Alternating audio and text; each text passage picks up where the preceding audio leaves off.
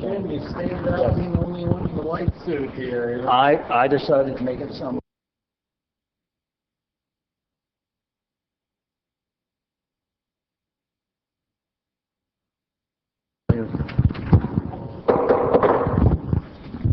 We'll go ahead and open this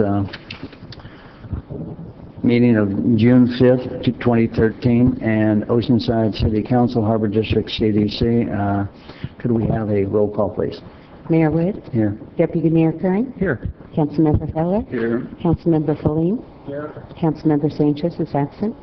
Thank you very much. We'll have our city attorney give us information for closed session. Thank you. The council will be meeting in closed session to discuss the following items. Item 1, conference with labor negotiator involving the Oceanside City Employees Association, management employees of the City of Oceanside, Western Council of Engineers, Oceanside Police Officers Association non-sworn, and the unrepresented employees. Item 2, conference with real property negotiator involving the 1.82 acres at the intersection of North Pacific Street and Harbor Drive South. Negotiating parties, Oceanside Smallcraft Harbor District and the Marina Del Mar Homeowners Association. Under negotiations are price and terms for an extension of the lease. Item 2B, conference with real property negotiator involving the Oceanside Beach Resort property. Negotiating parties are SD Malkin Properties and the City of Oceanside and its successor agency. Under negotiations are terms of a disposition agreement for the property. Item 2C, conference with real property negotiator involving the approximate 1.61 acres at the 300 block of North Cleveland Street. Negotiating parties, City of Oceanside and Lyon Communities. Under negotiations are price and terms for the sale of the property. Item 3A, conference with legal counsel on existing litigation in the matter of Macias versus the City of Oceanside, workers' compensation claim number 2009-00068 and 2010-0000393.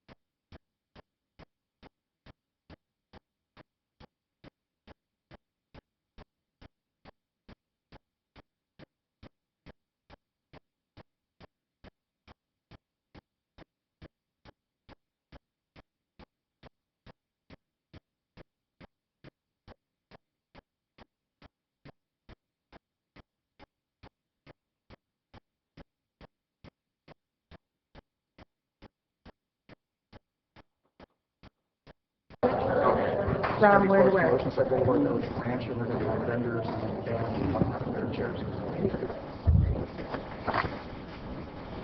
Good evening, ladies and gentlemen. Welcome.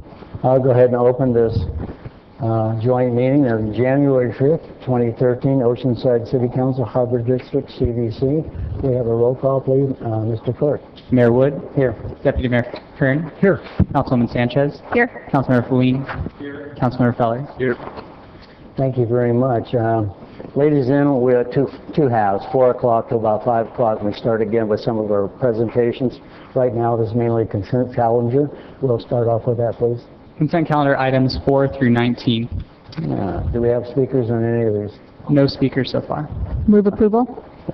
I'll second that. Thank you. Any comments from council? If not, please vote. Motion approved, 5-0. Thank you very much. I appreciate it. Item number 20, please.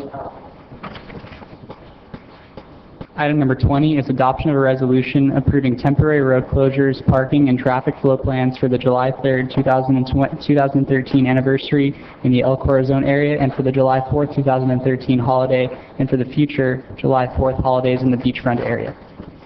Thank you very much. Chief, good evening. Honorable Mayor, council members. Bless you. Bless you. Yeah. Bless you. This evening, we have Sergeant Gao here that will be providing a PowerPoint presentation that will actually show the physical streets that will be closed, both on July 3rd and on July the 4th. And Sergeant Gao, how are you, sir? Very well, sir. For July 3rd, we met with the Parks and Recs regarding the fireworks portion of the celebration. They requested that we shut down a portion of Rancho Del Oro adjacent to the Senior Center. The El Corazon Senior Center is going to be the point where the fireworks show is going to actually physically launch from. The parking lot for the Senior Center is not going to be open for parking, as that's in the danger zone for the fireworks presentation. It will be utilized as the command post for the police department and the fire department during the event. We were asked to shut down El Corazon between Ocean Ranch and Senior Center Drive, which is also known as Seagate Way on the east side of the roadway. The roadway is going to be shut down beginning 7 p.m., expected to be reopened completely by 11 p.m. In the week prior to the closure, we're going to actually have signboards set up at Oceanside Boulevard in Rancho Del Oro and Mesa Drive at Rancho Del Oro, informing the public driving through the area of the road closure on July 3rd, so it won't come as a surprise to anyone. Coming southbound on Rancho Del Oro, they'll hit a full road closure at Ocean Ranch. All traffic will be diverted onto Ocean Ranch, over to Corporate Center, and then back onto Oceanside Boulevard. Any northbound traffic, we'll have the signboard up there advising of the actual road closure on the 3rd, and hopefully they'll utilize Oceanside Boulevard to go around, either utilizing College or El Camino Real, or the other detour I just talked about on Corporate Center to Ocean Ranch to Rancho Del Oro. If they do decide to continue north of Oceanside Boulevard, they'll hit a full road closure there at Senior Center and Seagate Way and be diverted onto Seagate Way. That's actually an entrance to a business park, but you do have access all the way over to Corporate Center where they can go on that roundabout I discussed already. We are looking at providing parking. The Park and Recs Department is meeting with the businesses in that area to see if the public can utilize their parking lots. I know of some that have already given permission for that on the 3rd, but that's still being finalized. Oceanside School District has authorized the use of their parking lots. So you'll have Ocean Shores, Krista McCullough, and Oceanside, or El Camino High School will be spots that the public could park and actually from those parking lots see the show. And then area parks. Martin Luther King Park is one particular park that you should be able to see the show from. Once those businesses are finalized, we will develop a parking map and put it on the city's website for the public to refer to.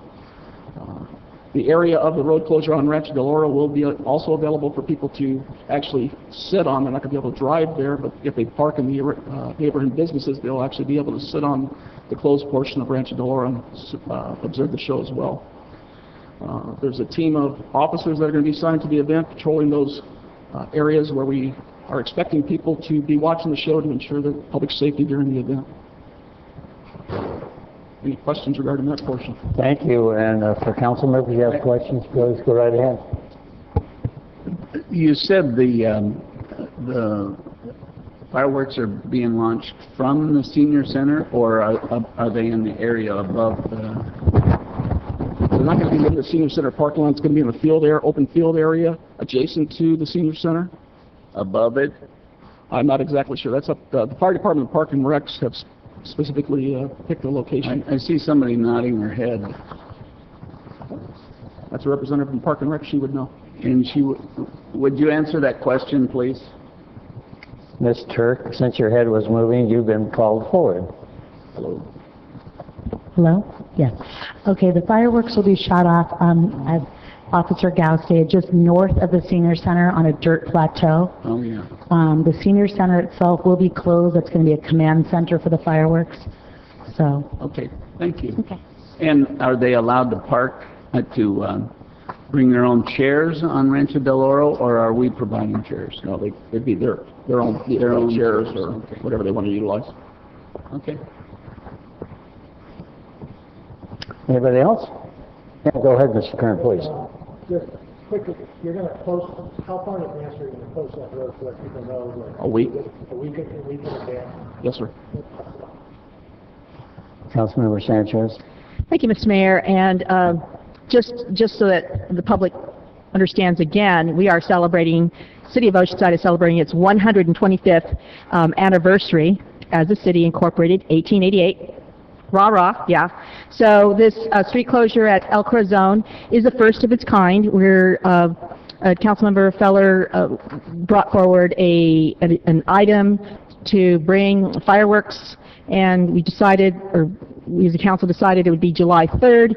It would be at El Corazon. So officer here is talking about how the senior center is going to be the command post.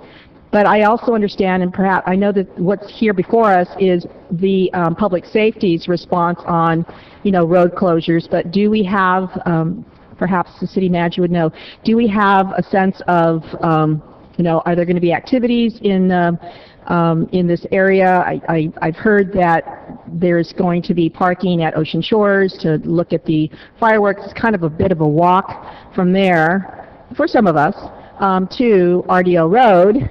Are there going to be shuttles? No, those alternative sites are for people to park at if they want to go to those locations to actually be able to see the fireworks show.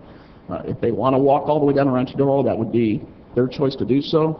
Like I said, Parks and Recs is working with the adjacent businesses to see if we could utilize, the public could utilize their parking lots for the event, and that's still ongoing. We haven't finalized that, and we're not prepared to put out a map of those businesses, but I know there are some businesses in that area have already agreed to do that, but I don't have a finalized. So it sounds like it's still a work in progress. Ms. Turk, you're here from Parks and Rec. Are there going to be booths? Are we going to somehow entice people? Are we going to do something so that people are going to want to come out and share some time this special day with us? Thank you, Councilman Sanchez. We're going to have actually several food trucks set up because the road will be closed from 6 p.m. till 10 p.m. And great news, El Camino High School Band is combining with Oceanside High School Band. We're expecting to have 80 students perform from 8 o'clock till 9 o'clock before the fireworks show. We've got 5 food trucks confirmed right now, a variety of goodies, and really we just want folks to come down, bring their beach chair, and enjoy the sunset, and then the fireworks will go off about 9 o'clock. Well, you're working on parking, sounds like, but in terms of the staging area, where can we anticipate this activity is going to happen? At the northern end of where the road closure is going to be is where the band is going to be located. It's where Rancho Del Oro Drive is the flattest, and then the road does go down at about a 45-degree angle. So most of the activity will be going on at the northern end of the road closure. There'll be folks directing you where to park and where the best place is to watch the fireworks. So to be able to get there, you would not be taking Oceanside Boulevard, you'd be taking a different route. You can do Oceanside Boulevard or Mesa, either one. And then, because the entire RDO is not closed, just a portion of it. Okay. So you'll be able to drive onto RDO to get into some parking. Exactly. Okay, We'll great. put more information on the website just as quickly as possible. So food trucks, fireworks, of course, OHS and El Camino choir, band, excuse me. Be great. Maybe choir too, who knows? and more to come, right? Yes. Great, thank you very much. Are they allowed to park on Oceanside Boulevard or Mesa? On Oceanside Boulevard or Mesa Drive? No, sir. There's no parking on Oceanside Boulevard or Mesa Drive. Well, that's a good question. Follow-up. I know that in the past, for games at MLK Park, we've asked that cars not be ticketed. Would it pose a public safety situation if we allowed parking on Oceanside Boulevard and Mesa? Okay. Anytime you deviate from the norm, that's a question you've got to look at what are the ramifications for that. The intention on that 3rd of July is park enforcement and the police department will be patrolling the area and directing people to those alternative sites that we find parked along the edge of the roadway. You know, I feel like since we've never done this before, have had an activity like this at El Corazon, certainly other places in the city, I don't think I feel comfortable with the ticketing because people are not going to know. I didn't say we were going to ticket them. I said we were going to make contact with them and direct them to alternative sites. A ticket would only be issued to those people who refused to actually move their vehicle. So for handicapped, families with kids, small kids, we're going to be able to get parking close enough to the activity? Yes? We're not guaranteeing parking then, no. I would say if you have special needs, you want to get there early, and then you can take advantage of those limited spaces that are going to be in the local businesses' personal parking lots. That's what I would encourage you to do. Or get to one of the parks or the alternative school sites and park in those parking lots. Well, there is also the parking over at the Sprinter station, right? There is that parking lot as well. Yeah. To my knowledge, we have not really talked to them.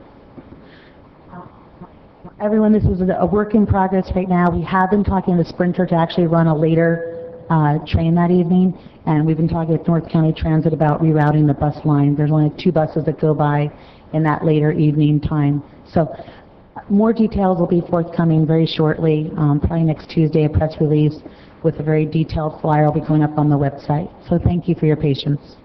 What about a shuttle? Shuttles cost money, and we have almost every dollar accounted for at this time. If somebody wants to throw another, I don't know, 500 or 1,000 bucks, perhaps we could shuttle from the high school or some other areas. I'll go back to the drawing board. If we can do it, we'll try. Up that hill. I was just thinking about that hill. Right. All right. Thank you very much. I would also add that in future years, if it's done, there will be hundreds and hundreds of parking spots up there by the new soccer fields, if it's done in this location. And as well, there is, I mean, the purpose of being where it is the visibility from as far away as Morrow Hills. I mean, you'll be able to see the fireworks in Morrow Hills or all over the city. So it is, I think, an ideal location, but it's still work. Yeah, we're not anticipating the road closure to take place next year with the opening of all those spaces actually in El Corazon. And Honorable Mayor and council members, please understand that the purpose of the staff report this evening is for the authorization of the street closure, and that's why we're not prepared to answer your specific questions as to entertainment, that type of stuff. We're specifically looking for your authorization to close the road between 6 p.m. and 11 p.m. Thank you. Mayor, I'm going to move approval, adopt the resolution. Well, yeah, well, first off, hold on. Councilmember Feline, I'm sorry. Thank you, Mayor. Eileen, you might as well come back to the microphone here. Certainly, I have no problem with the road closure, but this has been kind of an experiment in terms of picking this location, and if the whole city rushes to Rancho Del Oro, we're not going to fit. You know, I think the key to making this work is making residents of the city aware of the other locations that you're going to be able to view the fireworks from. And I'm, not topographical expert for the city, but I would think, if you're in MLK Park, you're going to see it. If you're at Impressive Park, you're going to see them. Maybe way out, which parks are we going to advertise to say, we know you'll be able to see from line of sight from these parks of the fireworks? So we encourage people to go to multiple locations rather than all rush to Rancho Del Oro. Well, actually, I'm still going to kind of push to have the recommended viewing spot at Rancho Del Oro, because we're going to have the high school band there. Right. No, and that's with great. 80 Just we can't 80 all students. fit there, Well, it's a pretty good stretch of road, and I'm actually hoping we can draw people there, so that way we can concentrate our resources and not be running to 8 different locations. Well, I wouldn't expect to say, for example, Martin Luther King Park, to pick the most obvious.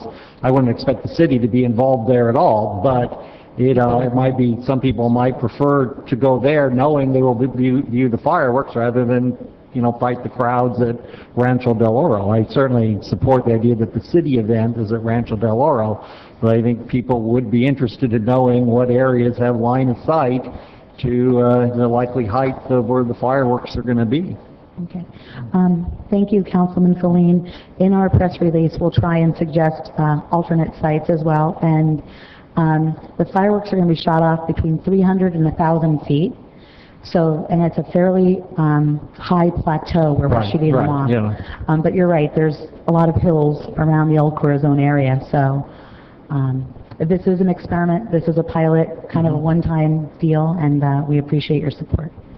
Well, thank you very much for all the work you're putting into it, and I'm sure it'll be a success. We just want to make it as successful as possible. Thank you. Sergeant Gal or Chief, streets you want to close is the big issue, and we had a motion started. I apologize, Councilman Sanchez.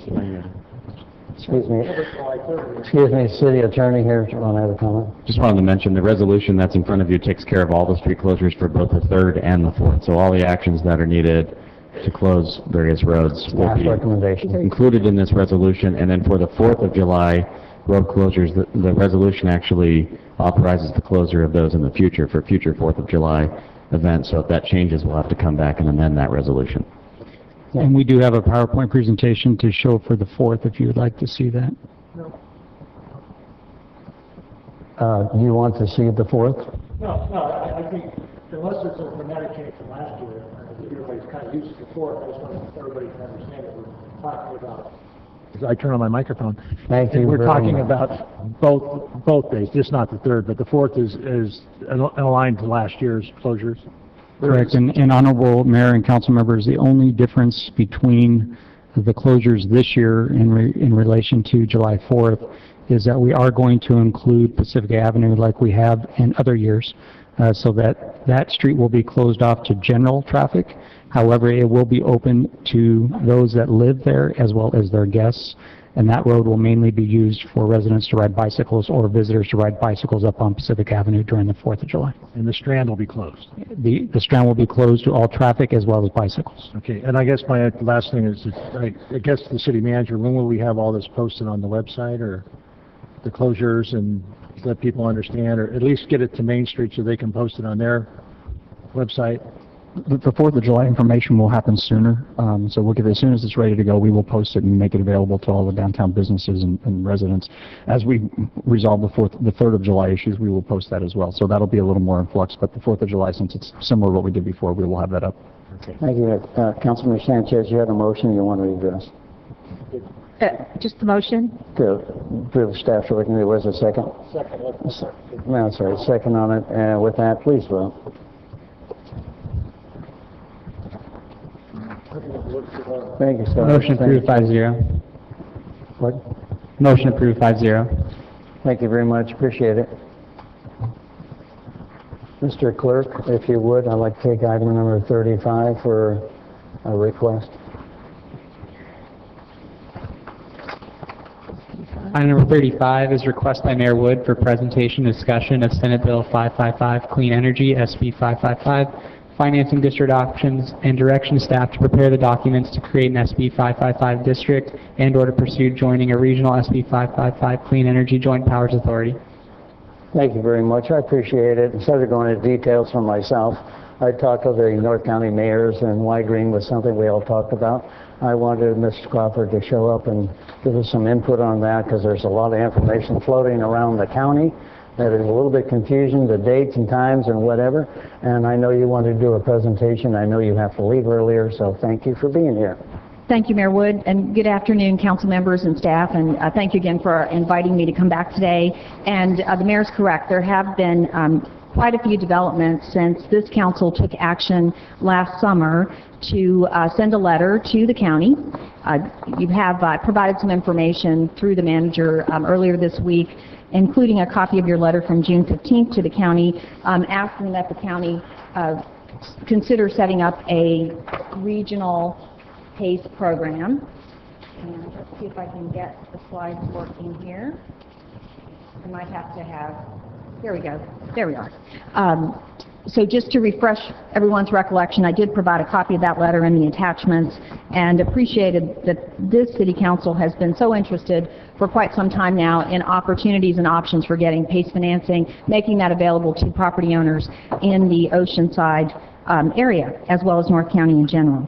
And again, I did provide some updated information to you. There has been a lot of activity in this area in the last year, and I'm very pleased about that. And I'll be providing some details to you in a moment. As I mentioned to you when I was here a couple of months ago, the county has decided to go forward in the last few months to look at a program that would make PACE financing available for all 18 cities, as well as the unincorporated region.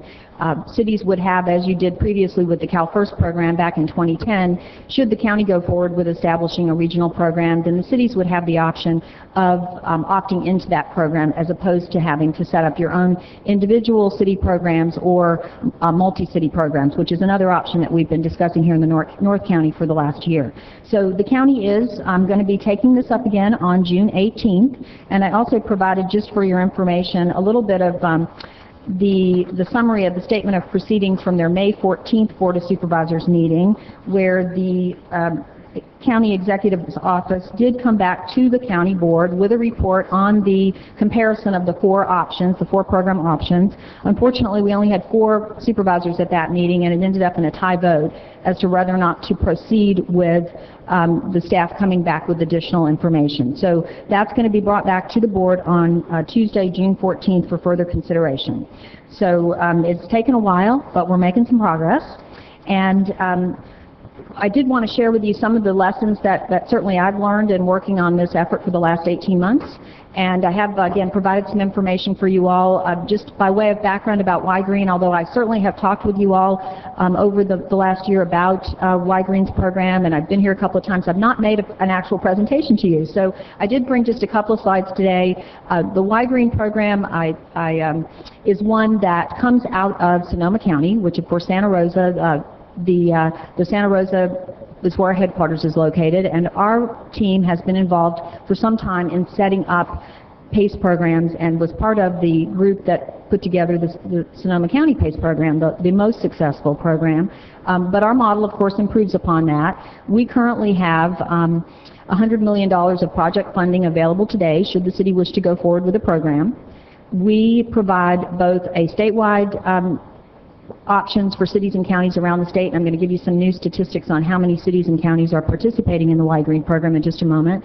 And we're also in Florida and Atlanta, and expanding into other jurisdictions as well. We provide a turnkey operation, so all of the services, the software, the administration, and the offices, the local offices and staff for the program, so that this is something that you can offer as an advantage to your property owners without having to be very involved in it, which of course is important in these times of staff resources and city challenges. We do provide a physical presence in the city with, as I mentioned before, a local energy center, local contractor training, local resources to contractors. We've already done quite a bit of that research over the last that outreach over the last 18 months, and I've also provided to you some of the examples of the letters of support that we have, including a letter that just came in yesterday from an Oceanside contractor who's very interested and very knowledgeable about the different PACE options. And we do believe that every jurisdiction is different, so every program should be different, and we work with cities to customize those programs so that we work with you and your staff to talk with you about what's the best way to reach out to Oceanside property owners. Now these numbers, I think you've heard them from me before, but for every $100 million in actual construction projects, retrofits for energy efficiency, water conservation, or renewable energy, we generate a lot of jobs, 1,500 jobs. There's the associated economic stimulus. Of course, the city gets the advantage of the reduced greenhouse gas emissions. You get credit for that under AB 32, even though you're not having to pay for that using city funds. And of course, you get the increase in tax revenues as properties are sold, and you have the retrofits that have already been made to those properties. The Y-Green model, I've already talked about this a little bit, which essentially we are a private for-profit company. We partner with local governments to form clean energy districts. That's under the newest legislation, SB 555, which expanded the scope of PACE financing. And again, I'm being a little bit presumptuous here because I know this council is pretty familiar with how these programs work, but with the property assessed clean energy tools that the legislature has created, the SB 555 additions to the program allows for refinancing, which is something that you don't have under AB 811. So if someone purchased solar last year and they wish to, under the SB 555 program, they wish to own, for example, if they have a solar lease or something and they wish to own the actual installation, they could refinance if it's been within a 12-month period. If we offer lower rates for them, a better deal for that property owner, that's an option that is something added by the legislature. We can also finance eligible improvements on new construction, which is another addition over and above what AB 811 provided. So, and then there is the option for, we're still figuring out the details on this, but there's the option to fund efficiency improvements to public buildings. And the legislature, the statute under SB 555 doesn't say how you do that, but it does allow for it. So we are working with the governor's office and in Sacramento to figure out the details of that. I've mentioned the contractor training. It's free of charge to contractors. It's open to everyone. But you do have to be a certified contractor to participate. We want to make sure that contractors understand what types of improvements are eligible, how the program works, what the cost of the financing are. We want to make sure that they're knowledgeable and can communicate reliable, accurate information to your property owners in your city. And we also provide contractors, as part of that training and those benefits to them, with free software, with Energy Pro software to use if they don't already have it, to do evaluations of properties, to determine how energy is being used and what types of improvements would give the best return for the investment, if you will, to the property owner. We then, once the program is set up in conjunction with the city, of course we work with all property owners, all property types. We're not limited to just residential, we're not limited to just commercial. We can also fund improvements on agricultural properties, industrial, any type of property, of course subject to the city council's direction. If you wish to exclude a particular portion of the properties in your jurisdiction, you could do that. And you may have noticed that the county, the motion that was put on the floor a couple of weeks ago was to exclude certain types of residential because the county is, obviously they had some concern about the FHFA issues and should we include all residential or should we exclude certain parts? We have the discretion under our program to do that. And then of course it's our job to provide the project financing to whatever degree is needed in your community. So if no one ever takes advantage of the program, then then that's fine. It's a completely voluntary program, as you know. We can set it up with you and make it available, but it's completely voluntary for property owners. But however, if we hope that we have and we expect to have, based on our other programs, a very robust interest and a lot of interest in using this type of financing to make improvements. And so it's our job to provide the administration and all of the financing that's needed to fund those projects. Here's that update on the number of cities and counties that are participating in the Y-Green program. And this is, as I mentioned, there's a lot of activity in this space in the last year or so. And of course, in 2011, and back in 2010, in fact, the city of Oceanside, along with 11 other cities here in the county, and the county, opted into the CalFIRST program. Not too long after that, of course, the FHFA issued its letter of objection, which kind of put the kibosh on the whole program. But then, of course, we continued to work, and the legislature continued to work, and eventually passed SB 555 in October of 2011. But we have, during that time, of course, even after the FHFA, we continue to focus on developing our program. And you can see that there have been a number of RFPs issued in the state, and in fact here in our region. And Y-Green, I'm pleased to tell you, has been the company selected in 4 out of those 5 RFPs to fund those programs, to partner with those jurisdictions. And you can see that as time is going on, we now have 40 cities and 5 counties in 3 states that are working with Y-Green to set up these programs. And I've been spending a lot of time recently in the Coachella Valley, because that's another program that I'm responsible for setting up. And we are now, we have 8 cities as of last night that have approved CBAG's decision to go forward with that program. I've got 2 more cities to take before their councils, 2 more this week, and then the county that will be taking a vote about whether or not they want to actually participate in the program. So we're expecting all of the jurisdictions in the Coachella Valley Association of Governments to participate in our program. So, but as I say, it's taken a little time to get over some of the hurdles, but we're now doing very well and very pleased at the progress that we're making.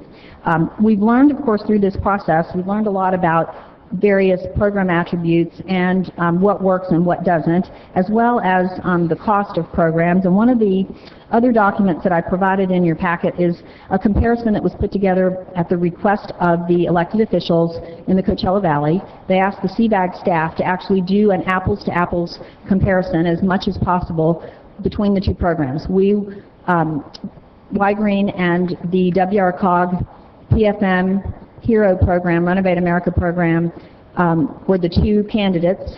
We ended up being selected, and I can tell you that some of the issues that were very important to the elected officials in the Coachella Valley, one is the cost.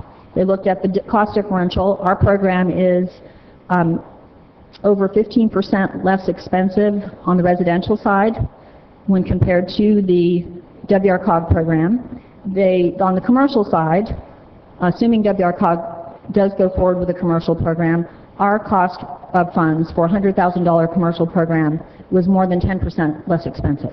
So you do have a difference to your consumers. And there are also a couple of other factors that were very important to CBAG. The fact that we do have a local operation. They were very interested in having local offices, local outreach, local contractor training, and they were frankly concerned about local control. They were more interested in having control over how the program operates. If there are any concerns or complaints, that there's a local staff, local Y-Green staff, a local district director that they can reach out to and bring those concerns to. And frankly, they wanted to keep the dollars local. They wanted to keep the money from the program, the sales tax, any money that's generated in Eastern Riverside. So those were all very important concerns and issues that were discussed by those elected officials. Over the last year as well, here regionally, there's been a great deal of effort among, I have to give credit to a lot of the local governments, the cities and the staff in a variety of our cities for trying to figure out the program differences. And some of you may have attended a workshop in Encinitas a couple of weeks ago, sponsored by the cities of Solana Beach and Encinitas, and I believe Carlsbad and maybe Del Mar, I forget exactly, but they had about 50 people, I understand. I unfortunately was in Coachella Valley that day, but I understand they had about 50 folks there, and they put together a format where they tried to compare with a defined format, the features of the different programs. And so I haven't covered everything here, and there's some question marks on a few things, but we've tried to the best of our ability to compare the program features so that, we can really develop a better understanding, much like the CVAG staff has done, about what are the different options for local government when you're trying to make this choice. Because I do remember when I first started working on this a few months ago, December of 2011, that it took me a while to get my head around what are the differences in the programs, how they work, the cost of those programs. The Y Green program, we just launched our program in Sacramento in January of this year. So we've got our project experience up there to date in just a few months. Of course, we've only been operating and financing projects since January. We have funded 27 projects for a total of $8.8 million. So we give kudos to the PFM Renovate America program. That program's been up and running, I believe, for about, I think, more than a year now. And of course, these are numbers that were reported by PFM Renovate America from various resources, including that workshop. So the numbers may be slightly off, but this gives you an idea of how to compare the various programs. So what are council's options today? I would suggest to council that one of your options that would be consistent with the action that you took last June would be for the council to delay any action today on item 21, which is where you're being asked to opt into the Fig Tree and the WRCOG Hero program. I would suggest that one option for the council is to delay any action today pending the county's decision on June 18th about expanding the county's PACE program. That would bring back finally that information for you about in response to your request over a year ago. So that's certainly an option for you. You've waited this long, so a couple more weeks, I submit to you, might be worth the wait. In addition, you could direct staff to provide additional program recommendations based on an apples-to-apples evaluation of all programs. You have before you a staff report on 2 of the programs, and of course you have heard from me at various times about options and features of the Y Green Clean Energy program. And then, of course, there's also the California First program that you're already, as a city, you enrolled in that a couple years ago. But you could ask staff to come back and provide that side-by-side type of comparison to give you more information about the features and to allow you that much more information to make a decision for Oceanside property owners. You could also direct staff to issue an RFP if you wish to have your own individual city program, which would give you the ultimate control over how the program operates. That does take a little bit more effort on the part of the city and staff, certainly, but you've also heard me say that Y Green reimburses the city for the legal fees and time that it takes to set up a clean energy program. There are, of course, other RFPs out there, including one from a city here in the county that the city could use as a template for that type of RFP. Or lastly, you could direct staff to pursue the formation of a clean energy Oceanside SB 555 district today, or to continue pursuing. As you know, we've had quite a bit of discussions in the last many months of the formation of a regional clean energy JPA. And council will recall the mayor and the manager reporting at previous meetings on our efforts to put together a 5-city, a North County Clean Energy San Diego North JPA as part of some of the activities around the Prosperity on Purpose efforts. And so, again, I think council has a number of options for you today, and I have a lot more information here about, of course, the program, comparing the different programs and all that, but I want to be respectful of your busy agenda this afternoon, and I can certainly go through those slides and provide that information, or I can stop right here and take questions. Thank you very much, and I think we'll stop here to ask questions. I put you up first because I wanted to have some information too. We had another group in here before. I got a lot of conflicts and information that was in conflict with different things and what we could and couldn't do. To be fair about it, it's hard to keep track of all this stuff, especially at the state level and what they've got doing. But for yours, I appreciate your information. To continue it, and I want to hear from the other group too, is there was a delay in the county trying to come up with something which made a difference to us, what they were going to do. And the city you said that's doing this now, is that true of this or what? Yes, Mr. Mayor. Thank you very much. I'll let the other council members, I see their lights on, for questions for you or comments, but let's see where it goes from there. Thank you very much for coming up and answering some of my questions too. Public on it, okay, thank you. Could we have you take a seat at the sidebar over there and we'll see what the public has to say. Yes, we have one member of the public wishing to speak on this item, Mr. David Neidiger. Honorable Mayor, members of the council, David Neidiger, I'm the president and CEO of the Oceanside Chamber of Commerce. Several months ago, Wygrain came and presented to our Public Policy Committee, and we approved basically in concept what they were talking about, and we really liked it. After reviewing some of the materials, one of the couple of things that I wanted to point out that we particularly were in favor was the fact that they do in fact do business and commercial property. They do also do new construction, which is, I think, is an important factor to consider. And another thing that I really liked was the training that they offer. These things can get very, very complicated, and contractors, if they're not trained properly, can really mess it up and really hurt either the business or the homeowner in the future. I just would like you to give careful consideration and look at all the options and proceed as you see fit. Thank you very, very much. Thank you, Dave, I appreciate it. No other public at this time. Thank you. With that, I'll come back to the council. Councilmember Kern, please. Yes, you, Mr. Kern. Oh, I had my button pushed, it doesn't like it. No, I just had one quick question, because she did mention that item 21 ties into this so much.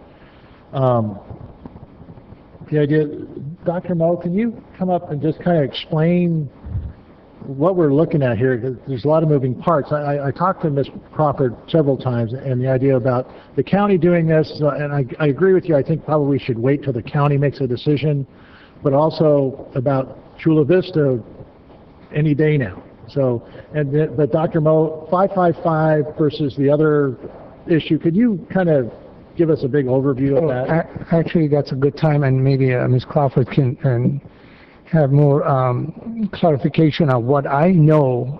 The city of San Diego city attorney prepared an October 8, 2012 comparison between 555 and 812.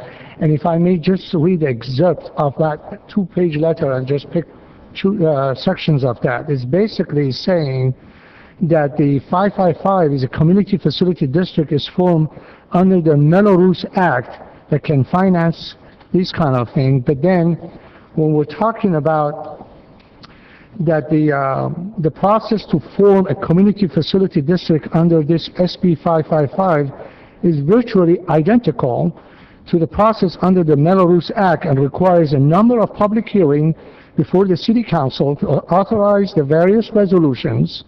The property is annexed through the execution of unanimous approval by the property owners to pay their special taxes. So when you compare that one, again, you're welcome to, but there's a city, just let me have one more thing from the city attorney of San Diego. It says that the Sacramento SB 55 program process to use very sophisticated financial technique that weighs complex issues under security, SEC securities law that could have the potential for significant liability exposure to the city. The specific, again, this is now city attorney in San Diego is talking about this thing. This specifically, Sacramento model proposes to tool the private loans that are made to the property owners to pay for the energy improvement and for the administration to later sell those loans to investors as securities. In view of the city of San Diego, of the city's history, with the securities law problem and its SEC consent decree for securities law violations, the city of San Diego believes that any financial that could raise potential liability issues for the city under SEC security laws should be reviewed very carefully. So, with that said, AB 811, again, correct me if my understanding is, there are 4 programs in the state right now, as you know, under PACE program. One is called Fig Tree. The folks are here today that can ask any question that you have from them. Hero and California First. We joined California First, as Ms. Crawford already mentioned, almost a year and a half ago. And they're only doing for commercial. The other two, they're here tonight before you to see if we can go through the process. But what my understanding is under AB 811, the city does not have any involvement at all. We're just, I'm a one-man army right now. I don't have to do any work. And we all know these days, more means less. I don't have people to run the program, and city becomes a financial institution and going through all these kind of Melrose. And I live myself. I used to live in Melrose. I know how much is involved. So correct me, please, if you want to compare AB 811 with SB 555 when it comes to this kind of city involvement. Maybe I could jump in real quick. Just Yeah, to follow up. I heard significant liability. The AB 811 process is different than, as Mo explained. Right. SB 555 involves the creation of a Melrose district. AB 811, the property owner voluntarily enters into a contractual assessment that's recorded. Funding is provided, the assessment's repaid on biannual property tax rates. I think under AB 811 over a 20-year period. If SB 555, I think would be potentially over a 40-year period. So the basic difference is that you have an AB 811 is a contractual assessment where the property owner voluntarily enters into it, whereas SB 555 you'd have to create a Melrose district and then approve special taxes. Okay, but the one word that, and you caught my eye when you first mentioned it, significant liability. What is that? I think that's probably a little bit more unique to the city of San Diego because they were, as you know, dealing with their own securities law violations over the course of many years. You have Melrose districts here. At your next council meeting, you'll be reapproving the special taxes for the 3 Melrose districts that we already have. What you'd have to do if you wanted to go down the SB 555 route is basically create a whole Melrose district. Thank you very much, Mr. Mullen, and let me address the questions and very legitimate concerns raised by staff. Yes, the SB 555 legislation amended the Community Facilities District Act, commonly known as Melrose, to allow for the creation of a clean energy district, but the key difference is that it's completely voluntary. So and I did put up on the screen for you a little bit of a comparison about district formation, what's required, because the staff is absolutely correct. As you know, to form a CFD, it does take a couple of council meetings. You do have to have your resolution of intent to form the district, and then you have puts the public on notice, and then you come back in no less than 30 days to adopt the resolution establishing the district. But this district is different from other existing CFDs that you have experience with because property owners are not required to participate. So through this amendment, if you will, the SB 555 amendment, you set up the district, and you could do that either as an individual city. The county can set up the county as the entire district, or we could have a couple of cities like we were talking about with the JPA here in North County. So it's again up to the local electeds how many jurisdictions you want to participate. But we set up the district, we draw a map, and that makes all of the properties in the city of Oceanside, for example, eligible to participate, but only if you want to. You may recall my saying a few minutes ago that we could set up the district and nobody could participate. So if no property owner wanted to use the financing, then nobody would ever sign to vote their property into the new district. So it's completely voluntary. Council is not involved in setting the tax rates or any of those sorts of details. Your city attorney, your manager, and of course staff would be involved helping us set up the district, and council would be asked to vote on that, yes. But once that's done, the property owners voluntarily enter into the contract. Then a special tax, they are told how much they decide how much they're going to borrow, up to 10% of the property value if they're eligible, and there are eligibility requirements. They do have to have equity in their property, for example. And so they decide they want to borrow $10,000 and they want to pay it back over 10 years. So they get to decide how much. They decide they want to do solar or new windows or whatever, new air conditioning. They decide they want to pay it back over 20 years. They could decide 25 or 30 depending on the improvement. Then they pay it back as a special tax on their taxes every 6 months. I'm looking at, from our perspective, Yes, setting up a Melrose district or joining a JPA. So when we talked before that I guess Chula Vista is within a couple weeks of approving. So what's the difference in the mechanism of joining Chula Vista as a JPA versus us setting up one by ourselves? Well, first, let Or me- if the county does that, that covers countywide, and we don't have to do anything, is that Yes. correct? You would have to opt in. You'd have a resolution to opt into a county program. I do want to also mention that your attorney is correct, that the reason for the language in that memo from the city about the securities issues and the need for the city of San Diego to take a close look at that is because they're under an existing consent decree because of their own problems in the city. That does not apply. I'm not aware of the city of Oceanside having any of those kinds of issues. So that's an issue that's unique only to the city of San Diego. Y-Green does provide complete indemnity to all of the jurisdictions that are already participating, so there's no exposure or liability for the city.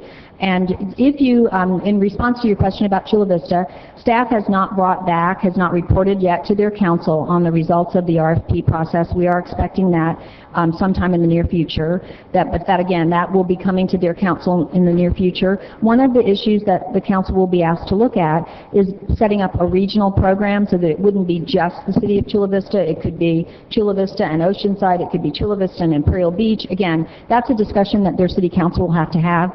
And we don't know the outcome of that yet, Councilmember Kern or Deputy Mayor Kern. But that could be that, you know, again, what we have been talking about for some time is the idea of instead of one city setting up its own clean energy district, that there's efficiency and economies of scale, that we could do this with multiple cities. And I guess my big concern is the other portion of Mo's comment about the staff time it takes on our part to go through and set this up. I mean, you know, Mo is a one-man band, Right. and he plays very loud and very long, and he has a lot on his plate. So I just, that's another concern I have about going through this versus just joining a JPA. Obviously, the city attorney reviews the language, and then if he recommends the council to do that, then we can do that. So Yes. I would rather go that route than try to reinvent the wheel. I'll let Chula Vista invent the wheel, and we'll just roll with them. Absolutely, and again, that's why in that slide that I put up, I mentioned there's several different options for the city. If the city would like to set up its own clean energy district, I'm happy to tell you that as of last week, I do have the authorization from my corporate offices, from my boss, that we would be willing to set up a clean energy Oceanside district. So, you know, if that's something you'd like to do. Now, I will tell you that the effort that it takes, we would, as I mentioned, work with your city manager and your city attorney in particular. We have, I can give you an example from CBAG. We're in the process of, we're just about finished with all of the paperwork. We're about to go to the vote that's to adopt the resolution at the next meeting. So we've got two more items to do, the two resolutions. But we have a joint representation agreement where our law firm, Orrick, Harrington, and Sutcliffe, is also working with CBAG and with CBAG's attorney to do the review, to advise, and to put all of this information before the elected officials there. But we are reimbursing CBAG for the cost of doing that, and of course we're also paying our attorneys to do most of that work. So, and we do, of course, there is a little bit of staff time. We do have to work with staff to get things on the agenda. But once the program is set up, then Y-Green is responsible for managing and operating and administering the program. We also provide reimbursement. Whoops, let me find the slide here. We do provide reimbursement to the jurisdiction. Here, a jurisdiction cost recovery. So once the program, like in Sacramento, when a property owner comes to the city, comes to Y-Green, Sacramento, Clean Energy Sacramento, and wants to borrow money, they do the paperwork, they sign it off, the city signs off on that financing as well. We reimburse the city $100 for every project. That more than covers the cost of their staff time of reviewing that contract and signing it. And so we commit to our local jurisdictions to cover all of the costs of forming the district, and then we also provide for reimbursement for the little bit of staff time that it does take to review each contract and sign off on it, essentially. So again, one of the things that was very attractive to me when I first started looking at this in December of 2011 is not only the jobs and the economic investment and the greenhouse gas reductions, but the fact that we can set up a program that benefits our region or benefits without any cost to our cities or the county. Well, and I'm very much in favor. I'd like to get started on that. You know, I'm not particularly tied to any group or thing, but I think the benefits to the citizens is what we're really here to look for. Now, if the county comes through all this stuff, we don't have to deal with this. We wait for the county to do it, or the JPA with Chula Vista. So I tend to kind of wait instead of us going first to let somebody else do that. But thank you. I'll yield back. I'm still I'll let somebody else ask their questions. Well, Maybe they'll- there are other questions here from the council, and I have the lights on, but I wanted to say this. I put Ms. Crawford up before 21 because, let's face it, this is confusing. And we thought that originally the other groups or other people out doing this, the more the merrier. And I'm fine with that too, but I also get confused from some of the issues. And then my thought was last time when Councilmember Feller had an item on heroes, that seemed fine too, but then you find out that Connolly wants to do it or Chula Vista wants to do it. And sometimes it's nice to have their staff take their time and effort and let them do the expenditures before we get involved. So what I'm saying is, we did this a few council meetings back, but since then I've got more information, and that's why I wanted you to say, okay, we'll listen to the next group again, but I want to find out if we should continue all this until we get all the information and find out. That's all I'm saying for you, because I have other questions. With that, I'm going to go to Councilmember Sanchez for questions, and if you wish to take a seat at the sidebar again, it might be easier for you. Okay. Mayor, it's 5 o'clock. Did you want to take a break now or wait until after?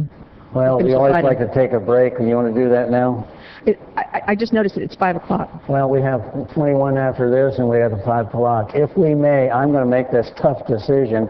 We're going to take about a 5-minute break to let some of the presentations come in, come back to this, and I apologize, let some of it sink in. So 5-minute break. If you haven't been here before, out the door, up the stairs, water and restrooms. Thank you very much. Quick break.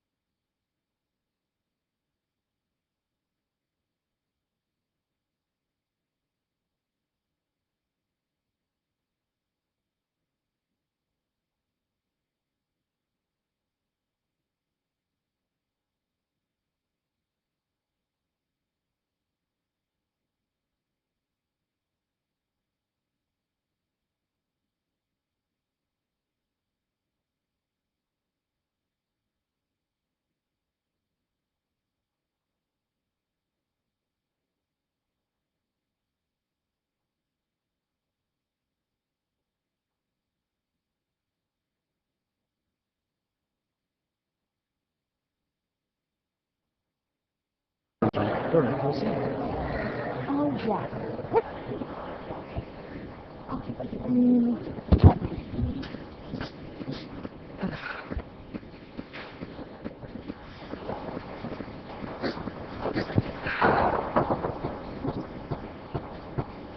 Thank you, ladies and gentlemen. Somebody that just came in, welcome. A couple of things. We usually split up the council meeting. We do a 2 o'clock closed session, then we do a 4 o'clock for some of our easier items and consent calendar. That wasn't the case tonight. And then we usually break for, we can do some presentations, et cetera, and get back to the council meeting. So thank you for being here. A couple of housekeeping things. If you have a phone, pager, put it on vibrate or silent. We appreciate that. We have some presentations right now we're going to go through and explain some few things to you. Thank you. As a protocol, I'm obligated to recognize some really important people. And I got Joe Collegia, the former mayor and councilperson for Solana Beach. Wave your hand. And so welcome here. And also I have the brand new city councilman from the city of Vista, Cody Campbell. Cody, stand up and say hi. Took care of that housekeeping, and we'll identify all the other sports people here tonight. But with that, if I may go on with it, we'll have invocation, we'll have a pledge. After those two items, please have a seat, and we'll continue. And please, Valerie. If you'd please stand at this time. Leading us this evening in our invocation is our city clerk, Zach Beck, who's also a youth pastor for Gateway Community Church. Let us pray. Father, we come here before you today, grateful and thankful, hopeful for the things that are to come. We bring up to you the prayers right now for those who have been inflicted with such devastation and pain in the Midwest of our country. We ask for reconciliation, for hope, and for peace in those tragedies of the tornadoes that have transpired. Lord, in this upcoming summertime season where we will be celebrating our 125th anniversary, we ask for recognition and acknowledgement of the beauty that this city has brought to this world so far and the beauty that has to come. Would you provide protection and guidance, wisdom and discernment, not only for us here as elected officials, but for those who are going to be experiencing a wonderful summertime, including all of our students, provide them with guidance and protection during this free time they will have over the course of the summer. And as our decisions pertain to this evening, would you just give us guidance, wisdom, and discernment so that we will be able to make wise decisions for our city's future. We thank you for everything that is done every single day, and members of all faiths, of all backgrounds, of all histories will say, amen. Now at this time, leading us in the Pledge of Allegiance, we have members of youth from the Filipino American Cultural Association that we'd like to call forward. Darlene Volmer. Rachel Risco. Kira Santos. Abby Hernandez. Angelina Fleming. Leilani Hernandez. Felicity Manawis. Ryan Risco. And Alicia Ramos. Who's got the mic?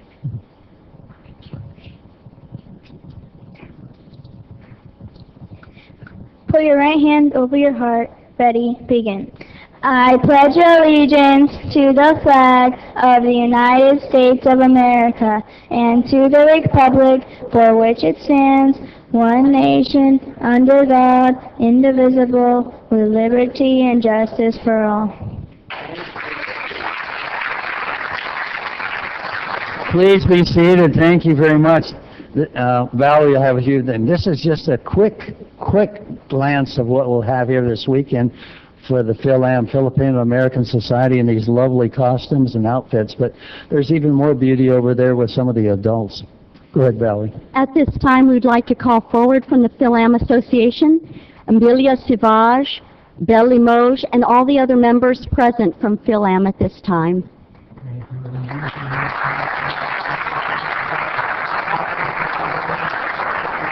We'd also like to call forward from the Oceanside Public Library, Sherry Cosby and Brad Penner. Yeah, come on to the end.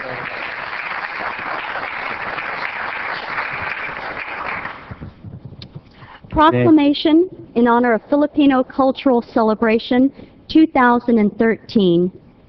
Whereas the Filipino American Cultural Association of North San Diego County, known as PhilAm, was established in 1976, has a mission to foster friendship among the Filipino American residents of the region and with others, encourage better knowledge and understanding of the Philippines and the United States of America's histories and cultures, and to seek the participation of the Filipino American youth who may become future leaders in the community.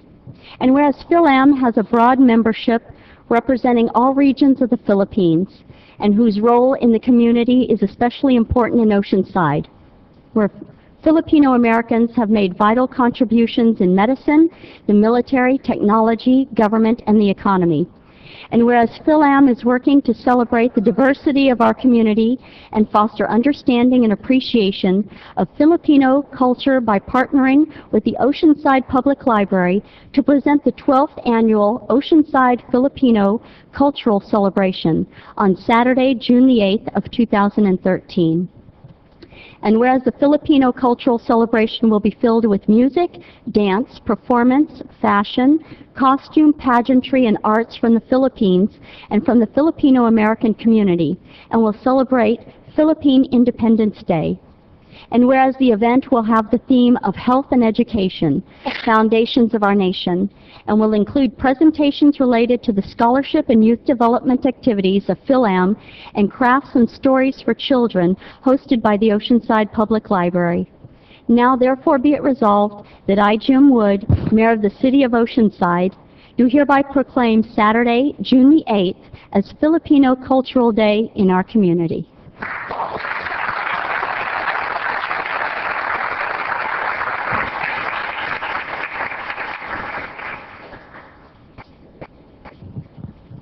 Before I pass the mic, ladies and gentlemen, 12th annual. They are a big part of our city and a community. If you want to know about, go to the hospital and see if you see any Filipino nurses. And anywhere else in the community, they're involved with a great culture. They're a part of our city. I'm so happy to have them here in the youth. And this presentation, I've been to every one of them. The food, the entertainment is a great day. Don't forget it. But I'll pass the mic to some of the more important people. Good afternoon to everybody. As has already been said, I am Amelia Siles, President of the PhilAm Cultural Association of the North San Diego County. I'm not an elegant speaker because I am not Saturday John, okay, oh my God, I am not an elegant speaker, but this coming Saturday, June 8th, we will have our 12th annual year anniversary with partnership with Oceanside Public Library. We would like to invite you all to our Cultural Day event. PhilAm Association is also 36 years old this month, and it's all still growing. And hopefully, with hard work and perseverance of our people that behind it, that's why we're so, we're growing more. So anyway. Thank you for everybody, and I invited you all to come to our thing Saturday. It's going to be a fun event because we have a lot of stuff going on, our cultural clothing, our cultural dances going to be there. So it's going to be a fun day for everyone, and Belle will add some more to it. Hi, good afternoon. I'm Belly Moch, the Secretary. In Filipino, we say magandang hapon po sa inyong lahat. On behalf of the organization, we would like to express our sincerest thanks and gratitude to Mayor Jim Wood and the council members for your undying support in helping us promote this biggest event of our organization, which it will be on June 8th, from 10 o'clock in the morning to 4:30 in the afternoon. Now, for the first time, we will have a major sponsor, the Tri-City Medical Center, in which the medical director, CEO, Larry Anderson, will be gracing the occasion. And also we have a highly respected educator from one of the biggest and most prestigious universities in the Philippines, who is also an author on Philippine culture and language, Dr. Christian George Francisco. Now, talking about education, we will be giving out 5 college scholarships to PhilAm high school students from the North San Diego County high schools. And then also to promote the culture, we will have an exhibit right at the plaza where there will be Philippine arts and crafts. And then also there will be, remember the events are free, so please bring your family, your kids, and there will be entertainment for everyone because we have the Little Miss preteen pageant, we have the coronation of the Mrs. Philam and Mrs. Philam Sr. And it's very interesting to note because you have a 6-year-old girl who is joining the pageant, and on the other hand, we have 70 to 86 years old, seasoned but beautiful ladies joining the pageant. Isn't that interesting? Yeah. And then also, we have vendors. We have over 20 vendors, so there will be a lot of Filipino food, pancit, dinuguan, and all those delicacies from the Philippines. And of course, we have these cultural dances. We teach the young people also to learn the cultural dances. There will be an hour of cultural dances, both from the adult and the youth cultural dance group. And of course, if you got America's Got Talent, we have Pinoy's Got Talent. So what do you say about that, huh? We have an hour of entertainment in singing and dancing and rap as well. And of course, last but not the least, if you like these costumes that you see in front of you, there will be 1 hour of traditional fashion costume show, wherein we have over 50 models. So imagine there will be 50 costumes that you will see representing the north, from the north to the southern region of the Philippines. So please mark your calendar. That's on June 8th, Saturday, from 10 to 4:30 p.m. And I know the Oceanside Public Library will always have something interesting for the kids to enjoy. Thank you, Belle. Well, as you can see, there's a lot of enthusiasm for this event on Saturday, and we're just so happy to be able to be a part of it once again.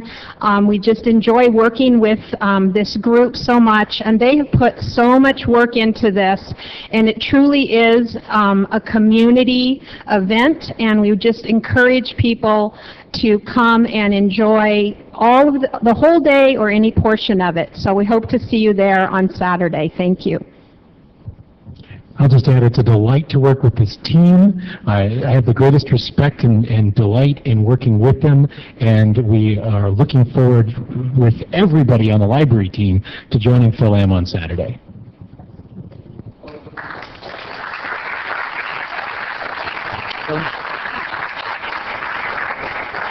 Let's tighten up the group here if we can get a nice photo. Ladies and gentlemen, it's a fun day down there with food. Excuse me, let me have this space right here. All right. She's our vice president. I know. Could I have all the tall, good-looking guys in the back?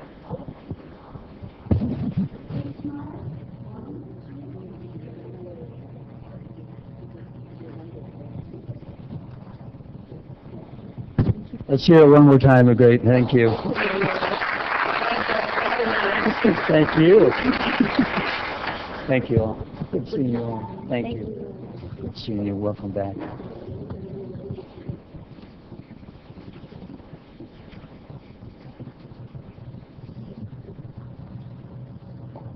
For our next presentation this evening, we will have Pet of the Month. And from the San Diego Humane Society's North Campus, we have Brianne Miller with us. I usually don't have much luck with cats. They usually crawl up my back and run all around the council chambers. He's kind of calm. Well, hello, everybody. This little guy, this is my friend Danish. He is an 8-week-old little kitten. We are in full kitten swing right now. Out of 800 animals at all of our locations, oh, you can definitely take him. We have over 335 kittens of under 8 weeks of age. So we are full of kittens. So with that, we are always in need of loving foster homes. So if you know somebody who is interested in the possibility of fostering some great animals like this little guy right here, I do have resources. We provide everything. Food, all the supplies, all the medical care. Nothing is out of your pocket. We are just looking for loving homes to open up their doors to helping us care for these very delicate little lives. And with that, because of the kitten season, we do have low-cost and no-cost spay and neuter available for our community. Pet overpopulation is a huge problem in San Diego, and we want to make sure that all of our animals have a good fighting chance to find loving homes, and nobody has that possibility of losing homes. So, oh, he's pointing to somebody. The other thing that's really fun that's coming up is the Make Your Pet a Pinup photo contest. All photos entered go in our calendar. So if you have a good shot of making it in it already, you could show off to your friends and your family that your babies are inside the calendar. But then it's open to the public for voting. So you could tell your friends and family to vote for your fluffy kids or scaly kids. I get some of those too. And the top voted pets win great prizes like tickets to our Fur Ball, which is the only black-tie, dog-friendly event in San Diego. Dogs come in ball gowns and tuxedos. Last year we had a Great Dane in a tuxedo, so if you've ever wondered what a miniature horse looks like in a tuxedo, I've seen it. It's pretty cool. And you also get a professional photo shoot of your pet, too. So it's a great way to help support the San Diego Humane Society, as well as show off your pets later on. So please come by and see animals like this little guy right here. He is available for adoption. His name is Danish, again, 8 weeks old. He is neutered already. He has a microchip, current on his vaccines, and you get a free vet check, all for $100. And if you fall in love with 2 of these lovely little guys, it's 2 for 1 special. So. And please don't forget to come and visit our amazing dog park. It's lots and lots of fun, and especially now when it's getting warmer, the best time to go is early in the day, so late in the afternoon your pets don't get worn out. And make sure they're drinking plenty of water with this heat. Oops, he's done. Ladies and gentlemen, it is an issue out there. We have Humane Society with a 2.6 acre off-leash park for your dogs, small and large. It's a real social gathering down there. A lot of animals to look at down there for the dog side. And then across the way by the airport, for all those people that are skydiving now over there at Tsunami, that's the cat center. And if you walk through, they have, like I said, hundreds of cats, animals, bunny, rabbits, you name it. It's fun just to walk through it. And I think these would be wonderful mascots for something like the city of Vista. Thank you very much. Thank you very much.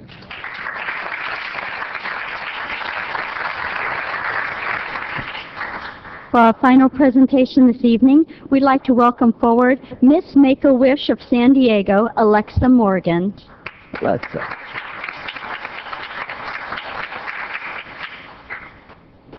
I stand next to her and I look even older than I used to be. Hi everyone, how are you? My name is Alexa Morgan and I am Miss Make-A-Wish San Diego. I am fundraising $8,000 to grant the wish of a child right here in the heart of San Diego. And in doing this, you know, I am the first ever Miss Make-A-Wish, and how I came up with this idea, I actually fundraised for them for 6 years and I fell in love with the organization. I love everything that they do. I've had so many opportunities to meet the Make-A-Wish kids, and you see the smiles on these children's faces when they get their wishes granted. If you don't know what Make-A-Wish is, they fundraise to grant wishes of children with life-threatening illnesses. We want to change that mentality that not all the children are terminally ill. So that was one of the reasons they really like the idea of having an ambassador to promote their organization. And what they want to do is just, well, how should I say? The children have 3 options when they get the opportunity to get a wish. Their options are, I wish to be, I wish to meet, or I wish to go. And some of the kids that I have met, recently I met a little girl, her name was Alyssa, and she had brain cancer. And she's 11 years old, and she's had this since she was 6, and she's had 4 surgeries already, and she's still recovering. And her wish was to meet a famous Christian singer named Carrie Job. And when I met her, I said, why was that your wish? And she said, you know, it's really interesting. She goes, every time I was in the hospital, she goes, I just wanted to give up. She goes, it's too hard, you know, you don't get to go to school, you don't get to go to the park with your friends, you just have to stay in this hospital and pray for a miracle. She goes, and for some way, this singer's songs always came on the radio, and she has some songs, and she said the lyrics spoke to her, and she goes, she's such an inspiration, and I want to meet her. And so she and her family got to ride in a limo up to Irvine, get to go to a concert and go backstage and meet this singer. And she said, I actually got to talk to her after she got her wish, and she said, it was the greatest experience of my life. She goes, for that one day, I got to be a princess. I got to go in this really fancy dress. I got to meet she goes, this is my role model. And she goes, it was such an amazing experience. And, you know, these kids, they don't have a lot of happy days. And if you give them that one day, it's an experience that they will cherish for the rest of their lives. It's an amazing memory that they can always have with them. And I am so blessed to be with their organization. I've actually spoken at several events already. And what I'm doing is I am promoting to grant the wish of a child today. And if you're interested in donating, I have a link to a webpage that I'm fundraising for. And also, if you're not able to donate, if you could just spread the word. You know, it's all about telling your friends, telling your families, telling your neighbors how amazing Make-A-Wish is and what they do and how they help these children here in San Diego. Thank you. Hold on. Do you want to tell them the website? Is it actually Make-A-Wish or whatever? You have flyers that push out in the audience, and could you get one of them, or your mom have it? We'll put it on the overhead to come up screen. Can we put it over here? Right in the middle right there. And usually we do it wrong. This is what we have to do. Okay, come on, you guys can adjust it for me. Here, you do it. Adjust it. See, there we go. I met this young lady at another event for the same thing, and Make-A-Wish, ladies and gentlemen, it does make a world of difference for some of these young people for their issues, and that's when we talked. I asked her to come here and present at the council along with her mother. Thank her, and I really appreciate it, but if we can help you in the future too, same thing. And ladies, let's hear it for this young lady that put her time in. Thank you very much.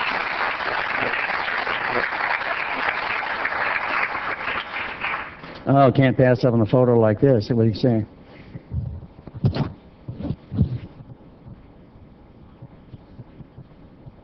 Mom, do you want to come down and get a picture too?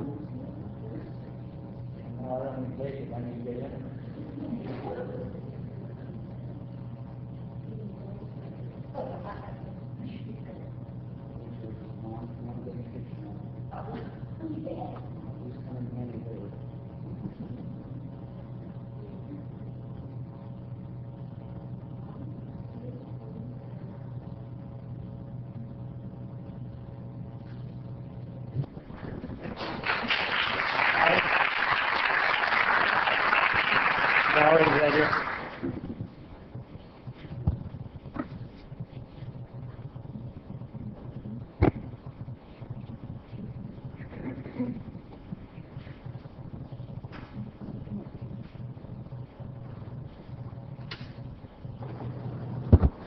Thank you, ladies and gentlemen. I think it's sometimes nice to recognize certain groups and people and the kids and et cetera, so thank you for pausing and waiting through that. I want to lay out a little bit of groundwork what we're doing now. We're going to finish up one of the items that we're working on, item number 35. And when that's over, I normally would follow up with 21, but I'm going to make a break at a request from outside people who have to go to another event. I'm going to have the item pertaining to smoking, which is item number 38. That'll be next, followed by 21. Thank you very much. So with that, we were at what point of the conversation? Esther, thank you. Are we going to finish this one? Yes. Yes. Okay, great. Well, first of all, I want to thank Crystal Crawford for coming and talking to us.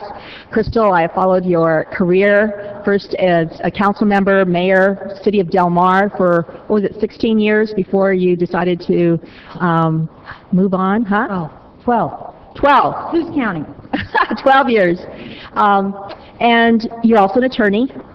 And about, what was it, 2 or 3 years ago, I ran into you. You were really excited about this program, this Y Green program. And I really like what you did for us here. This is a summary, and on it says, over the next 5 years, Clean Energy San Diego seeks to invest $84 million in Oceanside's local economy through a property assessed clean energy district. And that's what you call PACE. That represents retrofitting just 3.5% of existing commercial and residential buildings with clean energy improvements in Oceanside. You've got some statistics here. Generate $243 million in economic activity, create 1,400 new jobs, reduce carbon emissions by 11,000 metric tons of carbon dioxide, and generate $9.3 million in state and local tax revenue. Sounds like a wonderful, wonderful program. And what it sounds like is there are different ways of creating this, one of which is on our agenda. You're doing a presentation on something called SB 555 based program. And again, I understand that property assessed clean energy programs allow property owners to finance energy efficiency, water efficiency, and renewable energy projects on existing residential commercial structures through a special tax assessment on the property, which can then, you wouldn't have to come up with a down payment up front. You could, you don't have to pay the whole thing down. You can finance it through an extended period of time. So that part of that was to get us solar on rooftops, but above and beyond that, to be more efficient so we spend less money on our utility bills, right? That's what the bottom line is for our residents. So I did have some questions, and I think you ended up answering some of the questions. Performance, I saw on one of your slides that you are now in 40 cities, 40 cities, 5 counties, 3 states, 27 projects, for a total of $8.8 million that Y Green has invested. Is that right? That's for Clean Energy Sacramento, yes, just since January, since we launched in January. Okay. Well, how many projects have actually been financed and constructed and construction completed versus having applications approved? All of those, that number is for projects that have been financed that are, some may be ongoing in construction, but those are where property owners have actually signed all the paperwork and have gone forward with the retrofit. Now, in order to accomplish this, I heard, some comments by our city attorney. We'd have to basically go to court and get documents in. It's called what? Court validation. And that's before you can start any PACE program, is that correct? Correct. So whether it's PACE program via SB 555 or PACE program via AB 811, you still have to do the same process, is that correct? Correct. Okay. And I think that David Neidiger pointed out a difference in the programs, in that the Y Green program, which is the SB 555, all properties that are eligible include commercial and new construction. Is that correct? Yes. Whereas the other does not. 811 is just for existing buildings, AB 811. The different programs fund different types of projects. Some do just commercial, some do just residential, or a combination. Great. We will finance any type of property type that this council wishes to go forward with. Thank you. And what I believe our role can be in whether, however we want to approach this, is to ensure that our residents have the best value. And so I saw, again, one of your slides was talking about comparing apples to apples, and having a San Diego-based, the cost would be less. Is that correct? The Y Green program, the comparison that CVAG did that I mentioned is in your packet, showed that yes, the cost of, they gave us numbers. We want you to give us the cost of a $30,000 residential project and a $100,000 commercial project, and then show us what are all the costs involved in that, so that they came up with those numbers and showed that our program is more than 15% less expensive than our competitor, the PFM Renovate America program. Well, 15% is pretty, is a nice chunk of change. I think our residents would want to know which one would cost them less to do. I think what the difference is, ends up happening is like a middleman, right? Instead of money going out, it stays in the community. Is that right? Correct. Okay. So there are different recommendations that we could do, and that is, you suggested delay action pending the county's June 18th decision on expanding the county's PACE program options, right? Direct staff to provide program recommendations based on apples-to-apples evaluation of all PACE options. Direct staff to issue RFP for an Oceanside PACE program, and I think the fourth one also had to do with an Oceanside. And what I'm hearing is, while Y-Green would actually pay those costs the city would incur in setting up those programs, it's simply an option. If we do not want to go that route, we can still go via the county. Well, the county will make a decision on June 18th, we hope. Again, they had a tie vote on May 14th, so we expect all 5 supervisors to be there, and the same discussion, pursuant to their rules, they'll bring the item back, as you can see from the documents that I provided in the packet. Right. So they'll bring that back for another vote, and we expect the same motion to be back on the floor, and hopefully we'll have we'd love to have a unanimous vote. We're working with all the supervisors to answer their questions, the two supervisors who voted no, and we will hope that the county goes forward on June 18th to bring other options to the table that would make these programs available for all 18 cities as well as the unincorporated areas. Well, thank you very much. I think that it is very critical that we do this analysis, that we provide the best value for our residents. The one bill that seems to continue to go up and up are utility bills, and our residents can do something about that with respect to, using less energy by being more efficient. So I agree that we should get on board with Y-Green. Make sure that every comparison is made out there and provided, information provided in simple English to our residents. And so that's what I'd be wanting to do, Mayor. I don't know if you have a motion in mind on your item. I have a closing item, but like I say, I think it's fair to say I'd like to hear about everything before I finally made a decision, and what the county and Chula Vista are doing. I could make a motion now, but I think it's only fair to let item 21 go also. Okay. Well, I think as I said, it's important that our residents understand what is available to them and what is the best value. So, and Ms. Sanchez, I might offer that a lot of that apples-to-apples work has been done in the last year, so I very much understand staff's concern about what's involved in doing a lot of this, and the city has limited resources. That's true for all of our cities. A lot of work's been done since you all first considered this last June, so we do have a comparison that has been put together, for example, by the City of Vista. They put a comparison together, gave the 4 companies a list of questions to answer, so that work has been done. I gave to you the comparison that CVAG has done for 2 of the programs. So we've tried to do a comparison as well, pulling together information. So we would be happy, of course, to work with staff to bring this information back to the council without creating a lot of extra work for staff. And I'm sure that the other companies would be willing to also help in that process as well. I think one of the points that one of my colleagues made last time that we had this was that, well, perhaps we should allow residents to have options. Then we should have them all out there then at the same time.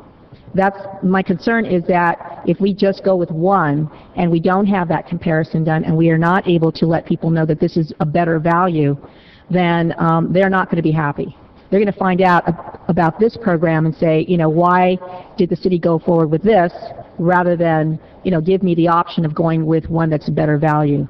So that's another concern of mine, is that we not go forward too early on this without giving the public complete information. So, and I also noticed that on the web there's a lot more information available, and it seems like the program that you're talking about is more flexible and allows for more projects, more projects. So, yeah. Thank you. Thank you very much. Real quick on this aspect, I'm going to I have another speaker here, Councilmember Feller. Might really make sure everybody understands the group that's going to follow a little bit later on this issue. It's not causing them grief that you're here. I just want more information to me, the audience, and especially the TV audience, that we're trying to find the best possible thing for them as a council. And, early stages, I didn't understand all the details, and it was very confusing. So this is our opportunity to get a little more input. And Crystal, I appreciate your time. Before you wander off, Councilmember Feller, you're up. Do you want to have a seat sidebar? It might be easier. I don't have any questions other than of the city manager. Do we need to do an RFP for a sales program like this? Honorable Mayor, council members, you certainly have that option if you want to choose just one, but your prior direction was to open this up to as many different entities as possible for those that are available. Based on that, if in fact the county there's a regional JPA for the program that Ms. Crawford is referring to, we would bring that back to you as well. So this is really moot as far as, Y-Green is relying on one of those options for us to set up our own. Is that the idea? Our own Melrose? You could set up your own, or you could wait like the others to do a regional district. Yeah, I don't think we need any control over this whatsoever. I think we should be allowing our residents to pick and choose who they want whenever it's available to them. So if the county's going to be here on the 18th of June, Y-Green will be right back here and asking for part of the pie, no matter what we do on item 21. So I think we're just chasing our tail here. I'm of the opinion that we just need to allow anybody and everybody to participate when they can. If the HERO program goes first, that's just how it is. But once the county makes a decision regarding the 18 cities, then there'll be more than just Y-Green showing up. So that's how I feel. Thank you very much. I thank you for your time and effort. I'm not going to make a motion now. Mr. Wood, if I could just make one closing remark, because I think Mr. Feller's comments are very well taken and worthy of response. And I would hearken back to when, in 2010, as I mentioned at the outset of my remarks, the city of Oceanside, along with Del Mar and I think 10 other cities in the county, we thought CalFirst sounded like a great thing. It was easy. We just opted in with a resolution. We thought that was going to be a wonderful opportunity for our residential property owners to access financing and retrofit their homes. Turned out that program didn't work. Not a single project has been funded anywhere around the state. And I would submit to you, as I put in my letter to you, that not all programs are created equal. And this discussion about this idea that choice is a good thing, in general, I would agree with you, Mr. Feller, and that's been talked about a lot. In the city of San Diego, for example, the city council voted in October to put all programs out there for the city residents. And unless something's happened very recently, today, no programs are available. They haven't been able to work that out with the city. And the Fig Tree program, and Fig Tree's here tonight, and they'll correct me if I'm wrong about this, but I believe they've only had one bond issuance. They've not funded any additional programs since December of 2011, $725,000 up in Fresno. I think that they did a handful of projects, and that's it. I know a little bit about that because the city of Palm Springs opted into the Fig Tree program, and they have had very little success, and now we're going with the Y-Green program. And my whole point is we don't belong in it at all, other than if it takes us making a decision to allow homeowners to have this benefit, and that's as far as we need to be involved in this. If it's successful, I hope it is, but that isn't our responsibility.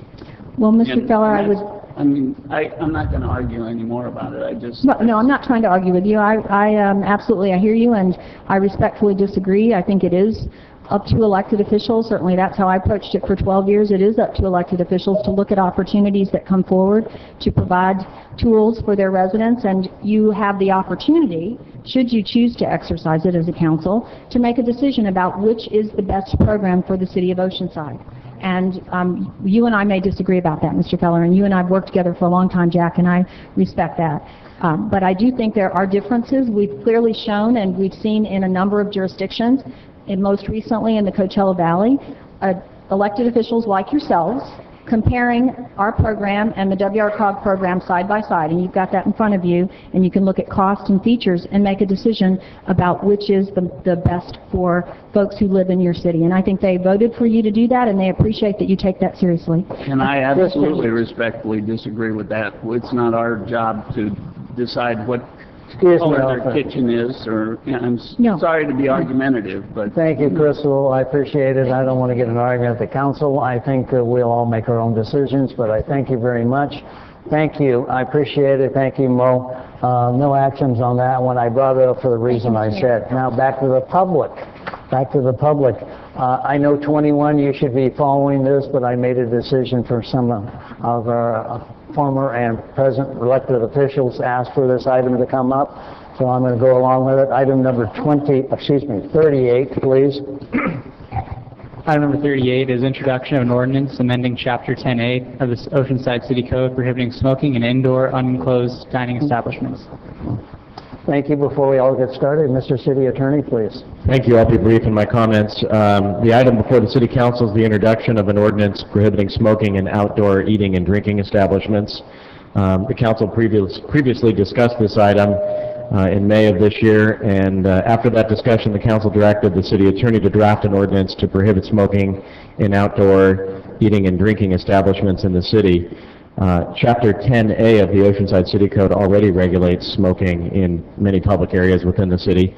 The draft ordinance before the City Council is a pretty straightforward amendment to Chapter 10A. One of the things it does is to include a definition for unenclosed dining areas as, quote, any area including streets and sidewalks which is available to or customarily used by the general public or an employee and which is designed, established, or regularly used for consuming food or drink and is not enclosed by a roof and walls.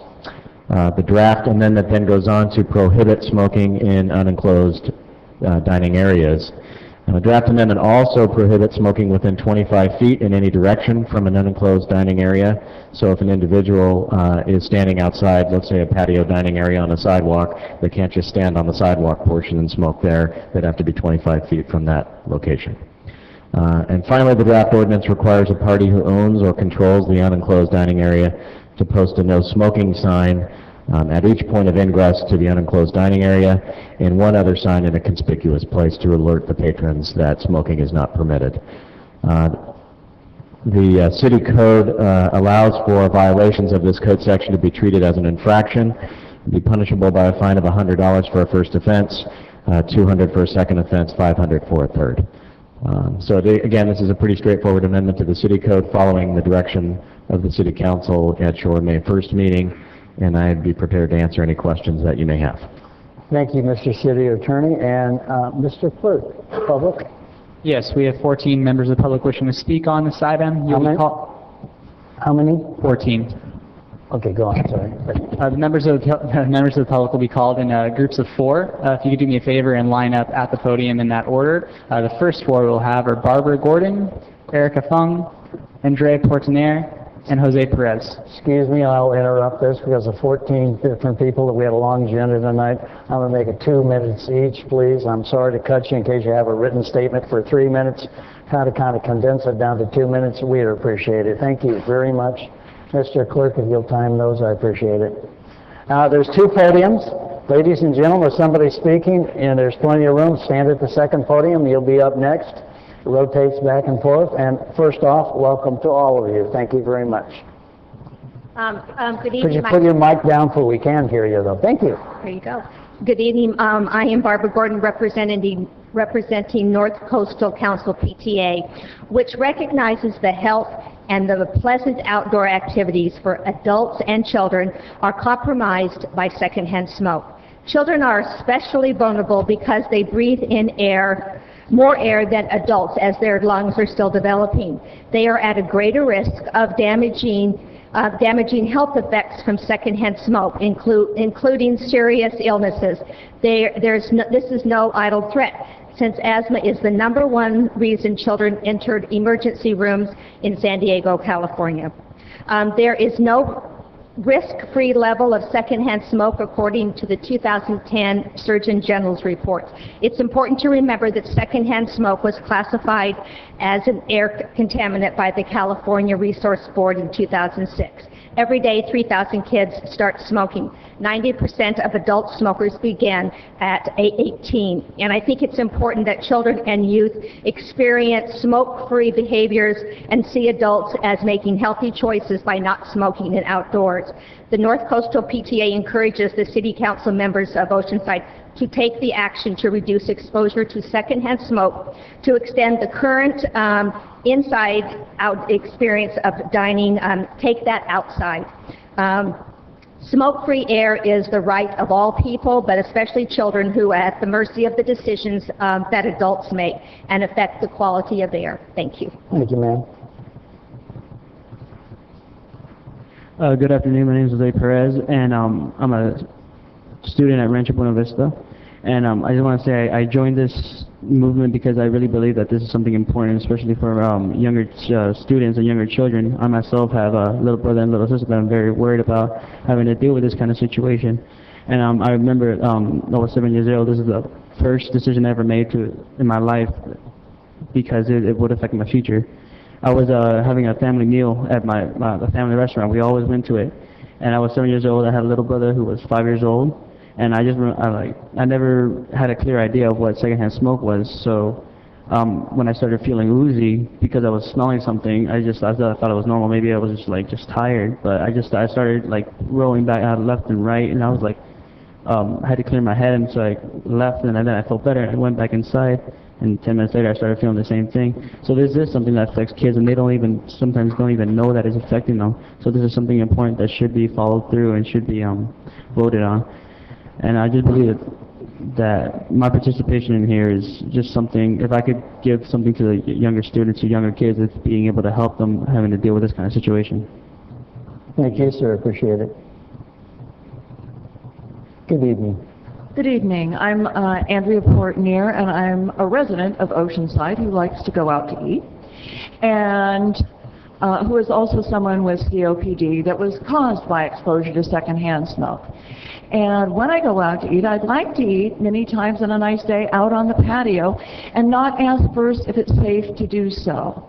Because I can't go outside to that patio if there's smoking going on, or there might be smoking going on. And that's true of many people in Oceanside and California, because we have more people simply with asthma than who smoke. Now, some will complain that this is a loss of their right or their freedom. It may be an inconvenience to go without using your tobacco product of choice on a patio, but it is much rougher to go without breathing, let me tell you. Thank you. Thank you, ma'am. Good evening. Good evening. My name's Erica Fung. I'm here tonight as chair of the Tobacco Free Communities Coalition in San Diego. I also work with the American Heart Association and the American Stroke Association. Now, I know some of you folks, because I actually began my professional career right here in downtown in Oceanside. Back then I was Erica Caucus, but a few things have changed. But anyway, I'm really glad to be here today because Oceanside has really changed over the past few years, and it really made some progress in terms of public health. Just a few years ago, you approved an ordinance that restricted smoking, so we now have smoke-free parks, beaches, and a pier that everybody can enjoy. And now, today, you're considering something very important, smoke-free outdoor dining. We've already seen some cities in San Diego take this step. Solana Beach, Del Mar, National City, Chula Vista, Carlsbad. We've seen these places take that step. And now, it's Oceanside's turn to take this under consideration. The good news is there's some information out there that shows that customer satisfaction actually remains the same or increases with smoke-free outdoor dining. And in Chula Vista, they found that 88% of managers and employees surveyed said that they enjoy working in a smoke-free environment. We really appreciate your support and hope that you vote to continue this trend toward health in Oceanside. Thank you. The next 4 speakers may come forward in the following order: Don Durbin, Morgan Parr, Megan Lennox, and Mary Donahue.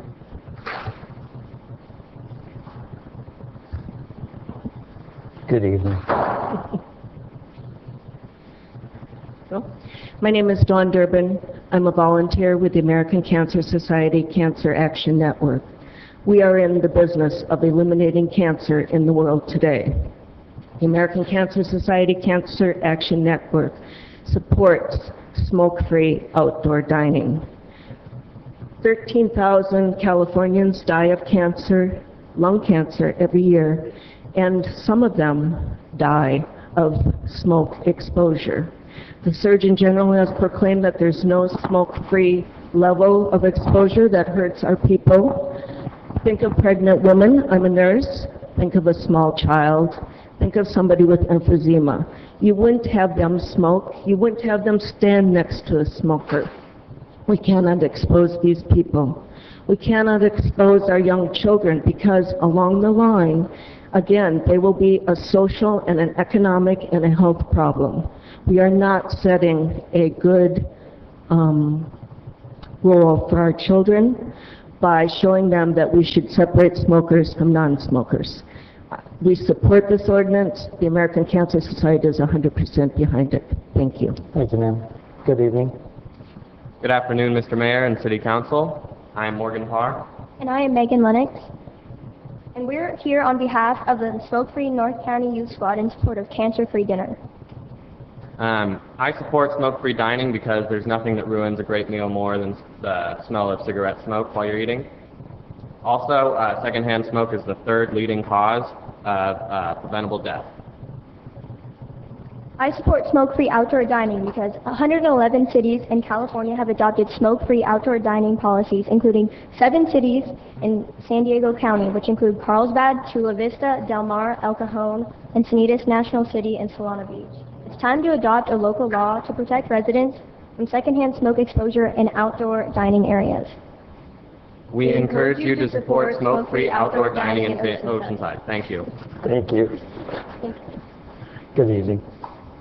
Hello, my name is Mary Donahue, and I am a volunteer for the American Cancer Society Cancer Action Network.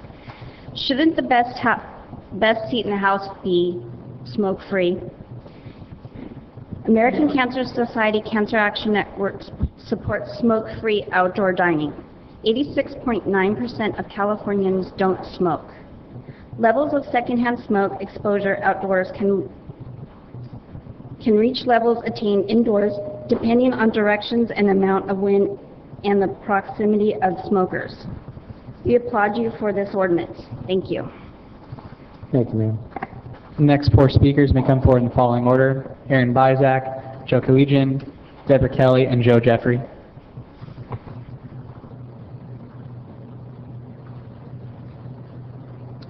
Good evening. Good evening. Honorable Mayor, City Council members, my name is Aaron Bizak. I am a resident of the City of Oceanside. I also have the pleasure of serving as the president of the North Coastal Prevention Coalition, lucky 5th year.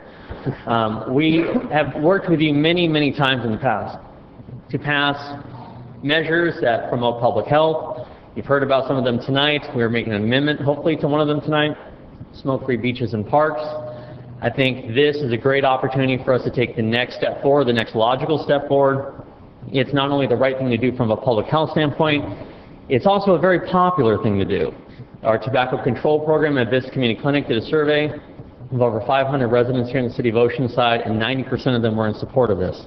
So it is very popular. You may have seen in the paper this morning, Main Street Oceanside did a survey of business owners in the area, and they overwhelmingly supported it.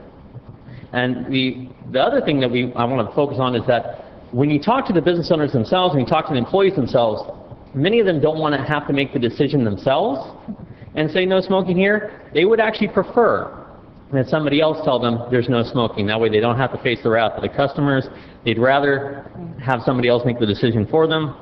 I encourage you to partner with us again at North Coast Prevention Coalition, partner with the many people that are in this room. Can I just get a raise of hands of people here supporting this? The many people who are here in this room and pass this measure. Thank you so much. Thank you. Mayor, good seeing you again. Thank you. It's wonderful being here again, Mayor and council members.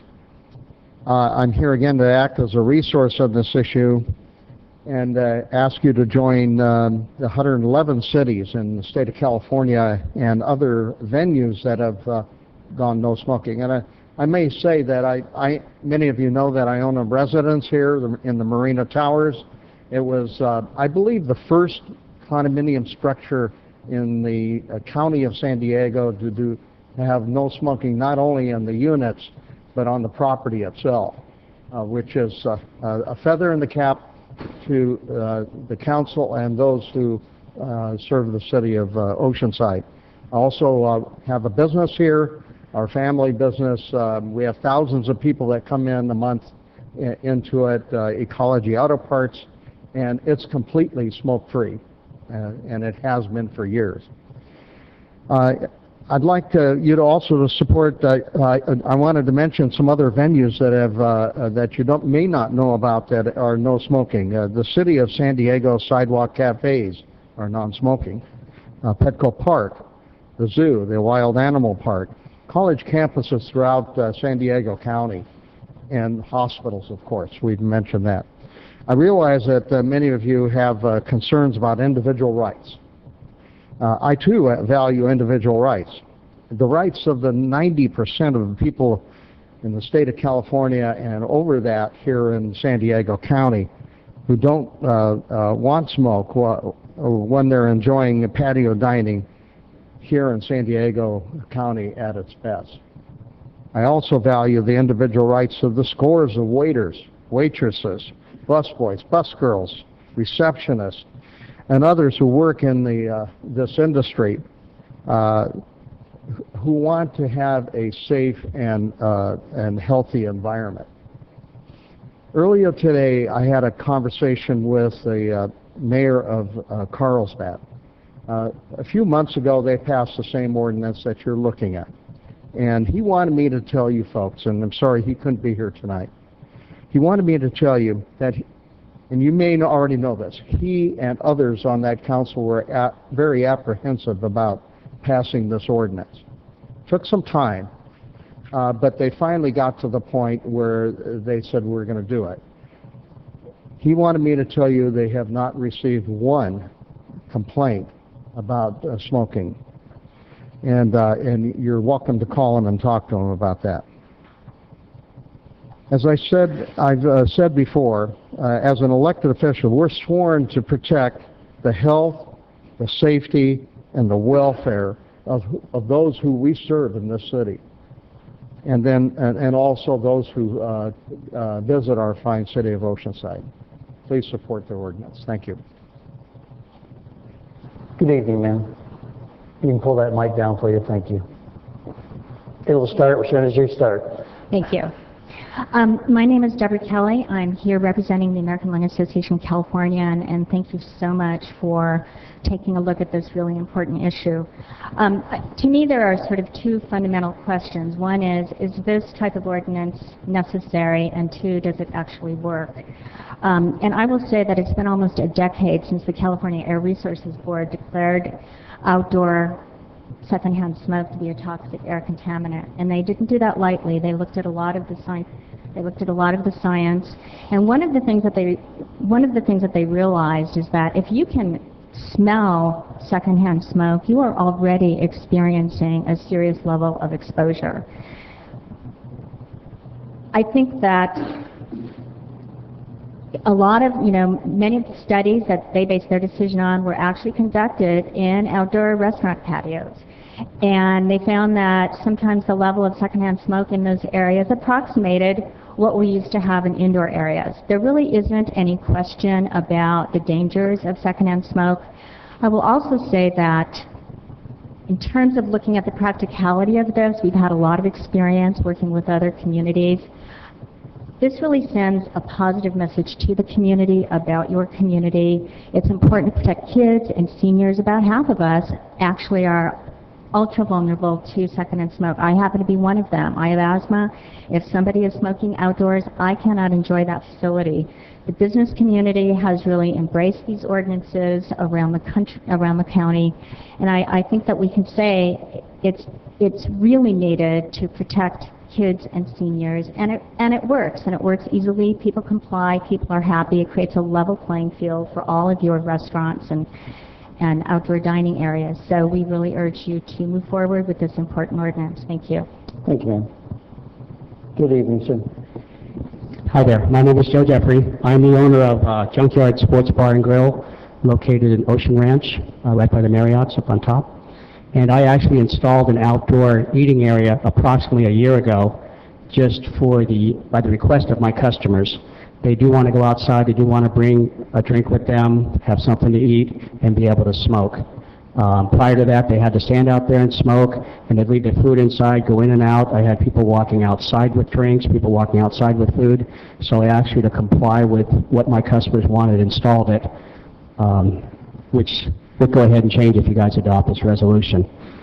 I have a lot of visitors from other states that are staying at the Marriott's, and they appreciate the fact that I do have that for them. I've talked to many of my customers, and they aren't happy with the fact that it's being considered, and what their option is that it's outside, it's not controlled air, it's exchanged, and we do fine. And I've always had smokers, if they're up against somebody else that doesn't smoke, they'll courteously move to another table so it doesn't affect them or put out their cigarettes. Thank you. Thank you, sir. Next three speakers are Christopher Wilson, Jim Jenkins, and Gina Nitzen.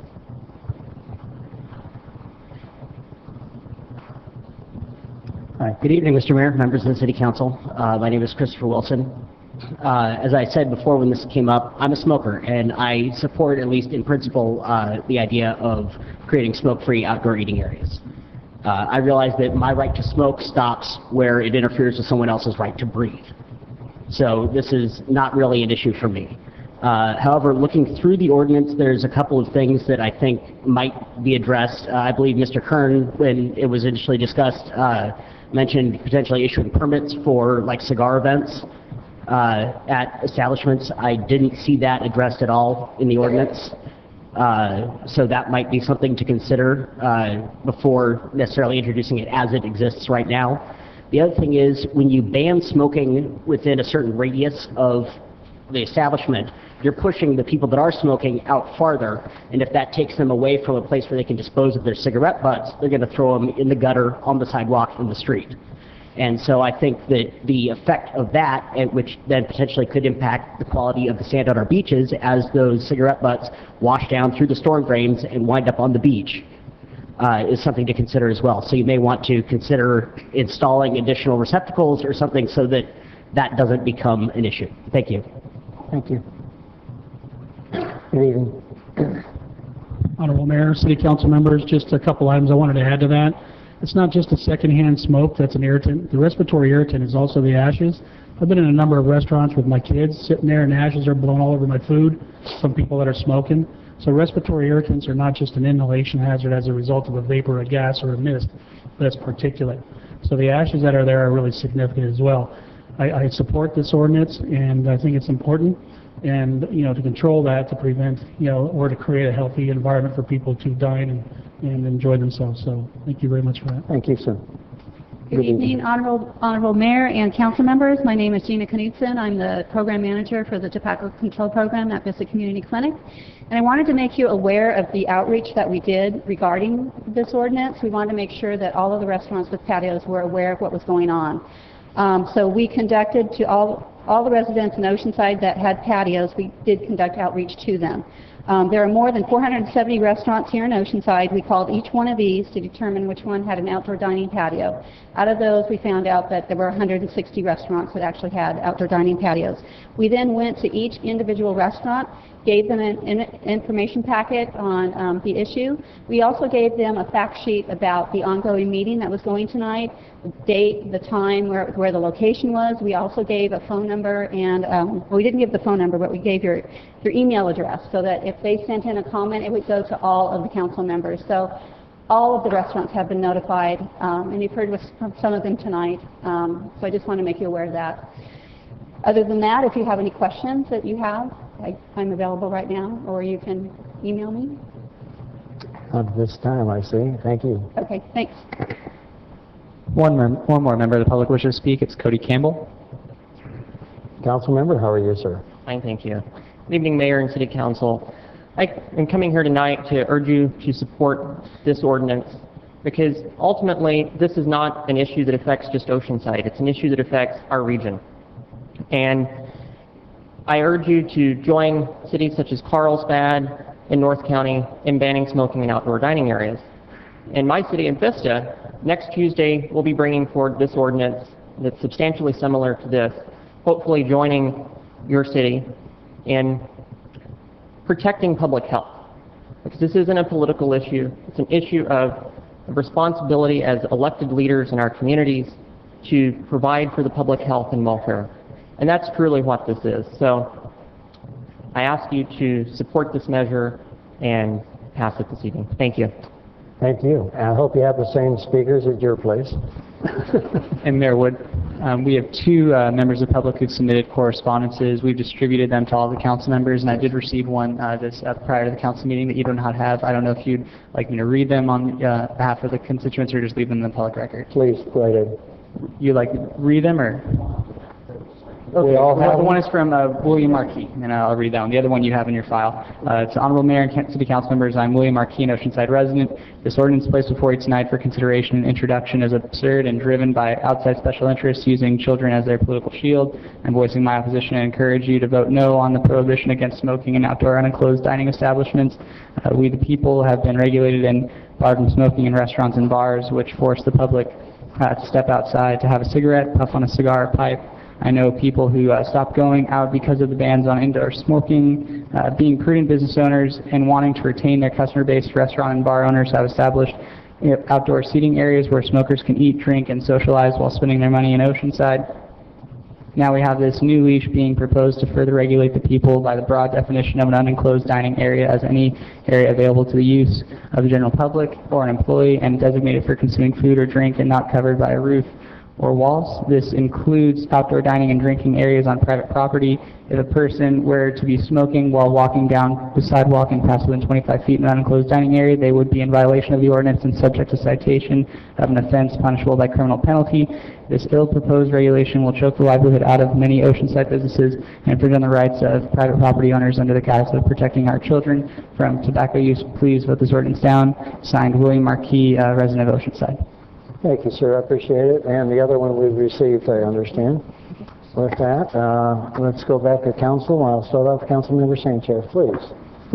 Thank you, Mr. Mayor. And I want to thank the Oceanside residents, and especially the kids, for bringing this forward. I really do.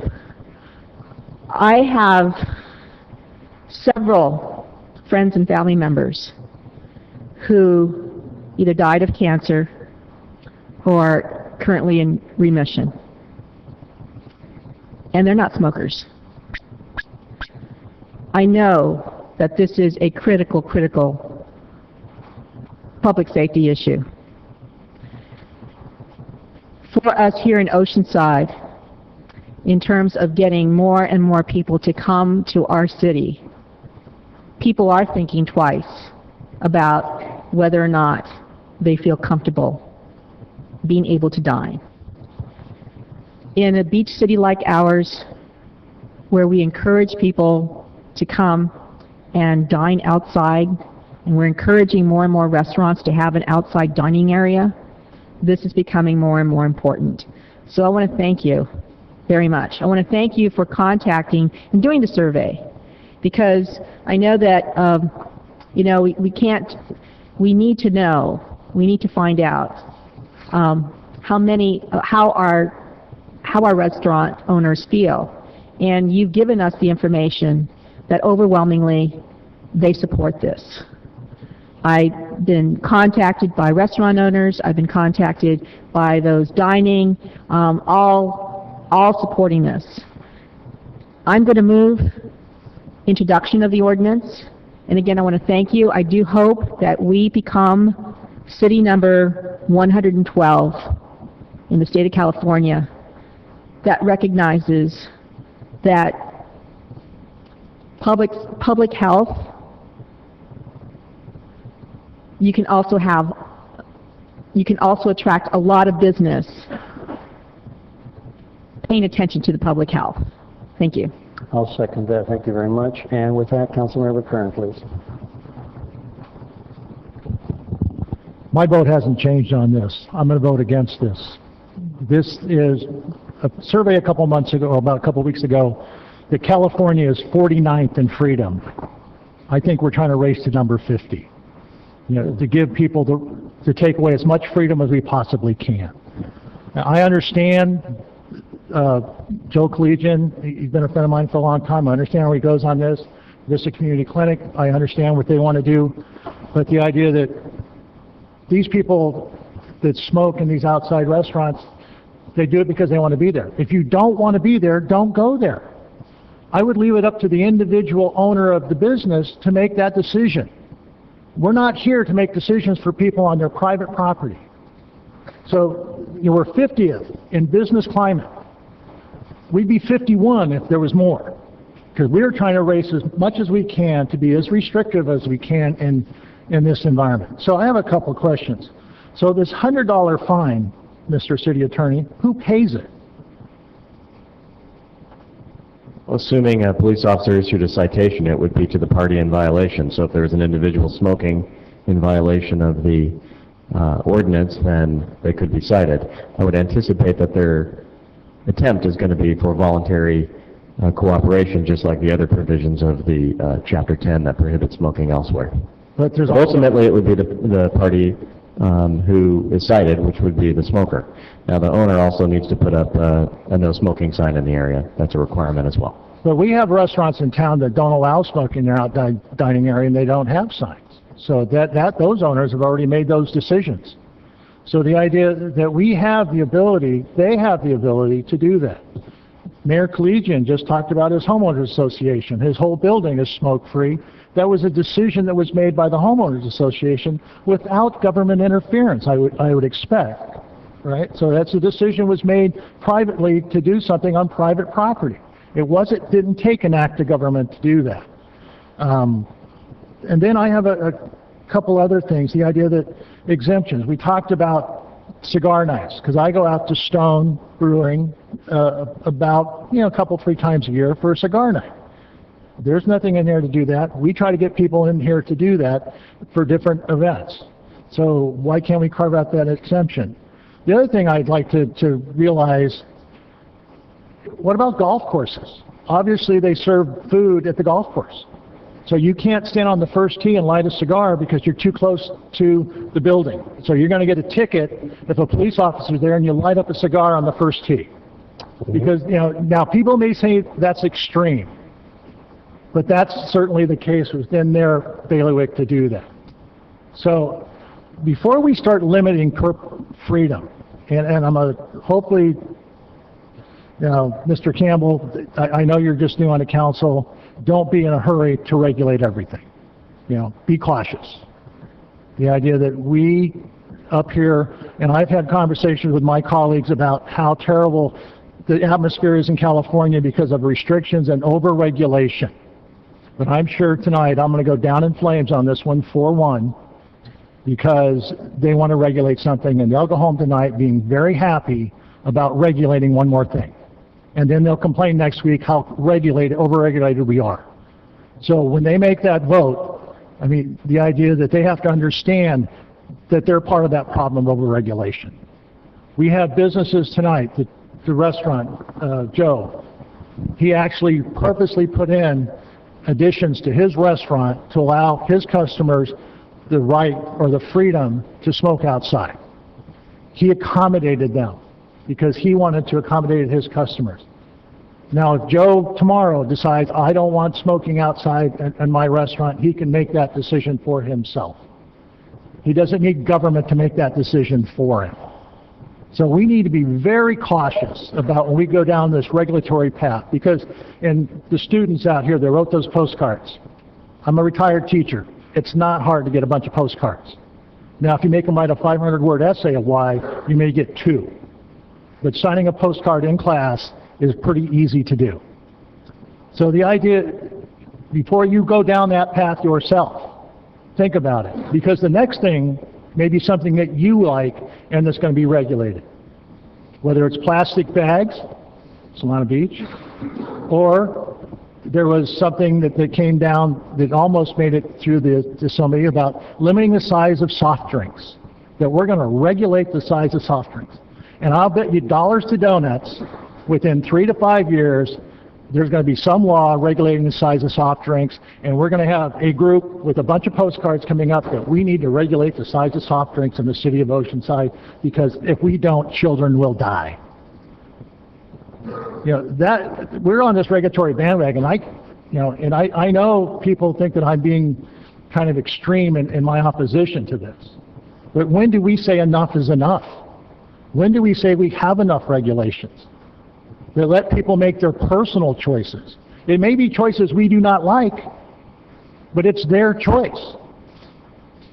So the idea that having the heavy hand of government come down on people because we don't like the choices that they have made, I think is wrong.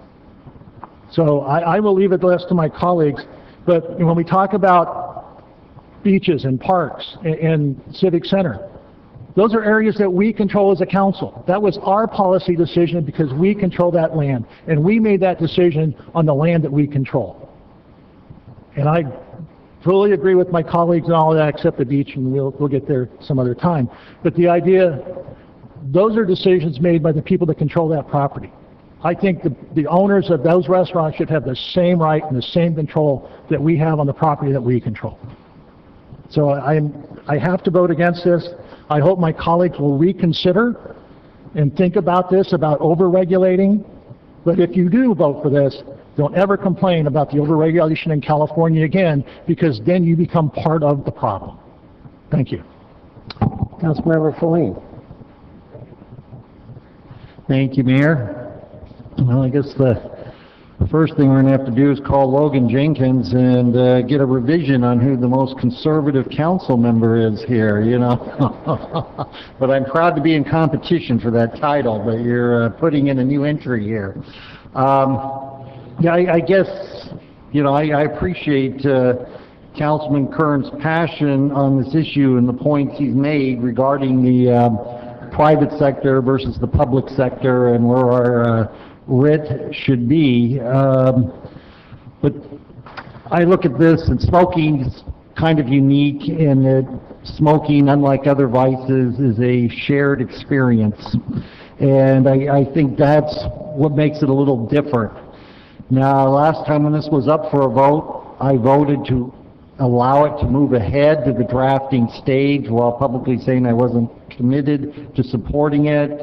My support was going to be dependent on the feedback that I received. Based on the feedback that I've received, most people certainly lean in favor of it in terms of average citizens. Businesses that have spoken to me, that I've talked to, they're kind of 50-50, you know, it's not overwhelming one way or the other. Certainly people are passionate who hold their views, but in terms of a balance of support one way or the other. My concern is that, you know, certainly culturally we're moving more to a smoke-free environment, but in the middle of a recession here, that we're not going to do anything to damage our businesses and make choices that they wouldn't want to make. And also part of the feedback, probably the most passionate issue that people had to complain about was cigarette butts on the sidewalk, which is a litter issue and not a smoking issue.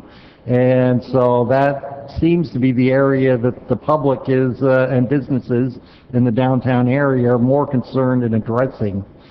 Now I can say I will support moving this, the next step down the road and seeking further feedback from the public, because in all honesty, the feedback in proportion to the size of our city and the number of businesses involved has been pretty low, you know. And so I am interested in more feedback, but an ordinance that I can support would need to have a carve-out for cigar socials and exemptions, you know. You know, that's a thing. Some people enjoy their vices, and there should be an opportunity for an exception there that, you know, and obviously an exception doesn't mean 365 days a year, 24/7 exception. But, you know, people need to have special events, and I think we can accommodate that while moving things forward. Another issue that was mentioned is the issue of the non-smoking electronic cigarettes, which I believe people use when they're trying to quit smoking. So I think I would like to at least explore an exemption for that. And those, I think, would be the two main things. I would ask the city attorney on the issue of cigarette butts on the sidewalk and dealing with that.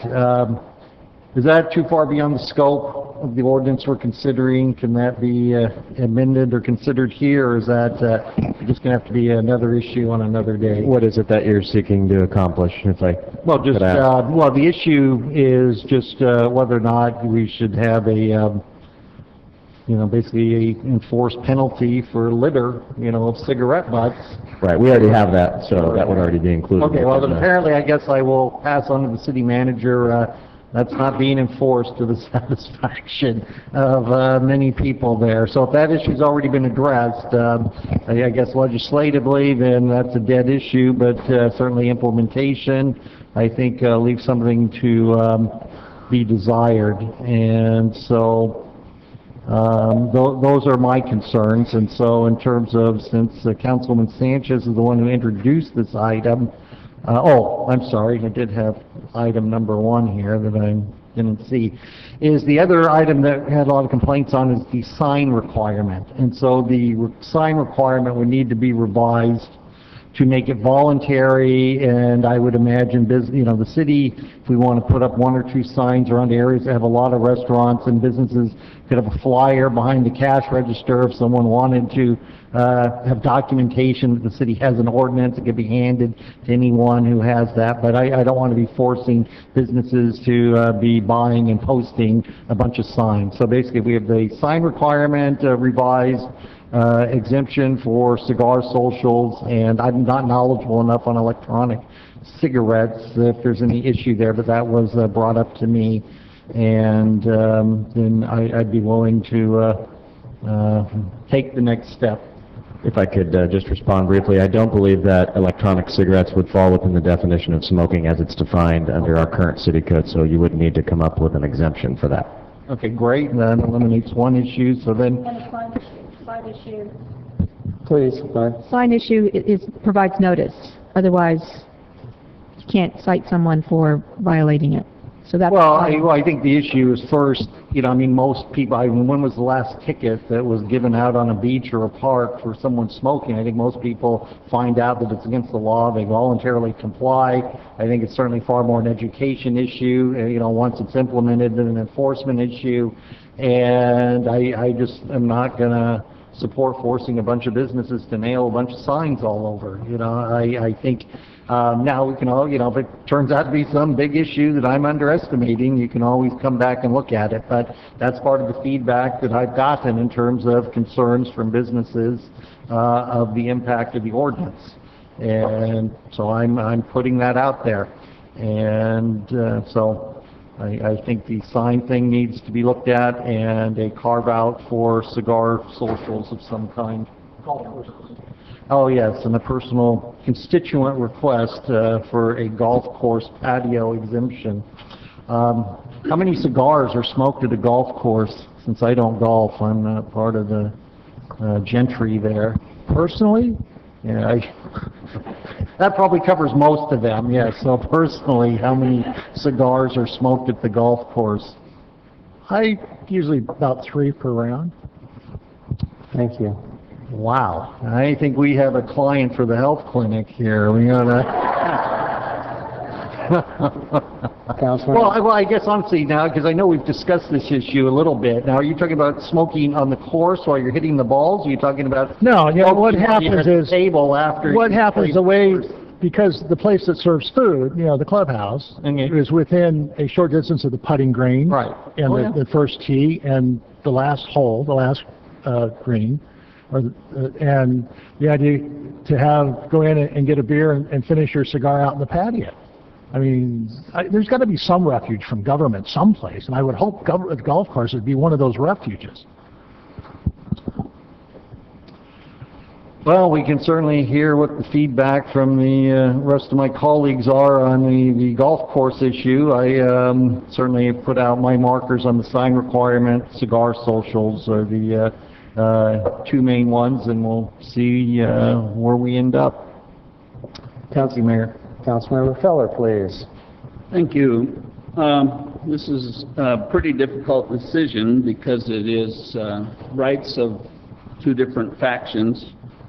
I know I've never smoked.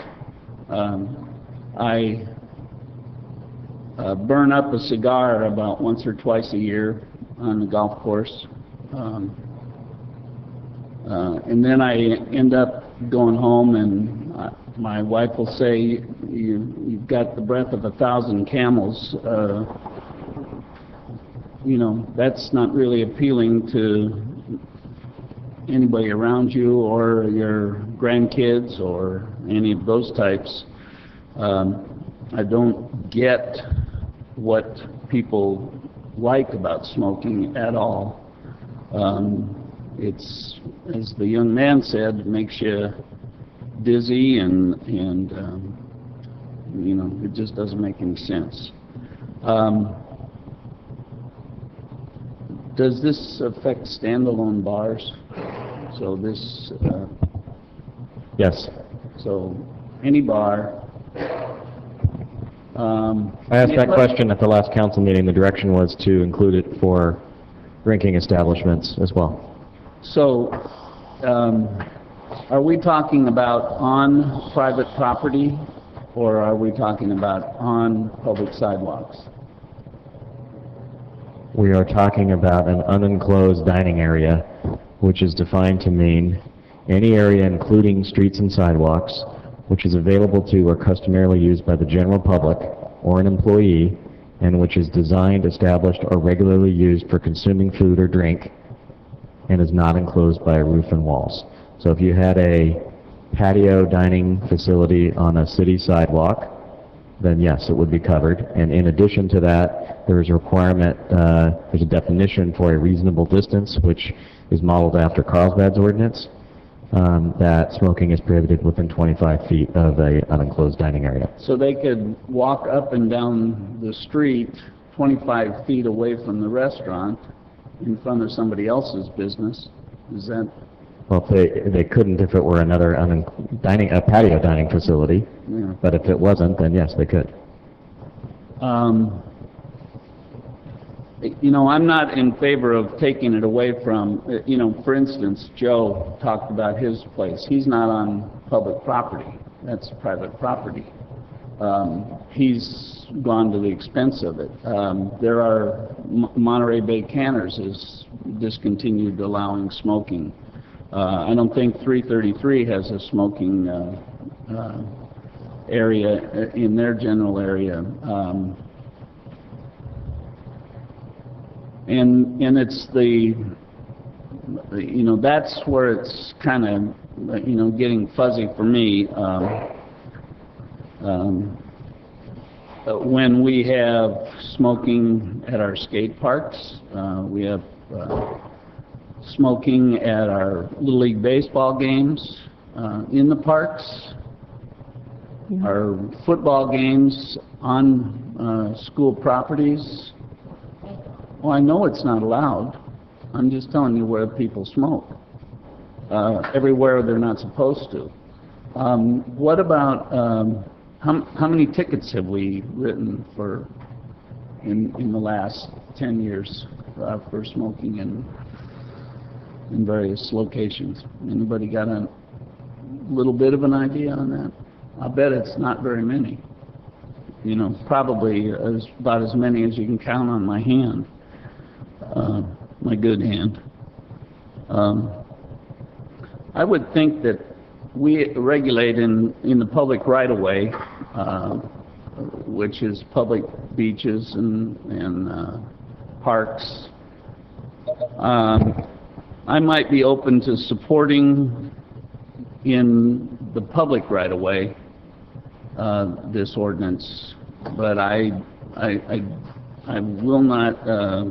I don't think it's right for us to stop somebody who is on private property and with the consent of the owner. In that person's case, I don't think it's right for that. I have, as I've said many times, 20 grandkids.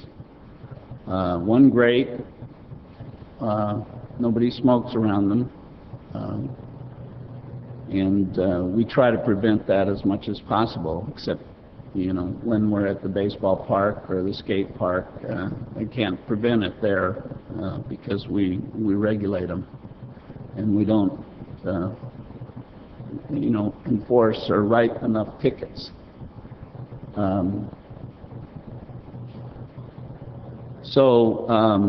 If it's in the public right of way on our public sidewalks, I think I will support that. But other than the private properties, you know, there's a couple of them that are, you know, totally self-contained, where that isn't in our right of way, in the public's right of way. So, you know, we'll have to, for me to approve this, we'll have to change that. And I'm really reluctant on the 25 feet. Well, no more talk this meeting. It seems like we have a vote here, so I'm going to say, let's please vote. Please introduce it and then we'll vote. This is the introduction of an ordinance of the City of Oceanside amending Chapter 10A of the Oceanside City Code prohibiting smoking in outdoor, unenclosed dining establishments. So that is not taking into consideration anything I've said. No. Mr. Clerk, did we have a motion seconded? Yes, we have a motion that's been seconded by Mayor Wood. Yeah, so that is the draft that is in front of you that does not make any changes to what's before you. Correct. Mr. Mayor, if I may, I just want to get a clarification here that at the moment that, well, I guess Councilman Sanchez is the maker of the motion and you as the second are not interested in considering any of our recommended adjustments here or amendments. I'm not. I don't know about the maker of the motion. Well, first of all, I think Councilmember Feline identified two issues, but he had one having to do with electronic, or was it the e-smoking? The two that are left are the signs and the carve-out for cigar socials. Okay, the signs, it's necessary. You asked, or somebody asked, how often do you get cited? Well, when I was a public defender, believe it or not, there were certain citations that were given. And I think probably to contact people, you know, infractions, you would not believe how many infractions there are where there's a citation and they have to go to court. So, yeah, there were several for the City of Oceanside. With respect to events, private events, I don't believe this is covered under this, and if I could ask the city attorney if private events are excluded from this ordinance. Private events for was it cigar smoking? Well, if the general public, I've been to one of these, I will admit, and usually it's, they're open to the public. You buy a ticket to attend. Hennessy's have them in the city of Carlsbad. So yes, I believe the language as it's drafted now would prohibit those. You could create an exception if you wanted. If it's generally open to the public, that's the qualification in the ordinance. Now, if you wanted to create an exception to avoid any ambiguity, make it clear that those are not included within the scope of the ordinance, we could do that.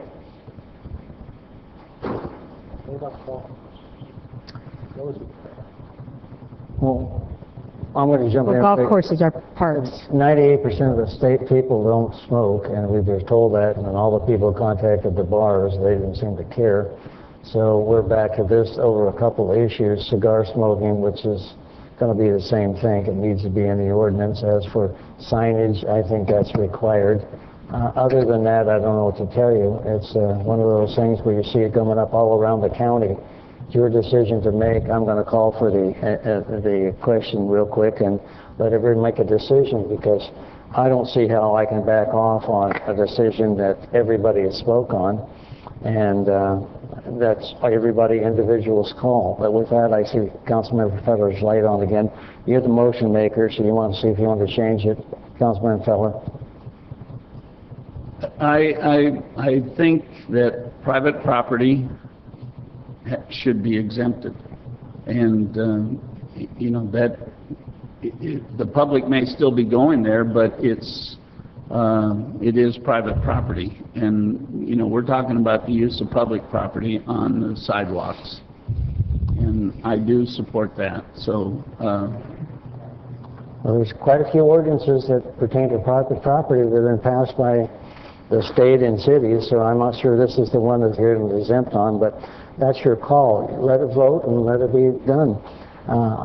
Councilmember Sanchez, I don't know what your opinion is, the motion maker on it. I'm not willing to waver on it.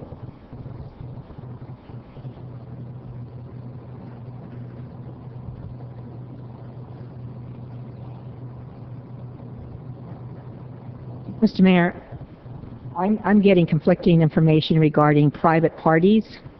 I'm understanding that they would not be covered under this. At least that was the response that we got, that my office got. I mean, if there is a area that is roped off for private party only, I mean, I'm. Well, I'm going to see if you have a bar, let's say a facility or restaurant is closed to the general public and they're having their own meeting in there, I can understand that. But if public's allowed to walk into it in and out, then we have a problem with the ordinance. Mr. Mayor, the way that this is drafted, it indicates that it's any area, including any streets and sidewalks, which is available to or customarily used by the general public or an employee, and which is designed, established, or regularly used for consuming food or drink and is not enclosed by a roof and walls. That's why I say the example that was provided probably would fall within that. If you wanted to exempt a private party, we can create that exemption.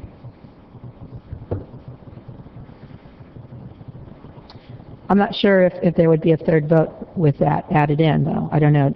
Would that satisfy you, Councilmember Feline? No? Well, no, I'm not commenting yet. My grunt wasn't a comment.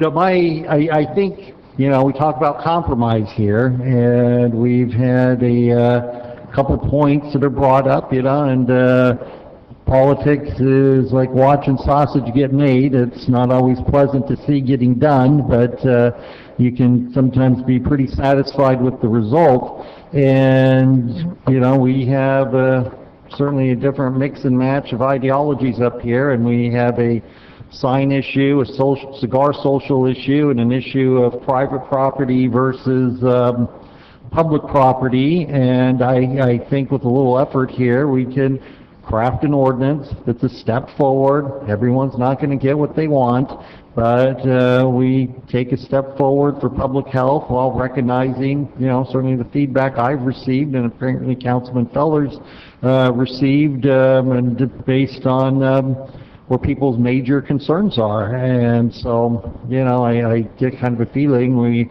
have an all or nothing attitude here, and I think we can put something together. We don't have to solve this issue tonight. You know, we can, you know, we have some things on the table, the city attorney can research them. You know, we can certainly always vote on the original ordinance if, you know, no one's satisfied with the amendments as they get put together. But, you know, we have, you know, I certainly recognize the concerns of, you know, the health issue, if you will. Certainly, my wife is supporting any issue to get rid of smoking. That's certainly her passion and matches a lot of what some of the speakers have said.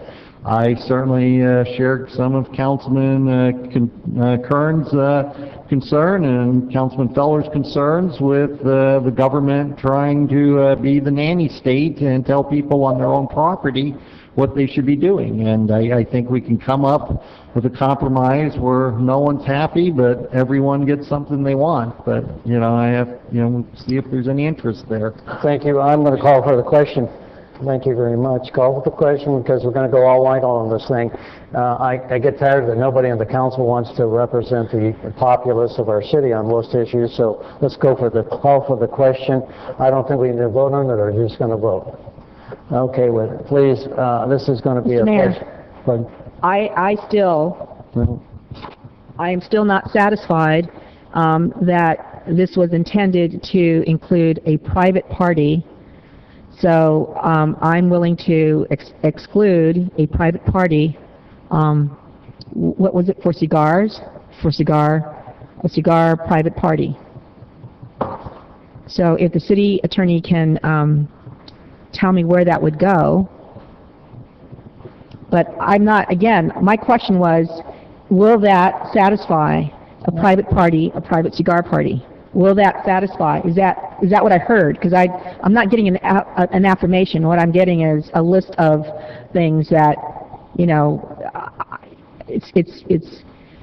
I'm not agreeing to all that list, but I asked a very specific question having to do with a private party. You're right, you're correct. Okay, my specific answer to your specific request is no, that wouldn't be enough to get a yes vote. But, you know, I mean, there's nothing that says this lives or dies tonight. I mean, we can always come back and put, you know, people can get back. My question is, somebody brought up, and I can't remember if it's you or Councilmember Feller, said something about a private party. So I'm trying to... I brought up the issue of cigar socials was my phrase. Now, private what social constitutes private versus public, and does tickets make it public? Well, private social, that's a private party. It's not open to the We're public. not going to argue anymore. I call for the question. Mayor. It's a waste of our time. Yours and theirs. They're not going for this. Sorry, you can approach these three elected officials on the smoking issue later like they do. And everything else in the city, they don't do what the people want. That's your call. And with that, call for the question. Please vote. I'm not ready to vote. Then don't vote. Call for the question. No. I have a question. I got a lot of agreement tonight. This is going to where we're at again. Are we voting on the call? No. Or voting on the motion? The original motion. Voting on the motion, okay. I'm not ready to vote. I'd like to take a break. No. Please vote.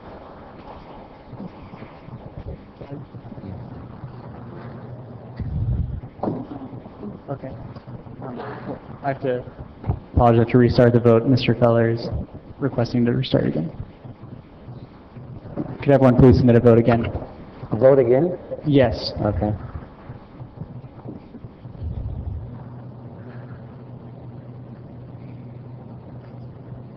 I think we need to delay this 2 weeks. I don't want to hear that. We've been arguing all day up here. Let's go on. If you guys knew what was coming for at least a week to study it, and you want to fight up here every day, I'm not going to continue. You can bring it up again. You can put it on the agenda, but tonight we're not going to argue. Got too many things, and obviously we're wasting our time trying to change one of you. So sorry for the audience. These are the people you represent. Sorry, that's it. I have a question. The vote's been put in. If it exempts private social cigar parties and it is on streets and sidewalks, will that satisfy you?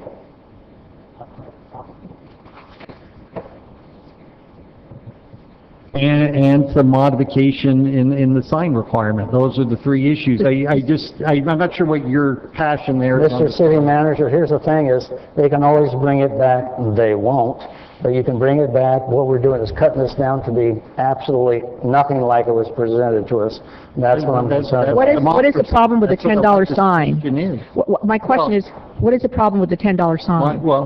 That's the feedback I got from businesses on this issue. I'm basically representing the people who called my office who said, this is my concern. That's the feedback the chamber got, that, you know, they were concerned about being required to post a bunch of signs. My concern is that an officer will go through an hour of giving a citation, getting all the information, finding out if there's any other tickets, any other failures to appear, any failures to actually possibly taking that person in, and that officer having to go to a motion and spend half a day in court because there is no sign. Well, So, I mean, as a public defender, I would love that, okay? But we're back to what we are arguing about. No, I don't want to hear from you, Esther, either. This is over. Vote. That's it. If it goes, it passes. If it don't, vote. I don't want to hear it anymore because this is a joke. No, I don't want to hear it. Vote. Vote or don't vote or put absent or get up and leave. Well, Esther, maybe we can talk later, but... Not tonight, you're not Mayor's in gonna a go different into mood. My motion is that There's no motion, the motion's I on the have table. I my second it. motion, it's my motion. No. And I am modifying my motion No, you're not. to state, You're not gonna do it, Esther, that's it. I'm telling you. You may not like it, vote. That's it. Where the motion has, in order for the motion to be modified, the second has to be present to be willing to modify it. So he said no, so no, it could be modified by somebody What's the else, by a second person. It doesn't have to be the we're, second. as of right now, we're still awaiting Ms. Sanchez's vote. She's Yes, not no, voting, abstain. what's the vote? I withdraw my motion, Thank you. and I would like to make another motion. And that is, Thank you. Seconded. Thank you, Justin. We're gonna have a long recess, probably an hour or so. Thank you very much. And I'm off of things. Recess?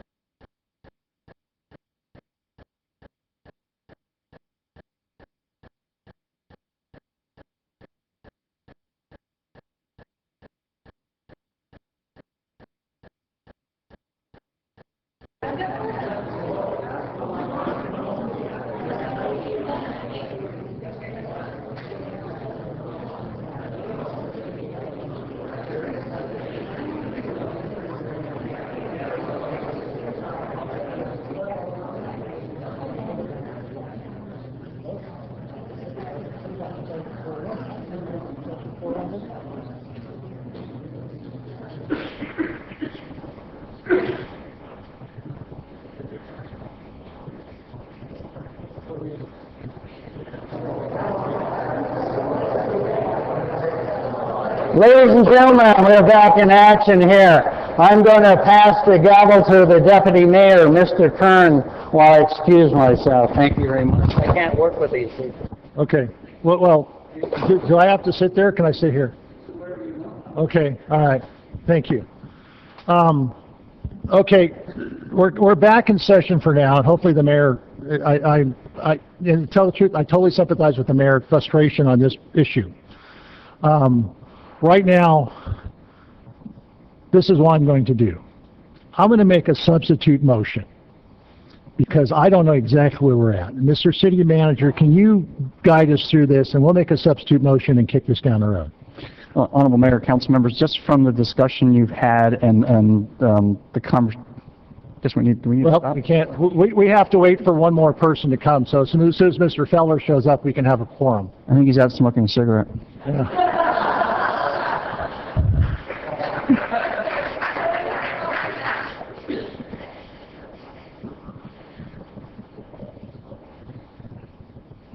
You have Jack's phone number. No, well, we can do a substitute motion. We need 3 of us here before we go. Okay, so We have a quorum now. okay, that's fine. Are you?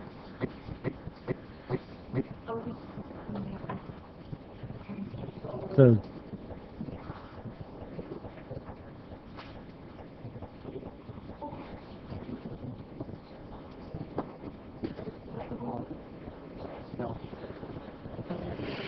I know you did.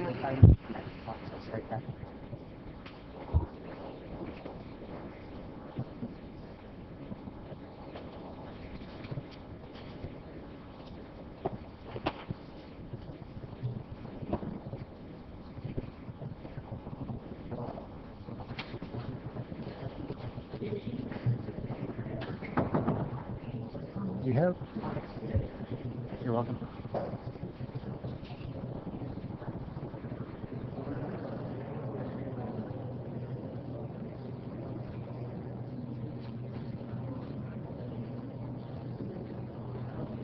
I think it's 801-1255.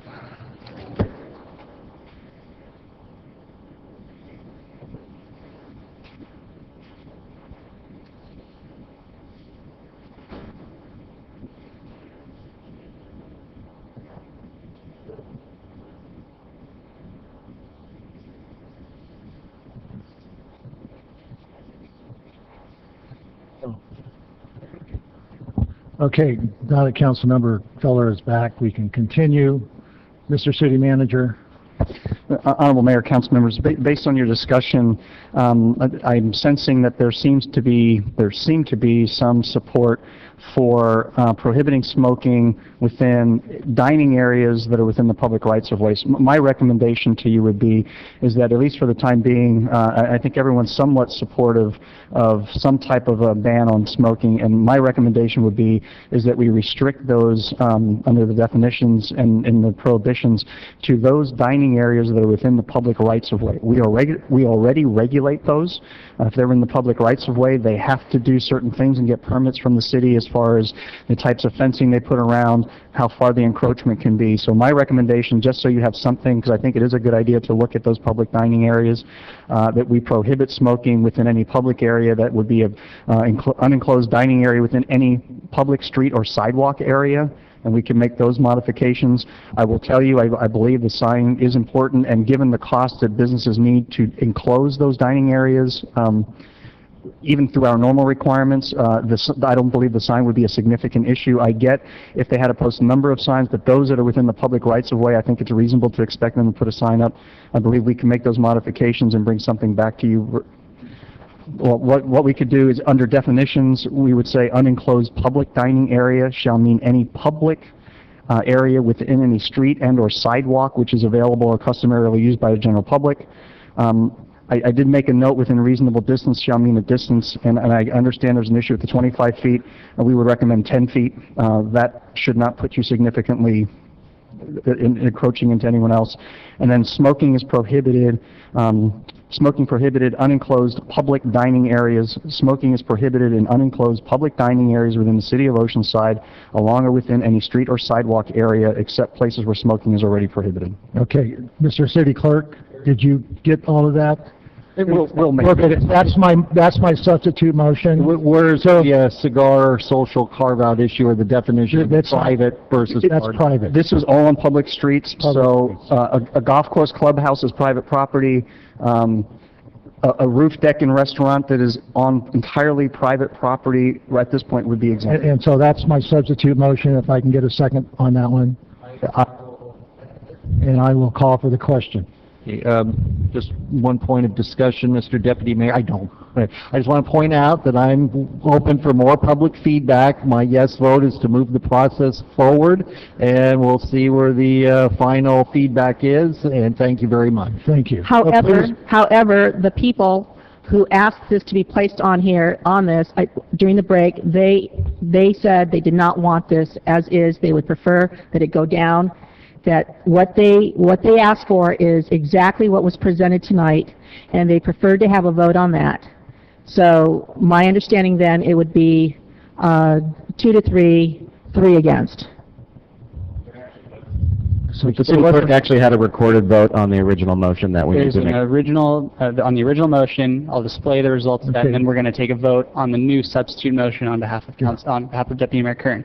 The display of the results of the first original motion from Councilwoman Sanchez, seconded by Mayor Wood, is the following. Mayor Wood, yes. Sanchez, nothing. Kern, no. Feline, no. Feller, abstain. Well, I changed my vote to yes. And so... Yes, I can. I can do that before the next vote is taken. Okay. So, But still, the motion does not... Motion fails Motion still. fails. yeah, motion fails. 2-1 abstain. Okay, and then now we're going to vote on the substitute motion for the public areas like the city manager delineated. Which is not what the public wants. But we gave them half of what they wanted. Awaiting your vote, Ms. Sanchez. Okay. 3-1, motion approved. Sanchez, no. All right, thank you. Mr. City Clerk, I'm sure Mayor Wood will probably eventually come back, but I think his intent was to go back to item 21 is the next one. Item number 21 is adoption of a resolution approving an amendment adding the city as an associate member of the Western Riverside Council of Governments to permit the provision of property-assessed clean energy PACE program services within the city and make certain findings and authorizing certain matters necessary to participate in the California HERO program, adoption of a resolution to approve associate membership in the California Enterprise Development Authority, and adoption of a resolution authorizing the city to join the Fig Tree PACE program and authorize CETA to conduct contractual assessment proceedings and levy contractual assessments within the territory of the city. Thank you. Dr. Moe, take it away. It's all yours.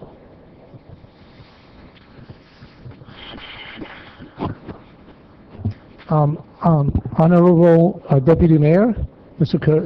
Jerry Kern, and the City Council members, my name is Mo Lasai.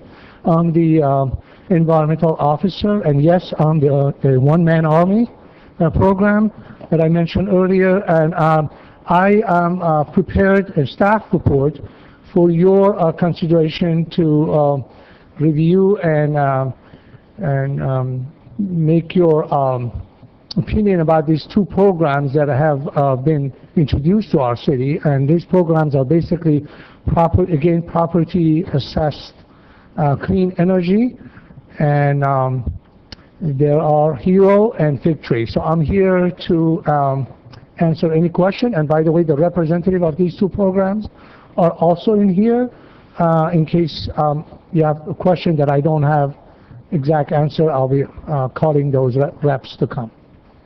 Thank you. Mr. City Clerk, public? Yes, we have members of the public wishing to speak on this item. You may come to the podium when your name is called. First, we have Mark Rogers.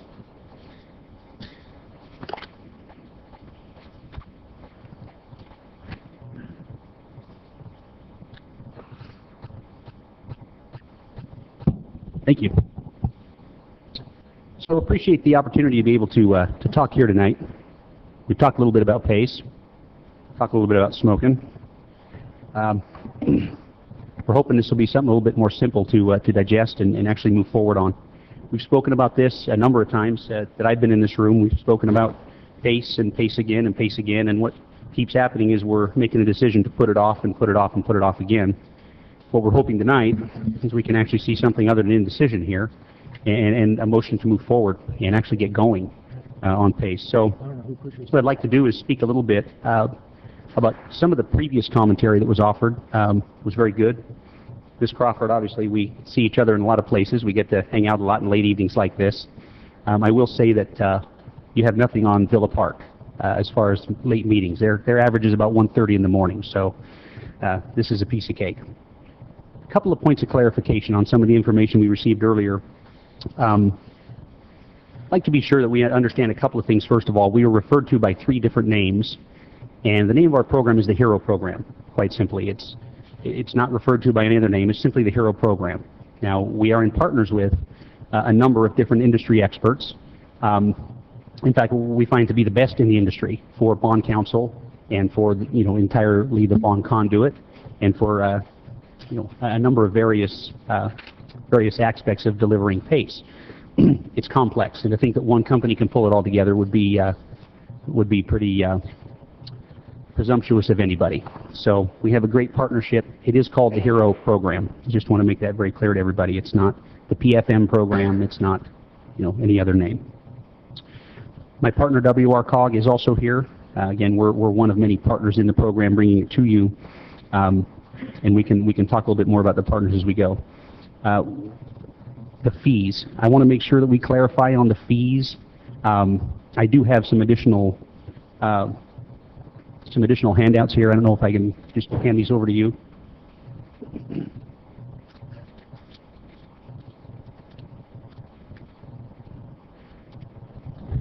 What we've actually done is clarified the fees as they apply to PACE and not to some phantom numbers.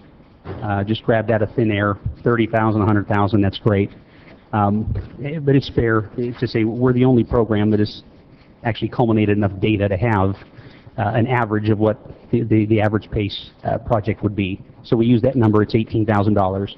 We broke down the fees, not just from a very high level, but we broke them down in terms of the way that both companies amortize the fees over the term of the loan and the interest, and we actually give you a very, very fair view now of what the fees look like.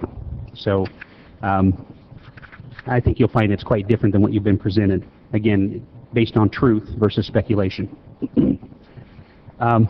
Obviously, congratulations, Crystal, to you and your company on your 40 cities in 3 states. We should let you know that we have just signed our 52nd city just in the state of Southern California here in the last week. So within our program, we have 52 cities now here that have passed resolutions. 2 of those are right here in San Diego County. The cities of Vista and the cities of San Marcos have both passed resolutions in the last 30 days to move forward with HERO financing. So again, here they are, the thought leaders. They're not waiting for the county. They're not waiting for the rest of the world. They're not waiting for things to be perfect. They're getting on board this because it's working and because it's changing the lives of people in the construction industry and in the not just homeowners but property owners in general. I also want to make it very clear that we do have a commercial program. We're not bringing one along. We have a commercial program. I'm sorry.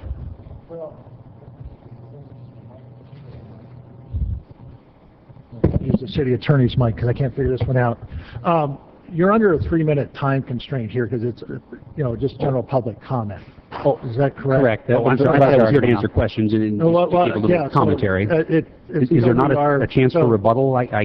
Well, yeah, and I'm sure the council members will have questions for you, but if we can move this along, we know who you are, if we can have the other speakers, and then I'm sure there's going to be plenty of questions from everybody up here, so if we can do that.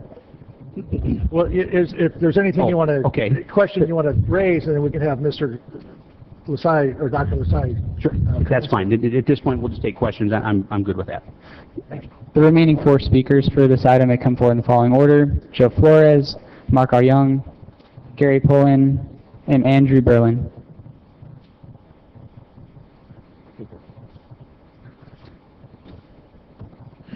Honorable Deputy Mayor and council members, my name is Joe Flores, and I'm here representing Fig Tree.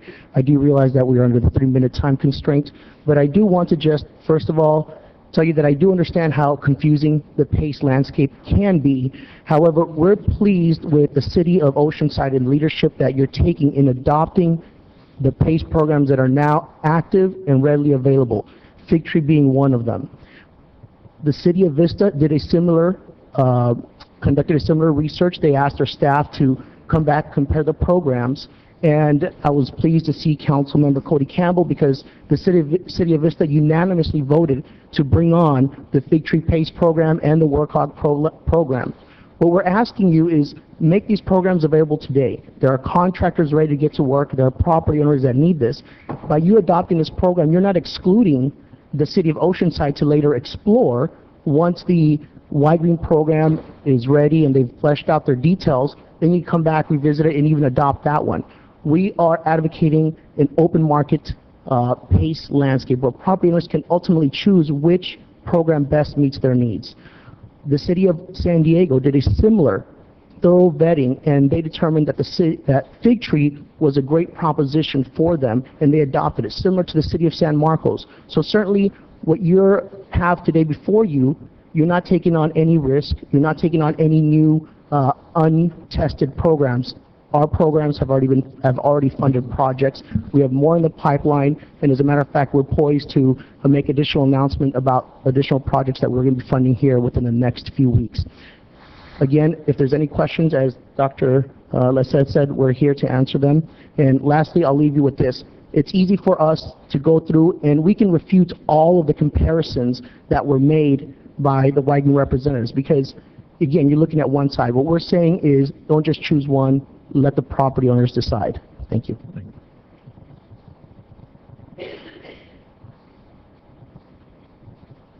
Good evening. My name is Mark Arvig. I'm with Samas Capital. I'm Managing Director of Samas Capital. We are the commercial side of Hero. We've been in the market in the PACE market for over 4 years, developing the markets, working with participants in the area, trying to develop this whole program. So we're not new to the market. We've been involved with WRCOG for a couple of years. And we also are involved in programs in other states as well. Won the statewide mandate for funding in Florida. So this is not we're not new to the space, and I wanted to make sure that the council knew that there is, in fact, a commercial side of the WRCOG program. Our program is unique to most programs in that it's an actual rated program. We have a rating by the rating agencies on our financing vehicle. Long term, this will affect your borrowers. The cost of a rated funding platform is significantly lower than an unrated platform. Okay. Another thing we wanted to articulate is that let me think. In our program, we actually have projects that are in the process of being funded currently. So we do have projects coming down the pipeline. Renovate is way ahead of us on their program. They're doing a fantastic job. A lot of their marketing effort is our marketing effort. One thing I also wanted to bring up is that, we have over 400 contractors signed up in Riverside County alone. These fellows don't operate in counties, specific counties. They operate in many counties. We've gotten a lot of requests to be participating in the San Diego area. There's a lot of interest in even in the Oceanside area as well. So generally speaking, this is a natural next step. I'm an economist. I started my career as an economist, and market forces will dictate ultimately who survives and what are the successful programs. And so to the previous speaker's point, I think having multiple programs, we're not afraid of that. We think that ultimately the market will wash that out, and you'll find out who are the entities that really can produce, frankly. Okay? Thank you for your time. Thank you. Dave Paul may come forward at this time. Hello, we've got a minute left. Correct. Yeah, my name is Gary Poulin. I am the Vice President of Solar Watt Solutions, and I reside here in Oceanside. Just a real quick scenario. My background's an engineer. I've been a Vice President at Hewlett Packard. I've been in solar power since it was on spy satellites. I'm very passionate about going green, very passionate about being value proposition to the end user of renewable energy, and that's the customers and the homeowners and property owners here in Oceanside. I've had the privilege of following the HERO program and successfully have grown my business almost 40% over the last 15 months just through the product offering of HERO. I believe that there is no reason not to move forward with this choice for the people that live in Oceanside and other cities in North County that have already adopted it. Other competition coming in only gives more choices. Why be regulated now? I'm asking for you to make action on it today. It increases the small businesses. I've been able to keep people employed for the last 4 years, and the reason being is one of the product value proposition is the financing. Putting it on your tax bill over a 20-year period by far is single-handedly the best financing program you can use for renewable energy in the United States. It's being looked at the federal level. I've been active with the governor of California on fast-tracking permitting. Nothing speeds it up faster than the financing. You bring it affordable, you put it on the property tax. If the customer doesn't feel like they have the burden of the debt, even if they're 65 years old, it goes with the house. If the house is in a trust fund, goes to their kids. So this dilemma of, I can't put this investment in because I'm incurring debt. It does not occur when you put it on your tax bill. So I'm asking you today to move forward with this, and other competition comes in. You're not limited by asking it. The market and the competition will determine who succeeds and doesn't, but the bottom line is, I don't see a reason to hold off on it. I don't want to travel everywhere in Riverside County. I just recently closed the deal for the mayor of Hemet in the HERO program. And in their office, they display all of it. And the last thing real quick is it's easy to use. This company is well-funded, well-managed. The customer's reaction and reaction and interfacing with this company is painless. The decision-making process is quick. Compare it to the alternatives. Wells Fargo, your equity line, your 401, there's nothing better on the market. I vote for you guys to please act on it and don't wait. Thank you. Thank you. No further public at this time. Dr. Moe, you have any follow-up comments before we come back to the council? No, not at this time, but I'll be more than happy to. I just want to let you know that representative of Western Riverside Council of Governments, Ms. Barbara Spoonhour, is here. I believe she's still here. Yes. And if you have any questions that as I said, I can't answer, I'll have her or someone else will respond. All right, thank you. So now back to Councilmember Sanchez. Thank you. I still feel that if we're going to be providing products to our residents, that we do it in a way so that they can pick and choose. I've heard a very good presentation by Y-Green, someone who's a very reputable person. Crystal Crawford has been around for many years as a council member, as a mayor, as an attorney, and when she's talking about a reduction, 15%. It won't hurt us, it won't hurt the community to wait just a little longer on this, so that we can truly provide alternatives, options to our community, especially one that provides a much better value. Thank you. Councilmember Feller. So we don't have to hear about this again if we adopt this resolution? I think that's a question you may want to ask Mr. City Manager. Honorable Deputy Mayor, council members, your direction was to bring forward those programs that are available at an appropriate time. I suspect if the Y-Green program does get some type of a regional approval, that we would bring that back to you as soon as we could. So as soon as the competition is there, we can do the same thing, get it out of our hair. So I move adoption.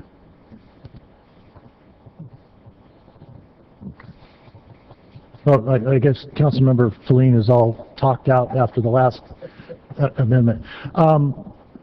My thing is, and I think the gentleman talked about how we get this to the consumers quickest. And so, and I agree, and I'll second Mr. Feller's motion. And because if the county on the 18th of June adopts the Y-Green program, then on the 26th, we can agendize that, bring it back, and we can join that program at that time. I am all for open markets. Let's get it to the public as quickly as possible, not to keep anybody out. I appreciate Councilmember Crawford's effort in this, and we've talked about it for a long, long time, but at a certain point in time, we have to pull the trigger. And I can't see penalizing other companies because one company still needs to get their ducks in a row to get started. I think we need to get started as quickly as possible because the benefits, not only to our consumers and our houses and the people that live in this city, but also the environmental benefits that we get sooner. I will make one point of contention with one of the speakers about not incurring debt. You are incurring debt. You just happen to pay it a different way. You're not off scot-free. You do have to pay it still. So the idea that it's just how it's paid is what the advantages is to the public. So with that, I guess we'll vote. And I have a question. Can I push this button or have to run over there and push that button? You can speak from your vantage point. For the screen, do I have to go over there and push the button to record it for me and not record it? Oh no, we've actually made an adjustment here, so that way when you vote. Oh, you are quick. Yeah, I apologize for that. All right, thank you. Yeah. So please vote. All right. Yeah, exactly. Motion approved, 3-1. All right, Sanchez. thank you. I have to run and get my agenda.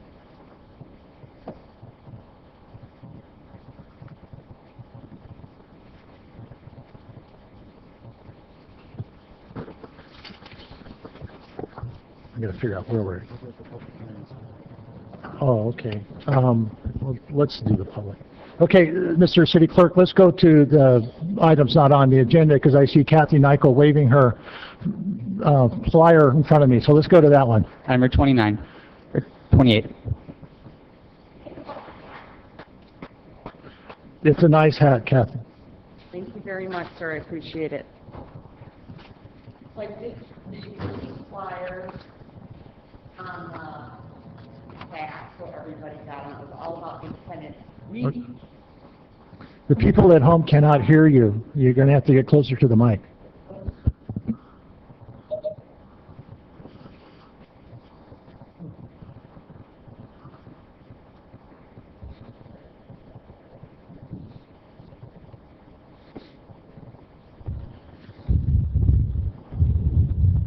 Honorable council members attending and viewers, my name is Kathy Nykel, and as you can tell, I love Independence Week, and I'm here to talk all about it. So Independence Week starts with our parade. It's been going on since just before 1900, so that's a long time. We want to continue this tradition. We're celebrating our 125th anniversary for the city, so I want to bring up a couple things about the parade. It is on June 29th, which is a Saturday. It's always held the Saturday prior to the 4th of July. It is a true red, white, and blue Americana with floats, marching bands, scouts, veteran groups, and twirlers. We do want to thank our sponsor this year, which is Tri-City Medical Center. The event is held on Coast Highway from Wisconsin Avenue, right by the 101 Cafe. Wave at John Daly as you go by, to Civic Center Drive. It starts at 10 a.m. The theme is Past, Present, and Future, Oceanside celebrating 125 years. Our Grand Marshal this year is the Mission San Luis Rey, which is also celebrating its 215th anniversary. They will bring back the Montessori wooden frame on the float, like we've seen in past years. We have 4 marching bands, including the one that's coming in from Minnesota, 8 veteran groups, baton twirlers, vintage cars, float scout groups. So please bring your chairs, flags, red, white, and blue attire, and come and celebrate the parade. We are still in need of volunteers, and for those of you who have not put in your parade application, it is due this Friday, June 7th.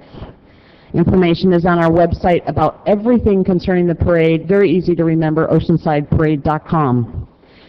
That same day, on June 29th, the Cobras will be having a game at Oceanside High School, which will be held at 2 p.m. And that evening, Parks and Recreation will have the 1st Marine Division Band playing, followed by a movie, Bring It On, at the Pier Amphitheater.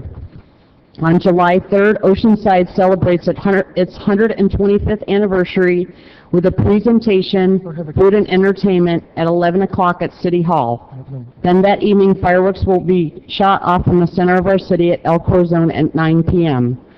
Information will be updated within the next couple weeks and will be on the city website.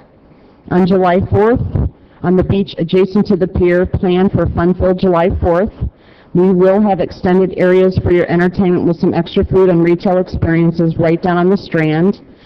Bring your family to enjoy our 4 miles of beaches in the 4th of July. We do have the day market throughout June, but it will be closed the 4th of July. However, we are doing extended hours for our Star Spangled Sunset Market, starting at 2 o'clock and going until 9:30. We will have live music, the Blue Man, Jump House, slide activities, hot food shopping, and of course, lots of red, white, and blue. So bring your family down for some great fun in your downtown for the 4th of July. We do ask that you please remember to check the city website concerning road closures. All the information will be on the city website and also on our website, msoceanside.com, or give us a call at 760-754-4512, and we will have all this information, our information booths at our markets. Thank you. Thank you, Kathy. That's a lot of information. Mr. Clerk? One more speaker has put forth a slip. I do not know if they're here. If Mel Vernon, you may come forward at this time. I saw him earlier. I do not see him at this time. No, okay.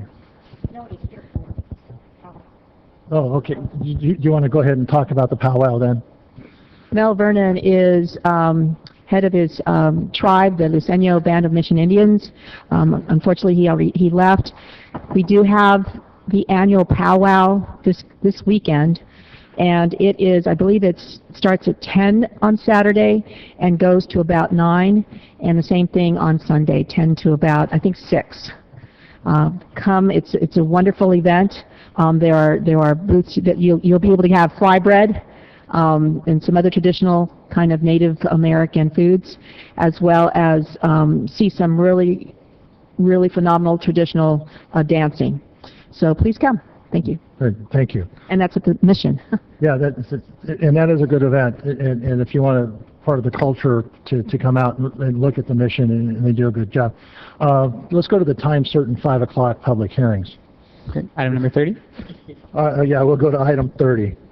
Item number 30 is adoption of a resolution confirming the engineer's report, confirming the diagram and assessments, ordering the assessments to be levied for fiscal year 2013 and 2014 for the Oceanside Lighting District, assessment district number 2-1991, and approval of budget transfers in the amount of $390,000 in gas tax funds and $10,000 in energy fees to the lighting district account.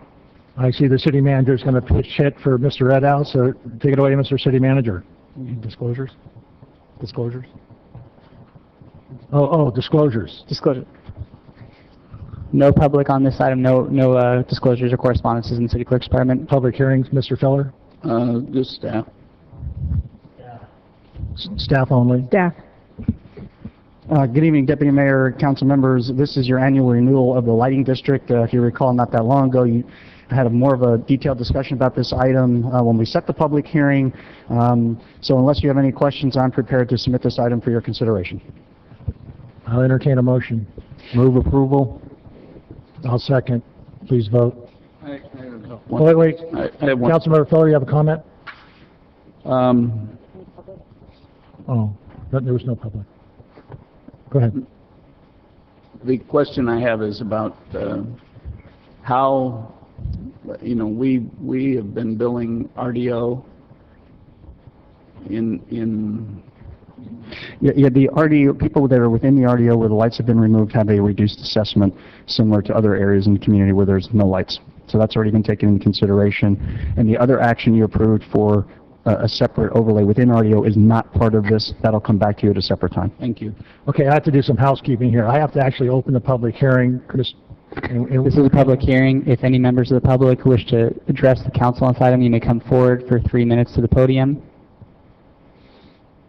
At this point in time, I don't see a mad rush coming forward, so I'm going to close the public hearing and come back to council for, well, Mr. Peller already talked, so, move approval. I'll second. Please vote. Motion approved, 4-0. Wood absent. Okay, item 31. Item number 31 is adoption of a resolution to amend the Oceanside Boulevard Underground Utility District to include Crouch Street and approval of a budget appropriation in the amount of $100,000 in available undergrounding in lieu funds for the project. Okay, I'm going to open the public hearing and ask for disclosures from my council members. Just staff. None. Staff? Staff. None. Take it away, Gary. Good evening, council members. This item is to add 6 properties to the existing underground utility district on along Oceanside Boulevard. As you know, we've made good progress in recent years, and about 1/3 of the district has been undergrounded already. This proposal adds the properties along Crouch Street between Oceanside Boulevard and Apple Street to the district.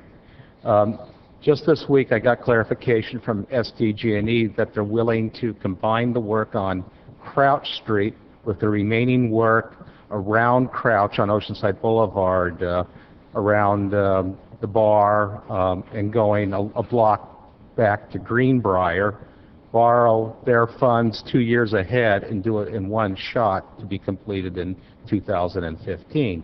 So if your approval, SDG&E would begin design work, and for the city's share for costs that aren't reimbursable, such as maybe providing replacement street lights.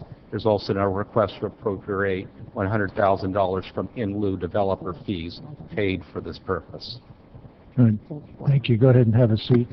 This is an open public hearing. Any members of the public wishing to speak on this item may come forward to the council to address them for 3 minutes.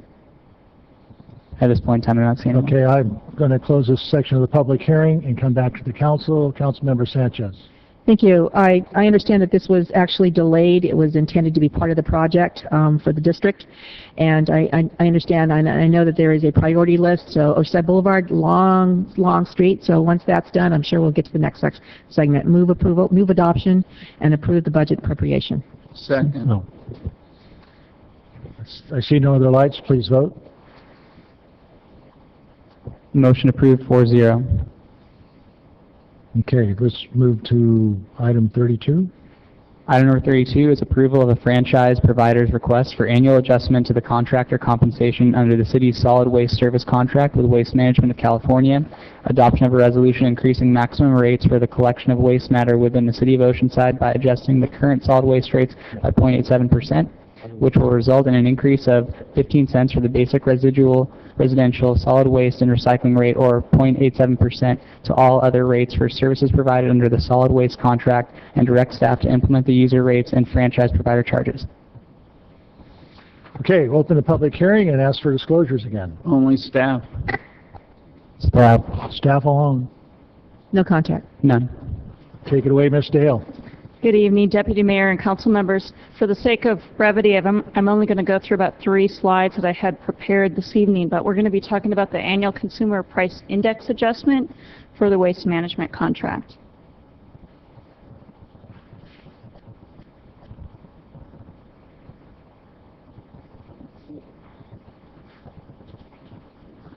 We're speed reading. There we go. That's the slide I want to talk about. So the contract allows for an adjustment up to 1.74%. It's based on a CPI formula that's in the contract.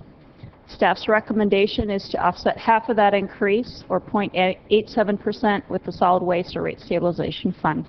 This is consistent with last year's methodology with the rate increase. I'm going to skip over a couple more slides, get to Commissioner recommendations. The Integrated Waste Commission met on this item. They had the following comments. One was to consider establishing a low income rate for residential customers with limited means. Staff has investigated this option previously and was advised that any discount for one rate class would have to be borne by other ratepayers or offset by general fund monies. The second recommendation was to consider establishing a special large volume rate to differentiate commercial customers from residential type commercial customers like homeowners.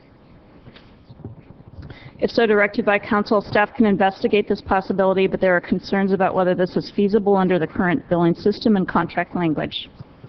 The effect of such a change would be that commercial accounts would bear the full impact of the discount for residential-type commercial customers and would be held accountable for any rate increases while not benefiting from the rate stabilization fund. Such an action would also require contract renegotiation with the waste management, or on the waste management contract. The other recommendation was to deposit 100% of excess revenues into the solid waste fund. It's currently, Council took action in the third quarter to deposit 50% into the general fund. The requested action this evening is to approve the franchise provider's annual request for adjustment to the contractor compensation under the City Solid Waste Service contract and to direct staff to implement the user rates and franchise provider fees. With that, I'll be at sidebar with questions. All right, thank you. Director Dale. This is an open public hearing. Any members of the public wishing to speak on this item may come forward at this time. Acting Mayor, Deputy Mayor Kern. You still have Jim Wood out there staying. People can tell the difference, Jim. Okay. Jimmy Knott, 127 Sherry Lane. The question of low income rates. There could be an enhanced recycling program or some form of other compensation like that that could be done for our low income individuals, let's say within a community. Other communities have done this. And there could be other exploration of different things that could be done in that genre that could take and help in that type of situation for our low-income residents. Also, there could be an offset rate. There could be a voluntary situation for, let's say, an enhanced recycled program from other residents that could be contributed into a fund that could be helped out for the low-income individuals. This has also been done in other communities. So there are other opportunities that could be done to help our low income and our elderly seniors who are on fixed income. So I would encourage you to take and look at these other opportunities that can be done, that can be taken aside from a special rate, that can be done through an enhanced recycling program. Thank you. Thank you, Jimmy. I think the appropriate place for that would probably be take it to the Integrated Waste Commission to explore those ideas. I guess, Councilmember Sanchez, I see no other public coming forward, so I'm going to close the public hearing and come back to the council. Before I do, any further comments from Director Dale, or I see the city manager is pointing towards himself. Deputy Mayor and council members, Mr. Knott does bring up an interesting observation. However, if you recall, under the current contract, although you don't have the ability to look at low income, you do have the ability, and our residents do have the ability to buy the service that is appropriate for them. So we have different rate structures for different usage. So seniors who generate less waste can opt into a lower rate in a smaller container that is available to them now, and we have staff that would be happy to work with them to do that. So most of it is based on waste generation. The less you generate, the less you would pay. Okay, thank you. Councilmember Sanchez. Thank you. The rate stabilization fund is going to take care of most of this. It's only 15 cents increase per month, so I'm going to move approval. Second. Any further speakers? No, I would like to thank Director Dale and Ms. Anderson, Mrs. Anderson now, who are going to be our two hikers who's going to hike up to the top of Mount Whitney. So good luck.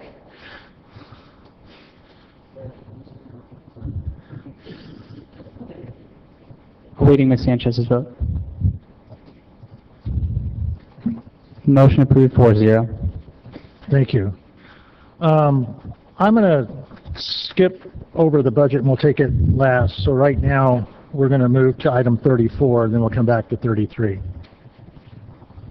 Item number 34 is approval of the fiscal year 2013-2014 action plan of the 2010 through 2015 consolidated plan for housing and community development and authorization to submit the fiscal year 2013 through 2014 action plan to the U.S. Department of Housing and Urban Development. Deputy Mayor and council members. Wait, I think we have to open a disclosure. We have to do the public hearing stuff. I'm going to open the public hearing and ask for disclosures. Only staff. Staff. Staff alone. No contact. None. Take it away, Brendan. Deputy Mayor and council members, the consolidated plan for the housing and community development is a statutory requirement to receive funding through the Community Development Block Grant and the Home Investment Partnership programs. The annual action plan sets forth specific objectives and strategies to address community needs in the areas of affordable housing, homeless individuals and families, public services, community facilities and neighbourhood revitalisation. The action plan describes the city's proposed housing and community development activities for the program year and identifies resources available to those activities. The City Council adopted the 2010-2015 Consolidated Plan on May 5th, 2010. This plan will remain active until June 30th, 2015. The proposed new action plan is for the period from July 1st, 2013 through June 30th, 2014. The fiscal year 2013-14 action plan includes allocation of funds to entitlement programs for which the city is now eligible to receive funding from HUD.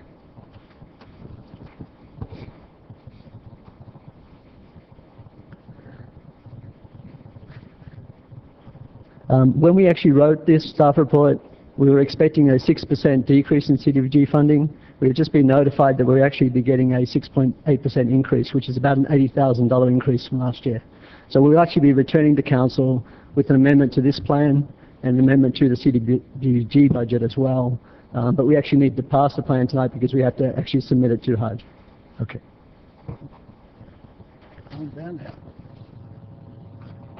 The City General Fund does not support activities described in the action plan, and the allocations have no impact on the General Fund. That concludes my presentation. We recommend that you support this Thank you. staff report. So, take it away. This is a public hearing. Any members of the public wishing to speak on this item may come forward to address the council for 3 minutes.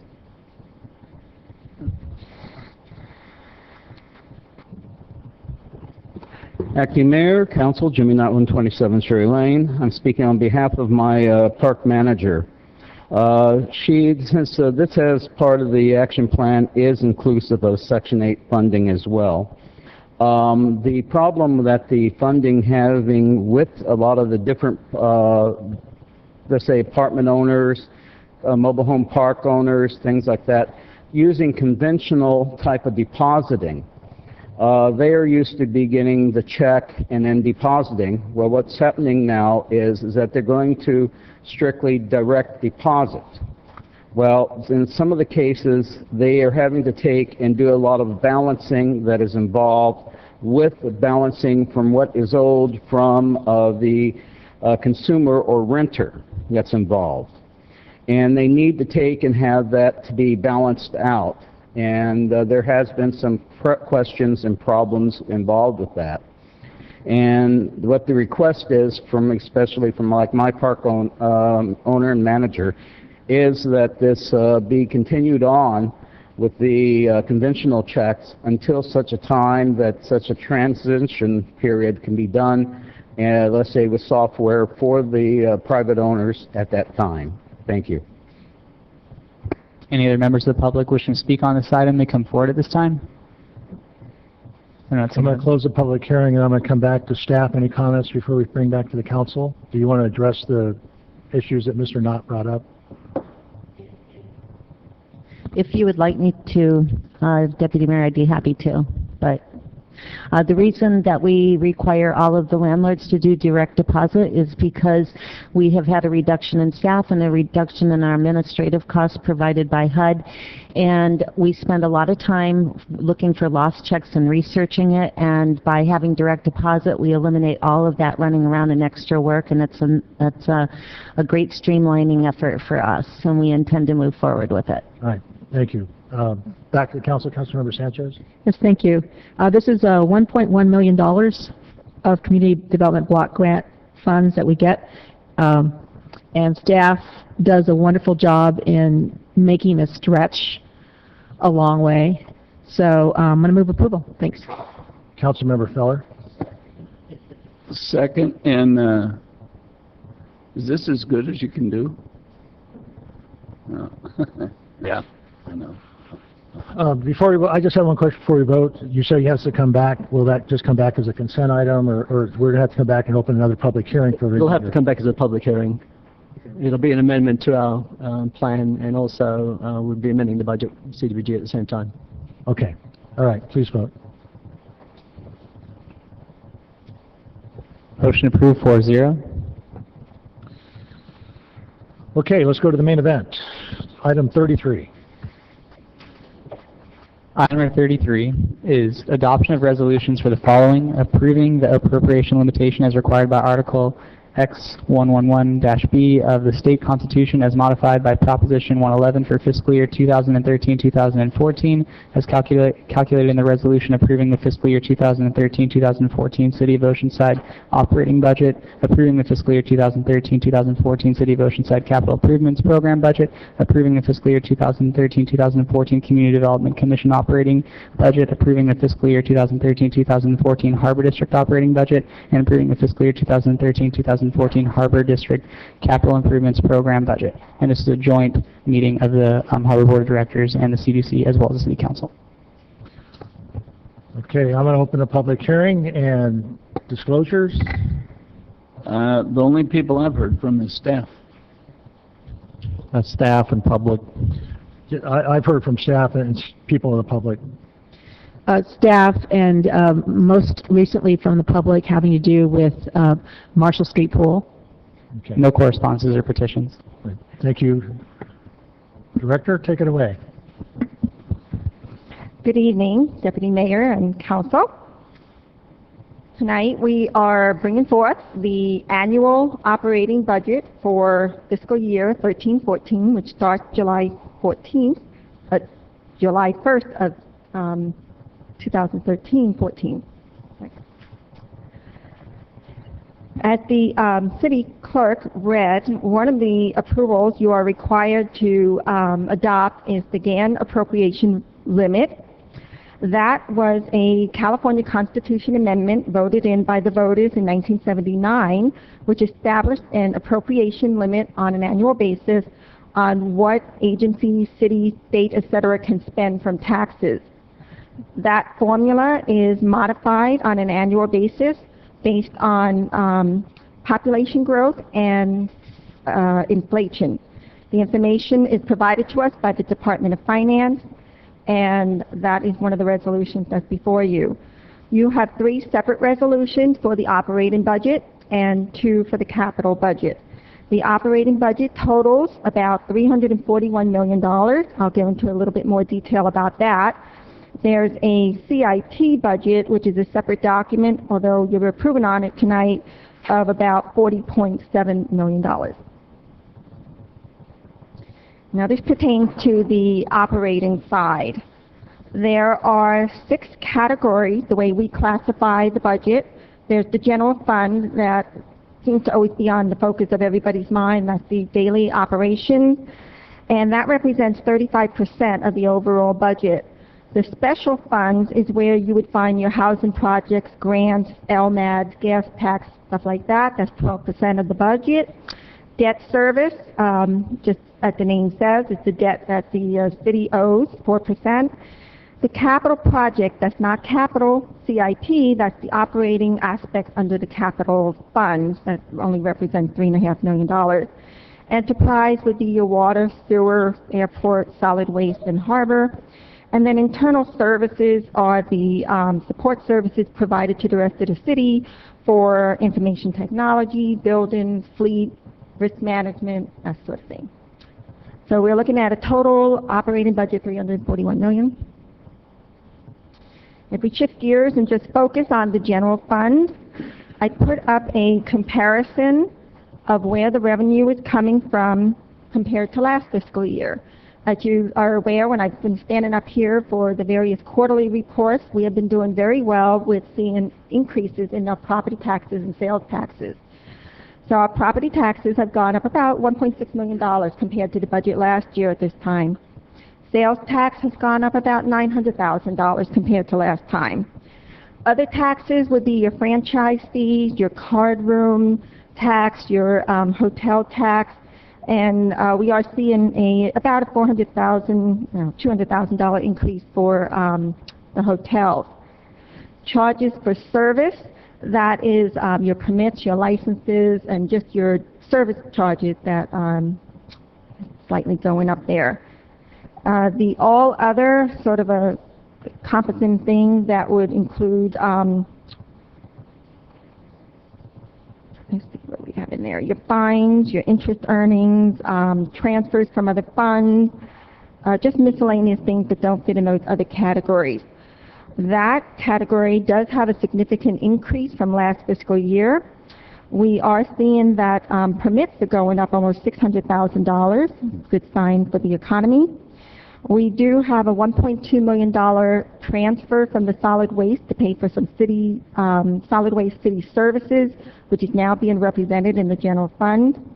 And there's also a one-time use of reserves of about $600,000 for one-time items that the council had requested.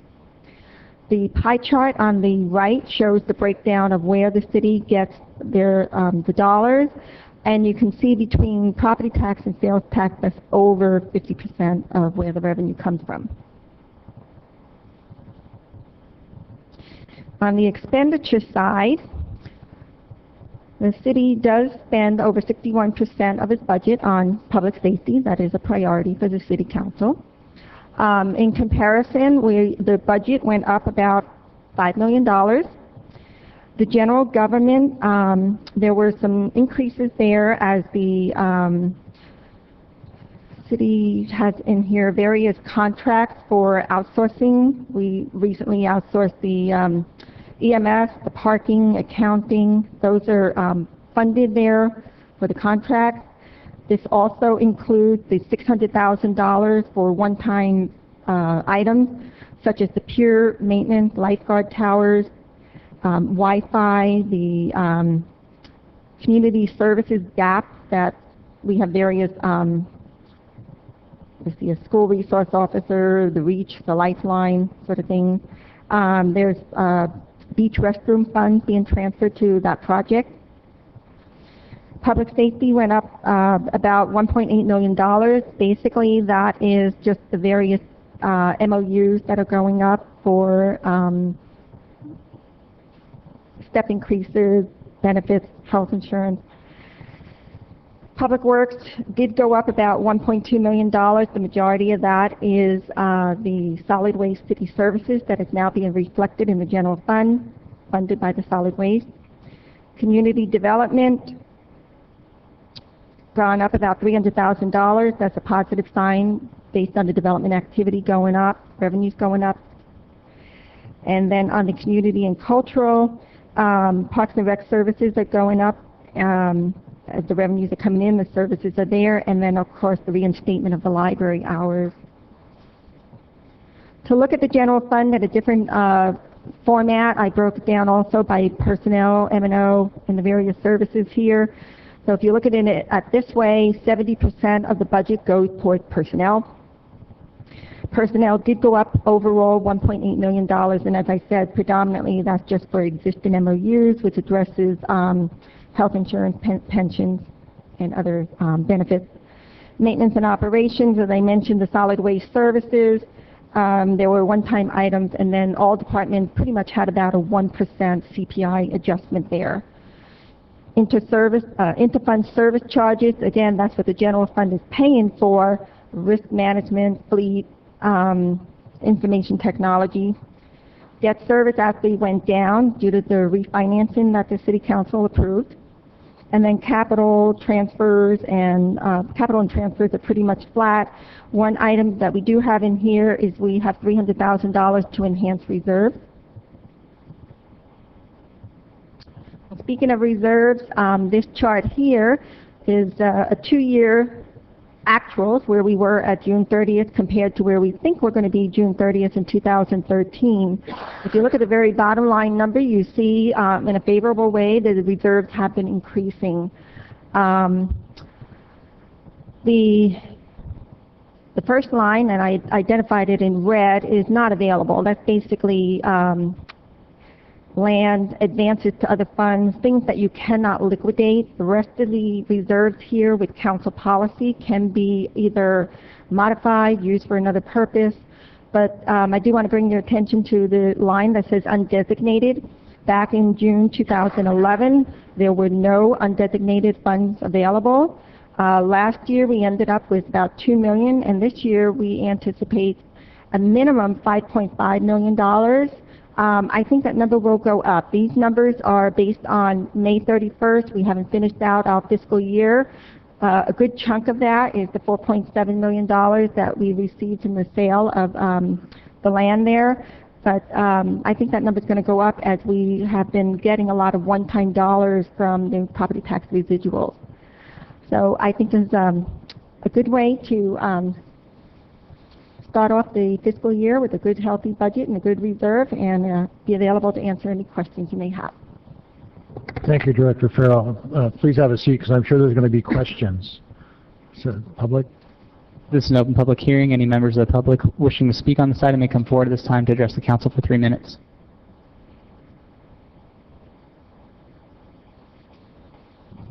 Deputy Mayor, council members, Jim Knott, 127 Sherry Lane.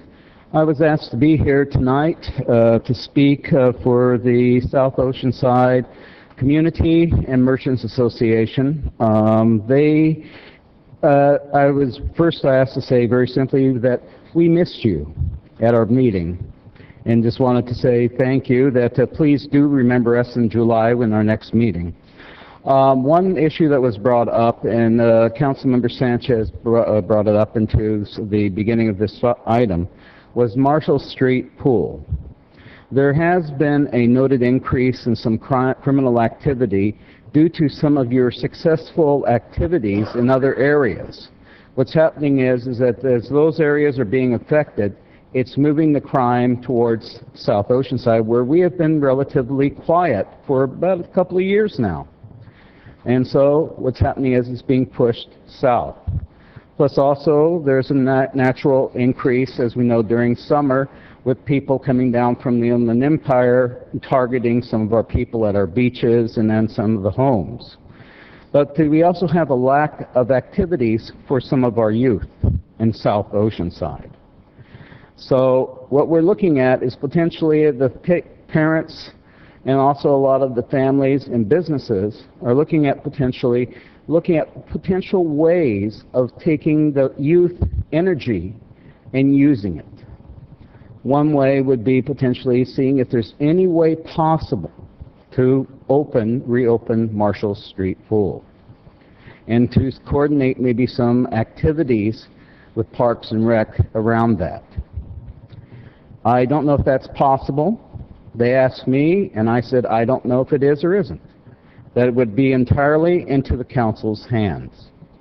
So I leave it into your hands. I hopefully that you will be able to do something positive, and that something will be able to be done.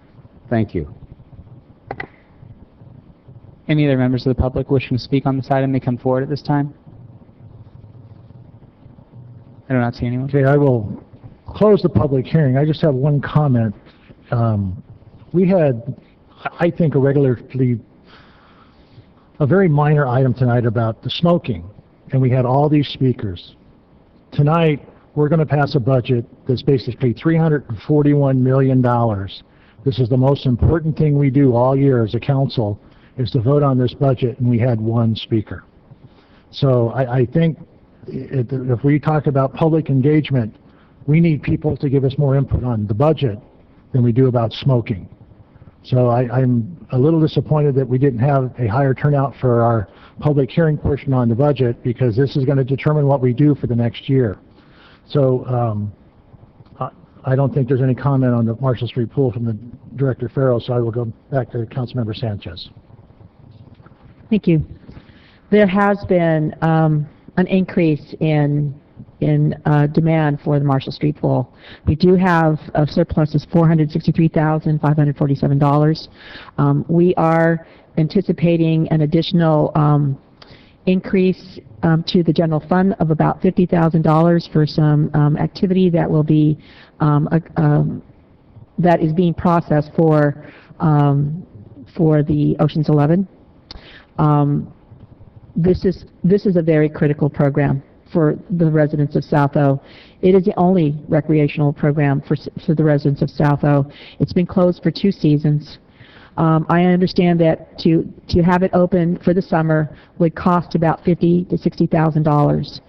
That is a small amount for this neighborhood. So I'm asking that we add that to this, add this to this fund, add this to the operations fund budget. It's between 50 and 60,000. Do we have a better estimate of that, Marjorie? Do you have a better estimate than that? Is it about 50, 60,000?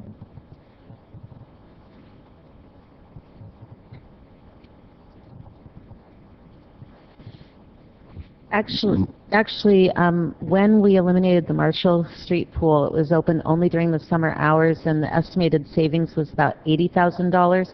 That could be offset potentially with revenue that would be generated by classes being given there. So probably there's a gap of at least $50,000. Okay.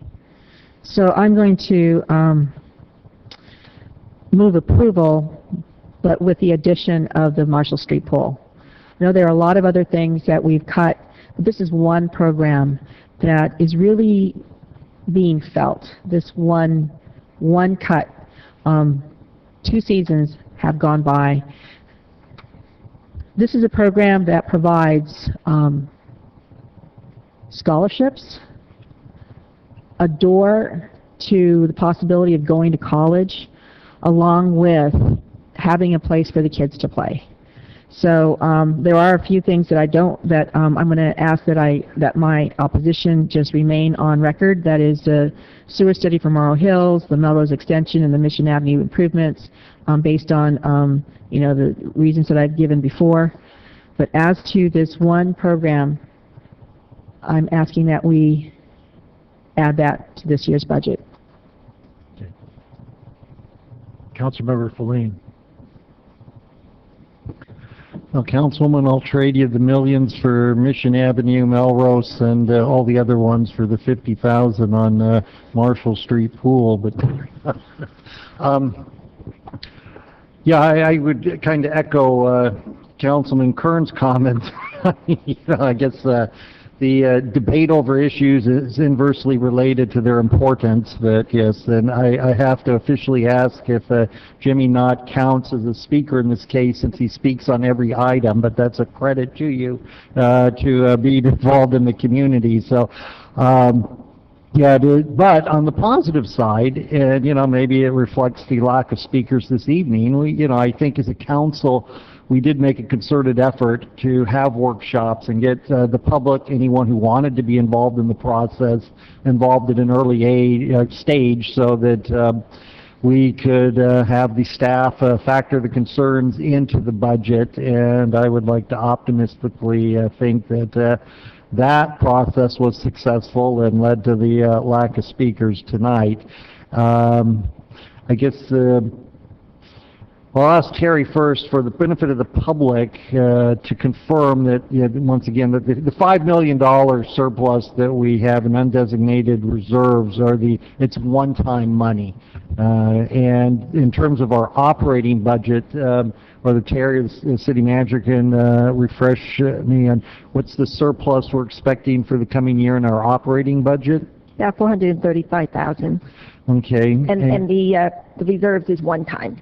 Right, okay, thank you. And so then in terms of the councilman's request for the 50,000 for the pool, by recollection, when we discussed this issue, the amount involved was much larger, and I wanted to touch on the comment that Marjorie made. Did I understand correctly? You're saying we can collect 30,000 in fees from the classes at the pool? That seems awfully high and doesn't match my recollection of the numbers we discussed when this issue's been, on the agenda before.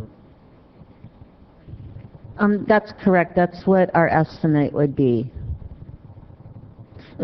Deputy Mayor and council members, if you recall, at one point the question was what was the cost to keep it open year-round, and that number was closer to 130. Okay. So to keep it open for the summer, I think what Margie's projecting is the 50 to 60, and they would collect some revenue from classes and lap swim. Without knowing the total use of the pool, that's going to be difficult to say. I think it would be a valid program, and I would recommend if you want to fund it, that we would put 60,000 into it. We'd operate it through the summer months, and then be able to come back to you probably in October and say, here's the result, here's what it cost, here's what we received, and then you can evaluate whether you want to include it moving forward. Okay. I just want to add something else. It is June 6 today. And it would be very difficult to think that we would be able to hire all the personnel to open the pool. We don't have personnel currently. We cut back personnel. We only have enough barely to operate the Brook Street pool. So thinking that the public thinking that we might be able to open it realistically this summer might be very difficult to do, and you should know that. But you'll try. Well, okay, well, it kind of throws a monkey wrench out there. I mean, what's the lead time to open the pool?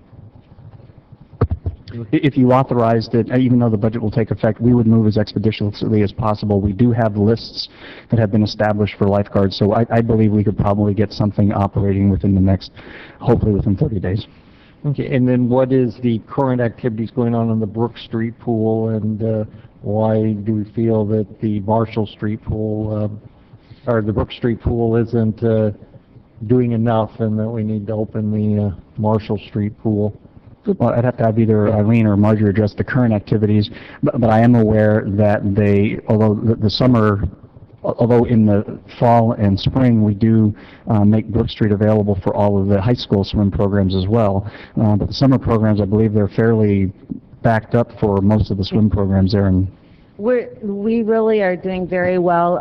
Most of our classes are being sold out at the Brook Street pool.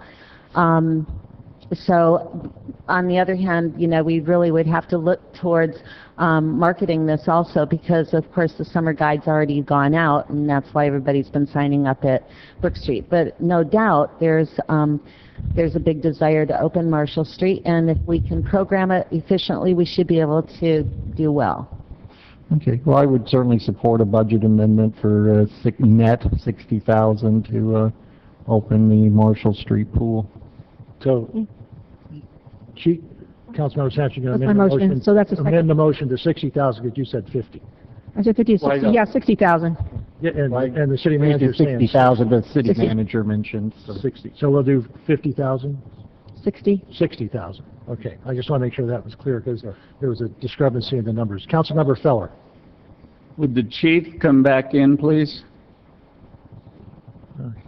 He's in Cyprus. He's busy.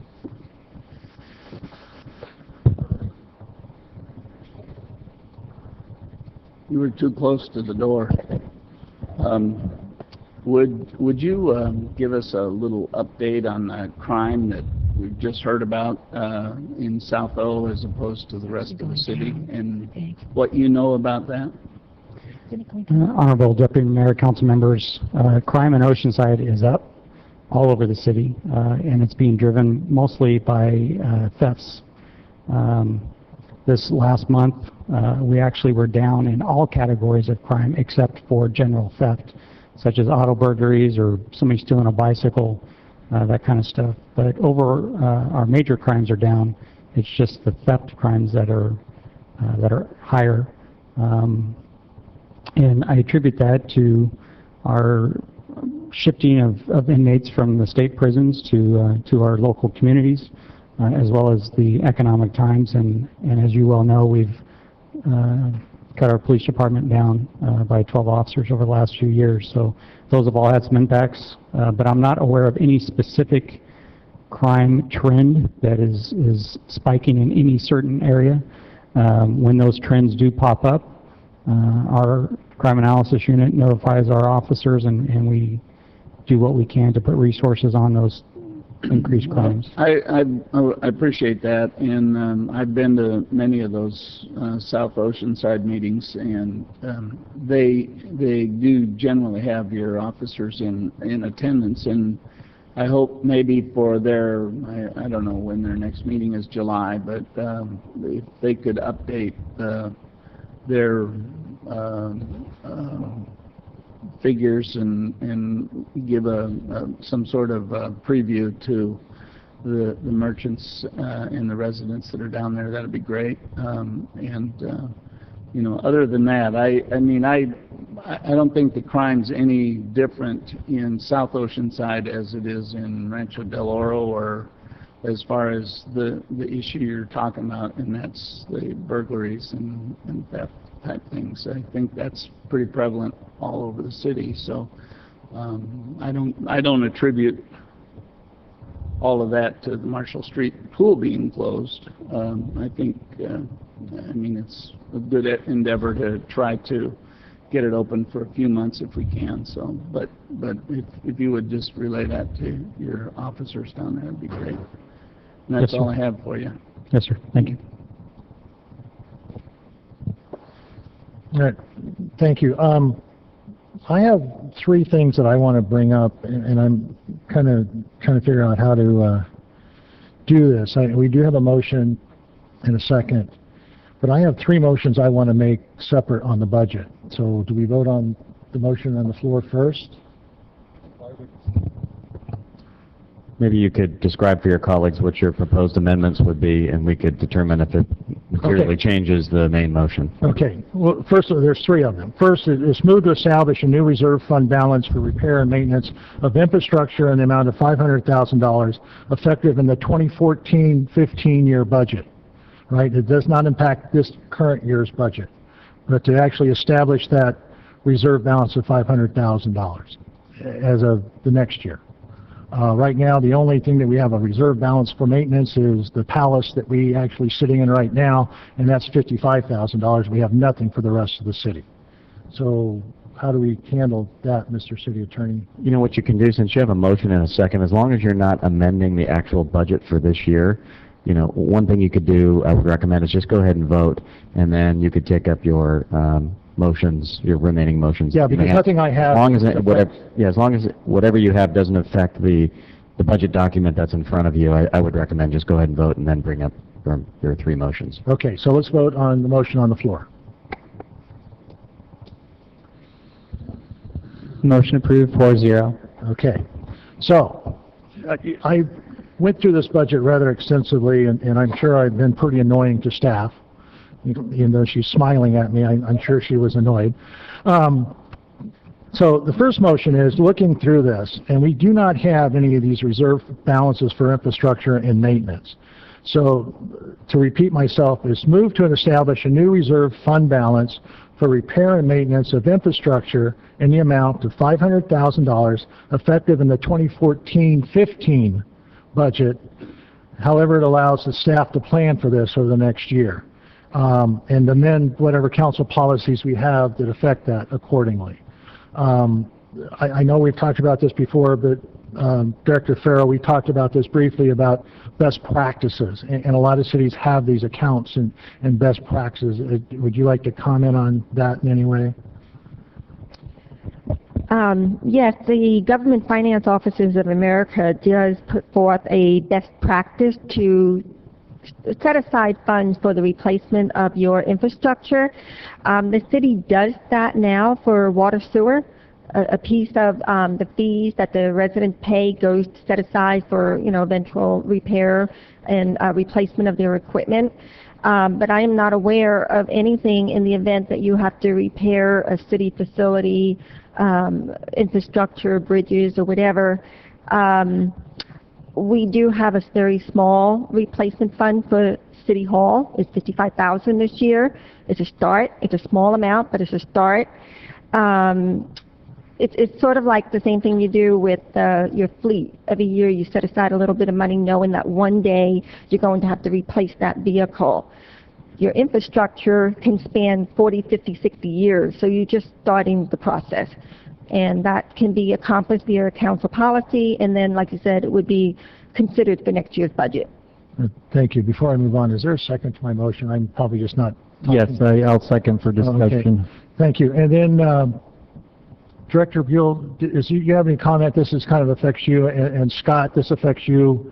Is there any comment you wish to make on these ideas? Okay, because I know I'm tasking you with something, and I just want to make sure that we're clear on that. So, any council member wishes to speak? Councilmember Sanchez. I don't get where this money is coming from. Is it coming from the general fund or from reserves? It'll probably come out of general fund next year. It's for the 14-15 budget, not this. But we don't know what we're going to have next year. Well, that's... So, go ahead. Shouldn't we wait to see, at a better time when we have a better sense of how much we're going to have, how much we're going to, how much it's going to cost to continue to operate the city at a certain level, and see how much we have left over to then put into something like this, because I had understood that we might be looking at a very, close budget for next year. Very close. Right now we're 400,000 in the black for operating. Yeah. So where would the money come from? Would it come from development services? I mean, and what are we talking about specifically? Are there specific projects that you're looking? No, this is a general infrastructure reserve. We have aging infrastructure in this city. I mean, the idea that we put $55,000 in a reserve just for this building alone, and this building was 1988, so we're... I think a motion to direct staff to do a study on, coming up with a plan for maintaining our buildings and what that would mean, and what buildings, priority-wise. But to say, put an amount on it now, I mean, it is a year out, so perhaps coming up with that kind of a list and that kind of a study by staff first, so that we know what the problem is, Well, they have hardcore. They have a year to plan. That's a $500,000. And this is not maintenance. This is a reserve account for anything that catastrophic may happen, or even semi-catastrophic.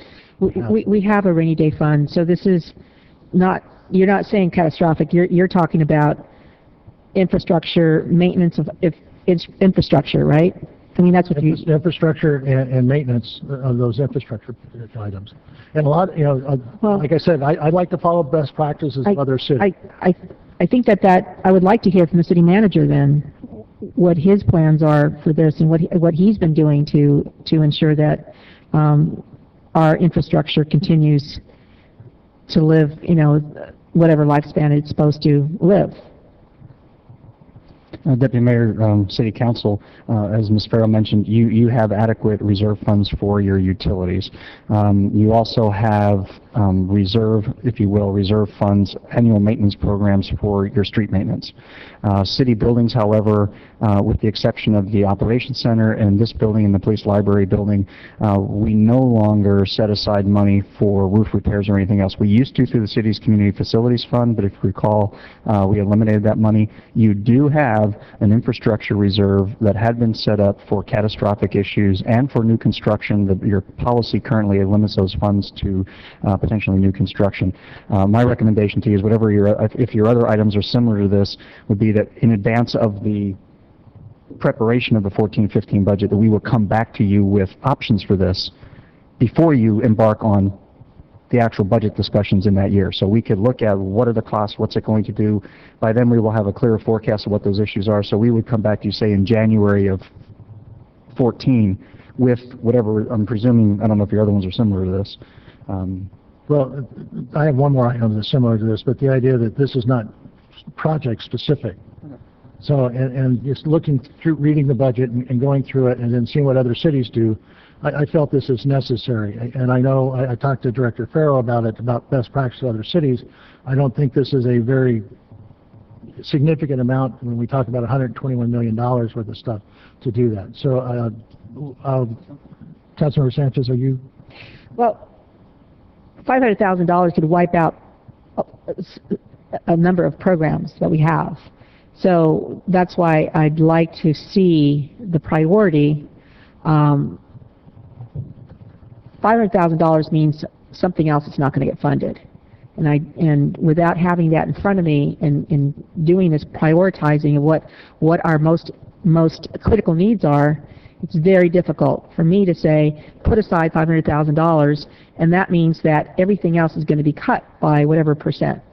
That's hard, especially when cost of living is going up. So it'll be a double whammy. Yeah, and Councilmember Feline, and then are you? I'm done. Okay, Councilmember Feline. Thank you.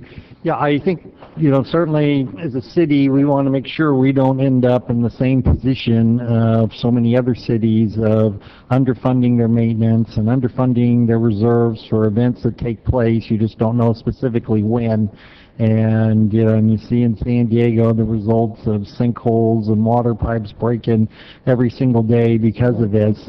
And so, and I think next year, certainly if it turns out the budget doesn't allow for this 500,000, then, the council certainly can vote differently, so it's not locking us into some permanent position there, but someone would have to explain what program's more important than not having an adequate reserve. So I think we can vote on this to establish an important principle that we're going to have appropriate reserves based on activities and depreciation, that's going to take place in our facilities. And certainly you have a year to change your mind if you want to. Councilmember Feller. I think that the city manager has a point that this is something for him to put in his budget and let us know if it's attainable or achievable. But I think we should know before, the budget's set in stone. In other words, I'm not willing to give 500,000 to it if we are 2 million short. We can't just, we're going to have plenty of things to think about at that point anyway, so. Yeah, but this is a policy call. So this is, I would like to at least get started, and I think $500,000 is a good start. And if we get to the end of the next budget cycle and we are dramatically short, like Councilmember Feline said, we can make a decision at that time. But I think this is a goal that we should aim for. Well, I would rather hear about it in January, how he's looking at it. So, I don't know that it's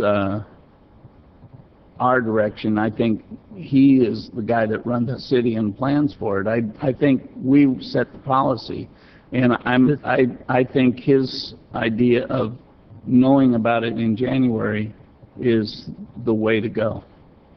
It is policy, and we're the policy board, so we have to make a policy decision. Jerry, I'm telling you that this is how I feel it should go no, in that's January. fine. Okay, that's fine. We have a motion on the floor. It's okay. I get the policy, and then we'll bring back to you. My only recommendation is adopt the policy, and we'll come to you with, here's how we can do it. Yeah. And we may not be able to, or we may be able to. So that's what I'm asking for, that we set on that track. So, so please vote on that one. Motion approved, 3-1, Sanchez, no. Okay, the next motion I have is actually to move to increase the Healthy Cities Reserve Fund from 12% to 13% effective 6/30/2013. We are cutting it pretty close to the edge right now with our Healthy Cities, with the budget, what our general budget is, and what it would take now to if something catastrophic does happen. So I'm just going to increase the Healthy Cities from 12 to 13%. So I'm looking for a second on that one too. Well, second for discussion. Okay, so the idea that What's the motion? I'm sorry, I didn't hear. it's to increase the Healthy Cities Reserve Fund from 12 to 13%. 1%, to increase it 1% by just effective 6/30/13, the end of this year. Whatever we have extra fund balance at the remainder of the year is to move from end of this month to that, and I'd like to see it increase 1% in the following year too. Again, we're going to get to that point whether we can afford that or not, but I really would like to get the Healthy Cities Reserve up to the standard in the county, and we're probably one of the lowest as far as general Healthy City Reserve than anybody. So we really do need to actually start planning ahead. I know we've been, in the last few years, on a downward spiral. We're starting to come back up, and I think what we really need to do is start adequately funding some of these reserve accounts for things that we do need. So with that, I'll go to the council. Councilmember Sanchez. Mr. Weiss, what would that mean in terms of money? Deputy Mayor, council members. A lot of it's going to depend on how you count general fund funds. Within that $121 million general fund budget, as Ms. Farrow showed you the slide, there's roughly $20 million in transfers, for example, street sweeping, which is solid waste funded, harbor police, which is funded through harbor but is transferred to the police department. I think if you take those transfers out, you're probably at your 13% now. We're already there. Again, if you, I believe the number she showed as transfers was either 14 or it might have been 21 million. But I think if you take those out, you may be there now. Okay, so, Because a lot of those, again, harbor police is a good example. I believe that's about and the harbor maintenance, that's roughly a $5 million program that are now within general fund departments. And so there's a direct transfer from the harbor enterprise fund to the general fund, but that's really not general fund money. It's actually harbor enterprise money. So if we took those transfers out, that would be roughly there. If you left it at $120 million, obviously a 1% increase is going to be $1.2 million. which we don't have for this budget. We just adopted the budget for this fiscal year, starting July 1st through June 30th, 2014. So if we were to start that now, we would be operating in the red under the second scenario that you're explaining. Under the first scenario, we're already providing that, so there's no need to approve another motion for that or give additional direction. What I don't understand is why these motions are being done now and not have been brought up at the workshops, because then we would have been cutting programs, cutting development services, cutting Parks and Rec, cutting, you know, across the board, $1 million under the second scenario. Or, under the first scenario, we're already there, so we don't need it. I think we have a Healthy City reserve. We're doing pretty good. $1 million in a tragedy where we can actually, we have the money. So I'm going to vote against it. I just don't see the reason for doing this now. Okay, Councilmember Feline. Thank you, Deputy Mayor. Thank you. Terry, where does the city fit in terms of the percentage we have devoted to Healthy City compared to other government entities in our state and region? I have not done a comparison in the last several years with the economy turning around. I don't know if other cities have reduced their reserves. I do know a lot of cities have been relying on reserves to balance their budgets. But as a finance director, I think as an organization, our comfort level is 25%. It could be very, very expensive. But if you think of what the purpose of the Healthy City Reserves is in the event of a catastrophic event, that pays for the operation, because you're assuming that your revenue streams are no longer coming in. Buildings can't, people aren't paying their property taxes, sales taxes are not coming in, but yet there's services until FEMA gets us back on the ground. So to bring it from 12% to 13%, that's a council policy call. But I can tell you as finance directors, we always like it higher. Okay, so basically you're saying best use and practices that are recommended by professional, you know, government organizations are looking for something closer to 25% than 12%? I'm not going to recommend that. It's all... No, I'm just saying in terms of, you know, what's recommended. You know, and obviously it's every city's in a unique position, and you don't always get to do, you know, the best thing everyone recommends, but 12% would be at the lower end. Well, I do know there are cities out in the desert in the Coachella Valley. They're over 100% funded. They're very wealthy cities, Indian Wells, for example. And then you might got some other cities up in L.A., you know, City of Bell, that's negative, that's upside down. So, you know, it's a matter of setting a policy, how do you get to it, and what's realistic for your city. 12% is low. You can say, yes, we have $14.5 million there, but in the event of that catastrophic event, you do have a lot of city operations that you want to maintain. Okay, and I guess just in terms of the accounting minutia, figuring out, I guess the issues come up with just what 12% of the base is here.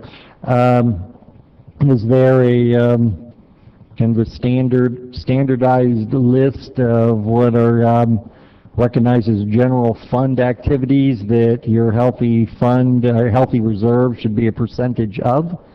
Because we seem to have some issue in terms of what's coming from special funds that we, as a city, choose to run through the general fund that other cities may not. You know, so in terms of having an apples-to-apples comparison, is there a specific list of activities that the Again, healthy reserve should be compared against? I would say that to be a policy decision. I do believe the City Council's current Healthy City policy does define its a minimum of 12% of the base operating budget. So if the operating budget is 121 million, it would be 12% of that. But that's the way the policy is written. So we can change the policy and say, well, now it's 18%, but it excludes all these items. You'll still be ended up with the same $14.5 million. Okay, I guess I'll ask the deputy mayor how you want to handle this, I guess, definition issue of what we're going to have 12% of and going up to 13%. And I guess Councilman Sanchez brought up a procedural issue on whether or not we're allowed to amend the budget vote that we just took if this is going to impact the current year's budget.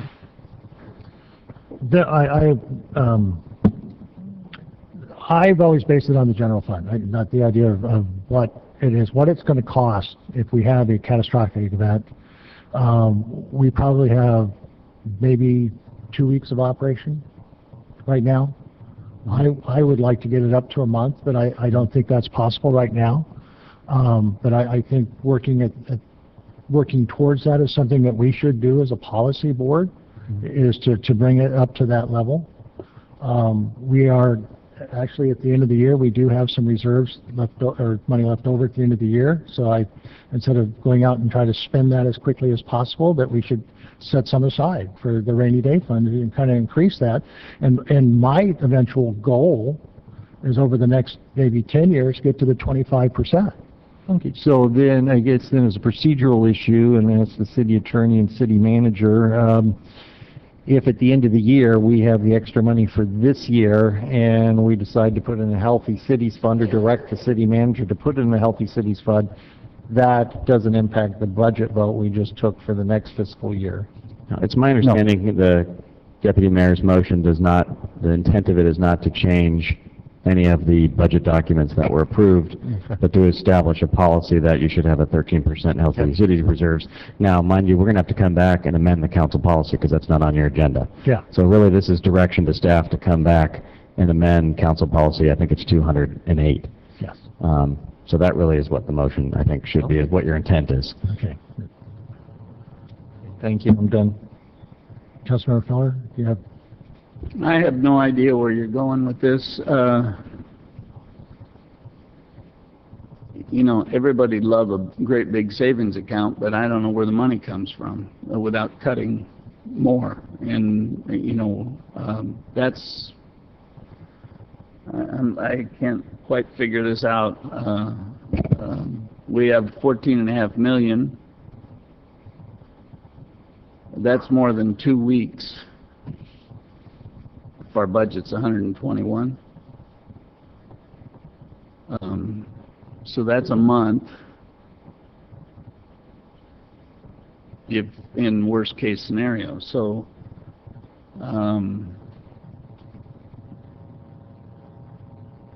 you know, yes, I'd like to build the reserves undesignated back up to the 26 or 27 million we had at one time.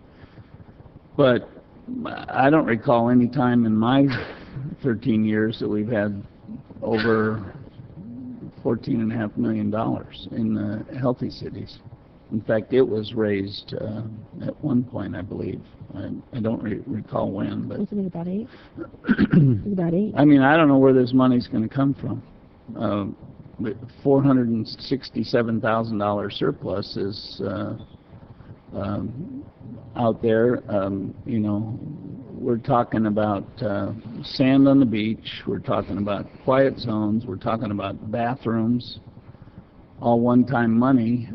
That's what healthy cities and the undesignated reserves are. So, I'm not seeing a lot left out of the $5.5 million that's up there, even though Terry said there would be more coming. So, somebody tell me where the money's coming from. Well, I guess I'll tell you where the money's coming. It's from the special printer we have upstairs. No, but I think if you that new machine. if you set this as a target, it'll give us something to work toward, to at least address it. I don't know that you'd be able to fund it, but I will tell you we've now gotten several one-time distributions as a result of the residual tax distribution from redevelopment funds. We've used that based on your policies to look at the post-employment reserve balance. Had you not adopted a policy to, say, put money into that reserve fund, we wouldn't have done that. And so if you set this as your policy, as we have money, we would let you know that we'll start trying to fund some of these things. All right. You may not hit it, but... Yeah, this is a policy, this is a goal. All right, so please vote.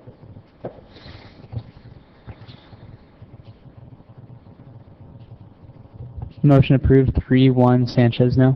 Okay, and the last one, and this was particularly bothersome to me going through the budget several times, is I want to move to eliminate all unfunded positions. They've been sitting unfunded for about 5 years, but we still carry them on the books. I just want to eliminate them.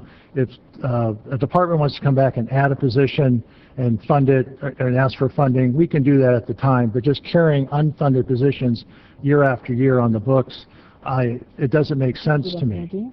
So the idea that, because even now, if it's a position that's unfunded, and the department wants to fund them, they're going to have to come to us and ask to fund them. So for us, on an accounting issue, I just would like to get rid of the unfunded position. This has no budget impact whatsoever. So Director Farrell, I know I talked to you about this particular item is because it was annoying me. So would you like to comment on it? Well, I do recall back in the, about 5 years ago, 2008, 2009, when the city was experiencing some significant reduction, there was a question of, can the positions be retained, but just don't fund them? And that's what's been on the books for the past 5 years. I will let you know that they are for public safety positions. The chief mentioned that he's been down a couple of positions, but if the money comes in, he's got to come before you and say, I'm having those positions back anyway. So it's just a matter of semantics. Do we keep it on the books as a unfunded position or take it off? There's no fiscal impact to take them off. Okay, because I just think if the chief wants to come and actually add a position back and fund, if we have the money to fund a position, that he can come and say, we need a position and attach a dollar amount to it, and the council would vote on it instead of just carrying unfunded positions year after year. I can understand if it's like the first year, but after 5 years, I think it's time to eliminate them. So with The only thing from a management perspective, each position has a unique number, so by taking it off the book, that number gets retired. Okay. So actually, I made that motion. I haven't heard a second, so I don't. I'll second for discussion. Okay. So Councilmember Sanchez. Well, I just heard that we're talking about public safety. Those are the only positions that that we have that are vacant that the chief has not been able to fill. Is that correct, Mr. Weiss? Well, and we just heard in response to a question, are we having a problem with crime? Yes, we are. We have an increase in crime, theft. I know the chief tries every which way to go after grants. I know that some of these positions we end up funding through grants. CalGrip, there are some others. So I think it would be really unfair to delete these positions when in fact he's actively looking for funding. So either through the state or through the feds, we have in the past been in a position to be able to get funding for public safety. So I would not do this. We just heard there's no fiscal impact if these are removed. No fiscal impact. So it doesn't, there's no reason for it other than making it more difficult for the chief to be able to make this a high priority for his department to fill these positions. We need this. We need this for our businesses. We just heard that it's the Southfield Merchants Association that was complaining about the increased crime. It's our businesses, it's our residents, it's our ability to attract more people, more buying, more business to Oceanside. So I just don't see that this is a good thing to do. Thanks. Councilmember Feller? For the city manager's input on this, what has been the policy for unfunded positions, and what is the reason we have carried them forward in the past? What's the need? When, as Ms. Farrell mentioned, a number of years ago when we were looking at reductions, rather than eliminate police officer positions, we just identified them as unfunded. So in the event the money became available, the process would be the same to fund them, but it was more a semantics issue, as she mentioned, to avoid saying we're eliminating public safety positions. So effectively, when you eliminate unfunded positions, we will be eliminating very specific police officer, community service officer, and field evidence technician positions. That's the net result of eliminating the unfunded positions, and the goal back then was to not do that. Do we have other positions anywhere in the city that are? All the other positions that we reduced or eliminated as a result of layoffs and reductions, those positions for those other departments were actually eliminated from the budget. It's only the public safety positions that were unfunded. And how difficult is it for you to reinstate? I don't want to be I'd love to be adding police officers. And, you know, if we'd had Manchester already built, we would have had probably another $1 million or $2 million a year just in TOT from that project. If we'd had the batch plant or the concrete plant, we'd have had $1 million there, $500,000 here that could have, you know, filled those positions, and I'd rather have more police officers, frankly. Well, if you recall, you just added a police. We funded a police officer position here recently based on your meeting with the school district, where we're splitting a new school resource officer. In your budget document, we just refunded one of those positions. We did not have to add a new position in.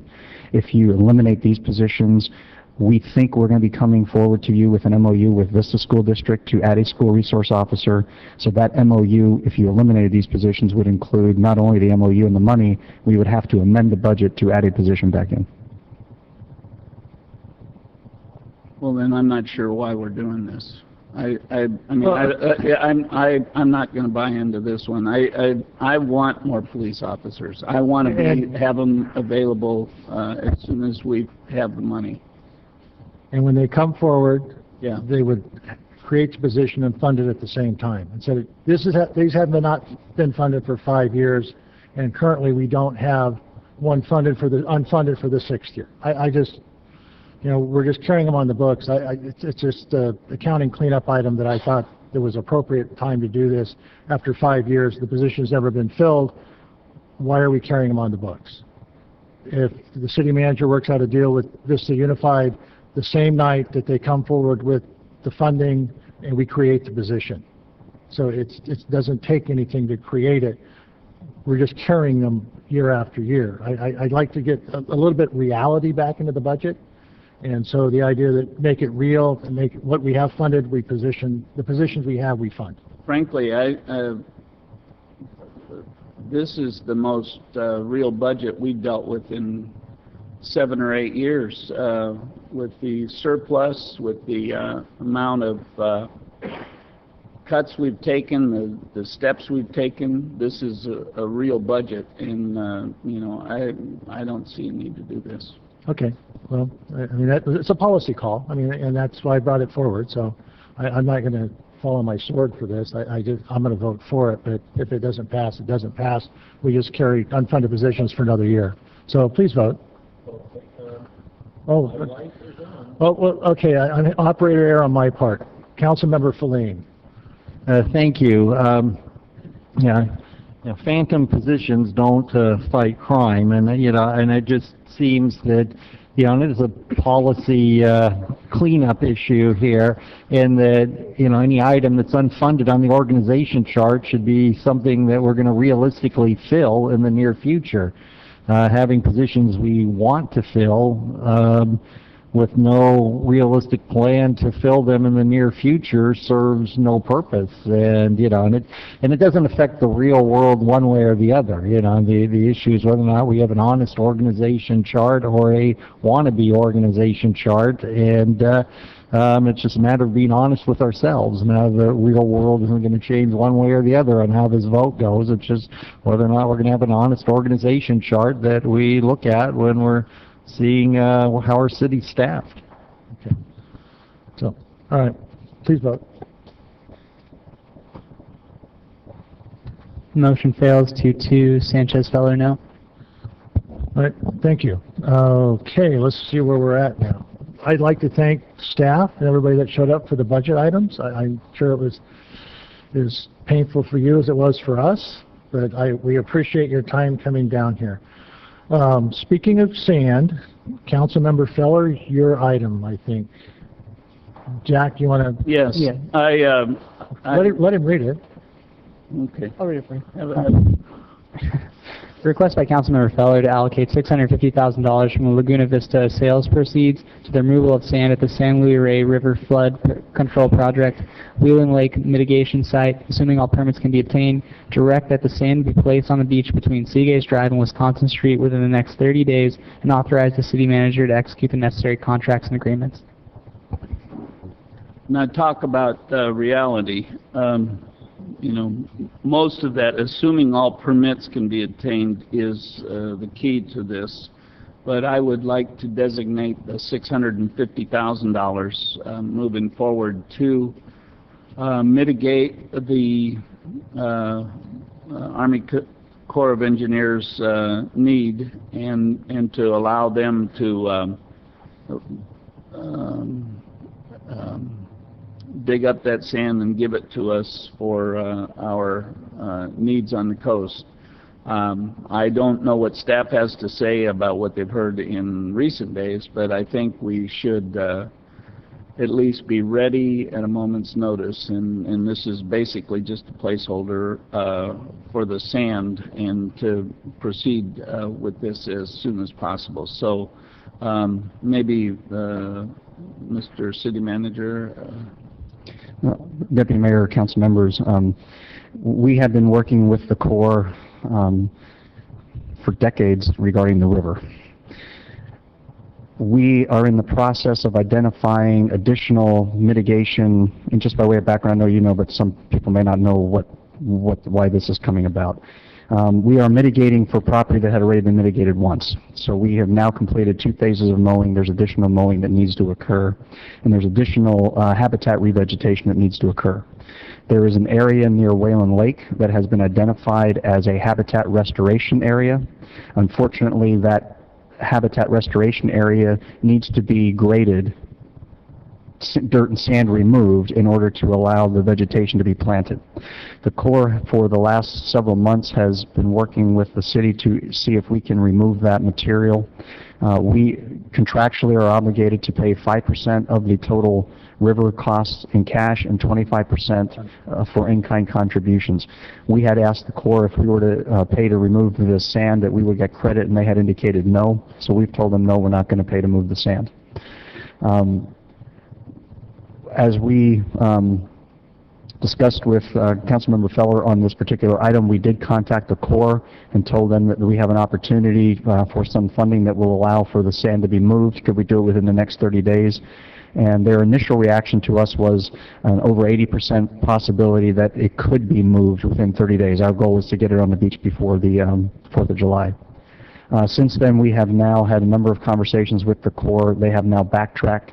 They have formally now indicated to us that it is unlikely we will be able to move the sand this year.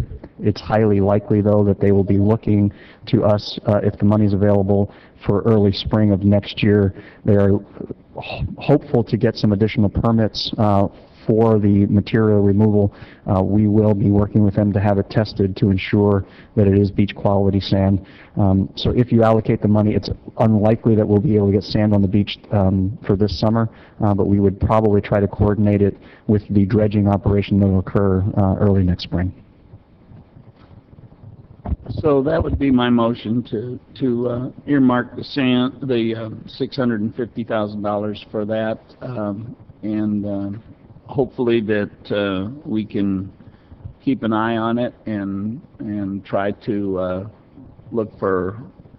I mean, if it becomes something that something comes up where there is an other opportunity, we would have something available on a given moment's notice.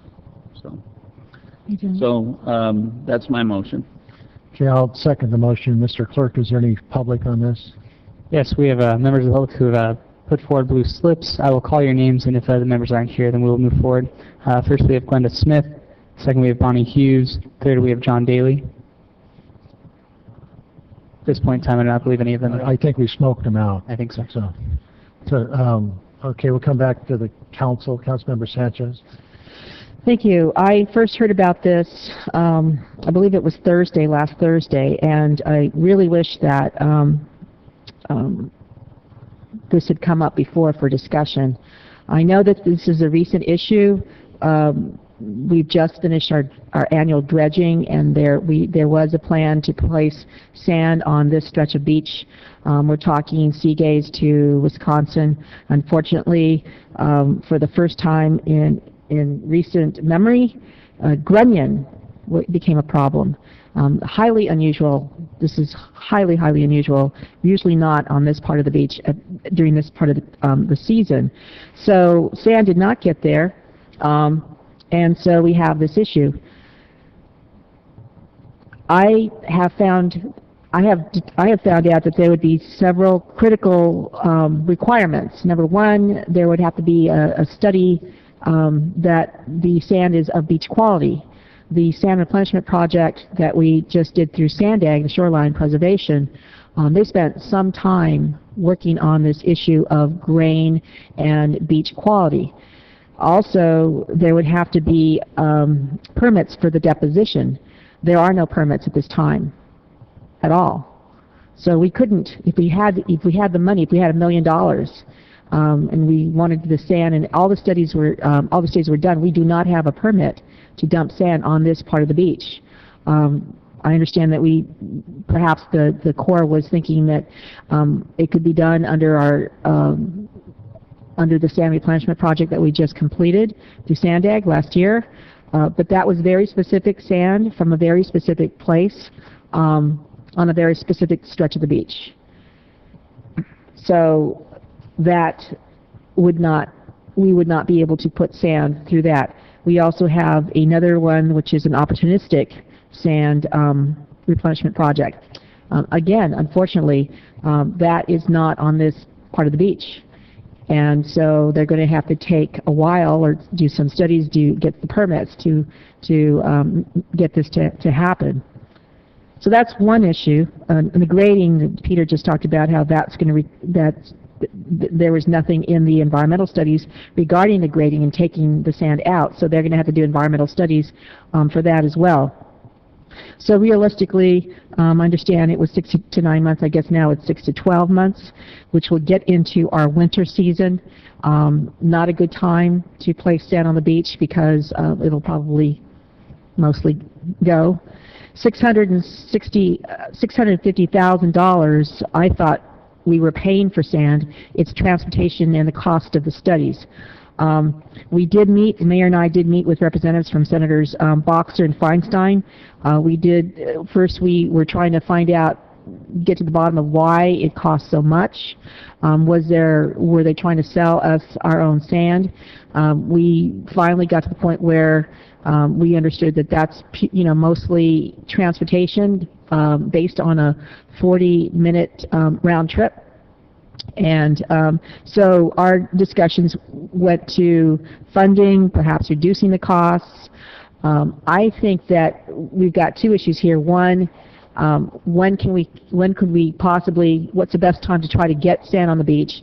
And staff is recommending that it be done at the same time that we do the dredging, so it's all done at the same time. So that means, February, March of next year. Secondly, the costs and where this money is going to come from. The money that is being identified, the Laguna Vista sales proceeds, staff had indicated to us, I think it was the city manager, indicated to us that he was going to come back to us around August or September to talk about how much the proceeds will be from the sale. It's about $4 million, 4.2 or $3 million, $4.7 million. But obviously we haven't had a chance to sit down and talk about what the priorities are. These were originally home funds from the housing department. The contract, when the city bought into the leasehold for this mobile home park, at the time, as I understand it, it was believed that these funds would go right back to the housing department. We do have a very critical housing project, affordable housing project, which is Mission Cove, which needs these funds. My concern is that if we spend all of this money and don't leave any of this money for that project project will not go forward, and it will impact our ability to go forward on some of our construction projects, and also put a bigger burden on the developer community. So I would like us instead to talk about these $4 million. I'm not going to be here for the June 26th meeting, so I hope that we don't set it for that meeting, because I want to be here to discuss this.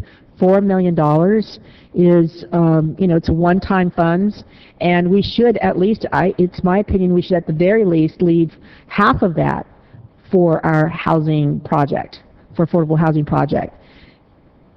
At least $2 million, $2.2 million. We also have, $400,000 in surplus funds, maybe put $300,000 of that into this sand project. I just don't think we should just automatically go to a fund that we haven't even, gotten finalized yet for something that's not going to happen until next year. So I'm very concerned about the way, I think that, if you can amend your motion, Councilmember Feller, to directing staff to come back with this, how much we're going to have, so that we can discuss it and decide, prioritize where that money should go. Not just automatically, because there's probably 1.5 million things that we could start saying, oh yeah, let's do this, let's do that, let's do it, and it will not be the priorities that we have as a city. So we shouldn't do this. We really need to do this in a more methodical way, and let staff, who is going to come back to us anyway in September, do that. I'm sure that Mr. Weiss can do it faster, but there is no need for rushing. The sand is not going to get on the beach in a month, or 2, or 3, or 4, or 6.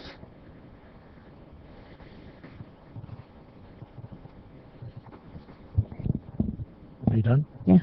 All right. Thank you. Gary, you're not going to speak on this at all? Okay, I'll go first. I since I don't have any, I couldn't push my own button to call on myself, so I just wanted to make sure everybody had opportunity. Actually, this one's a little odd. I actually had more emails on this item than I had on the smoking. People requesting sand. And I think, I like Councilmember Feller's motion and thing, because it puts the money aside in case we have the opportunity. Yeah, it may not happen for 6, 8, 10, 12, maybe 18 months. But we have the money set there, so when we have the opportunity to get the sand, we can get the sand. So I think right now, like Councilmember Feller said, this is a placeholder. If we get the Army Corps to move, which is always a very difficult thing to do, we can actually move forward if they're ready, we're ready. You know, I don't want to get down the road that says Army Corps is ready and say, oh, God, we have to come back and try to find money to do this.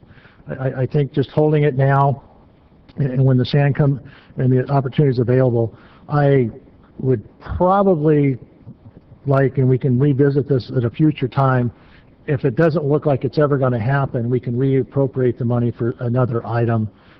Maybe we'll revisit this at the budget time next year, that we have this money sitting aside, and whether we want to carry it over to the following year's budget or put it back into other CIP, because this is just one-time money. So, but I think that's a decision we can make next June, and just hopefully we'll have a placeholder for now. So with that, I don't see any other lights, so let's vote. Motion approved, 3-1, Sanchez, no.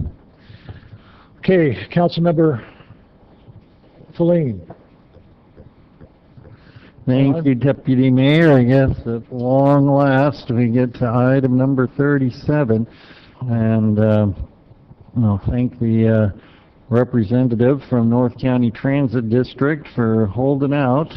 The issue here is at the last meeting for the North County Transit District, they mentioned that they had the option of putting together a study for a quiet zone along the coastal rail corridor, and it would be the decision of the cities whether or not to participate in this study.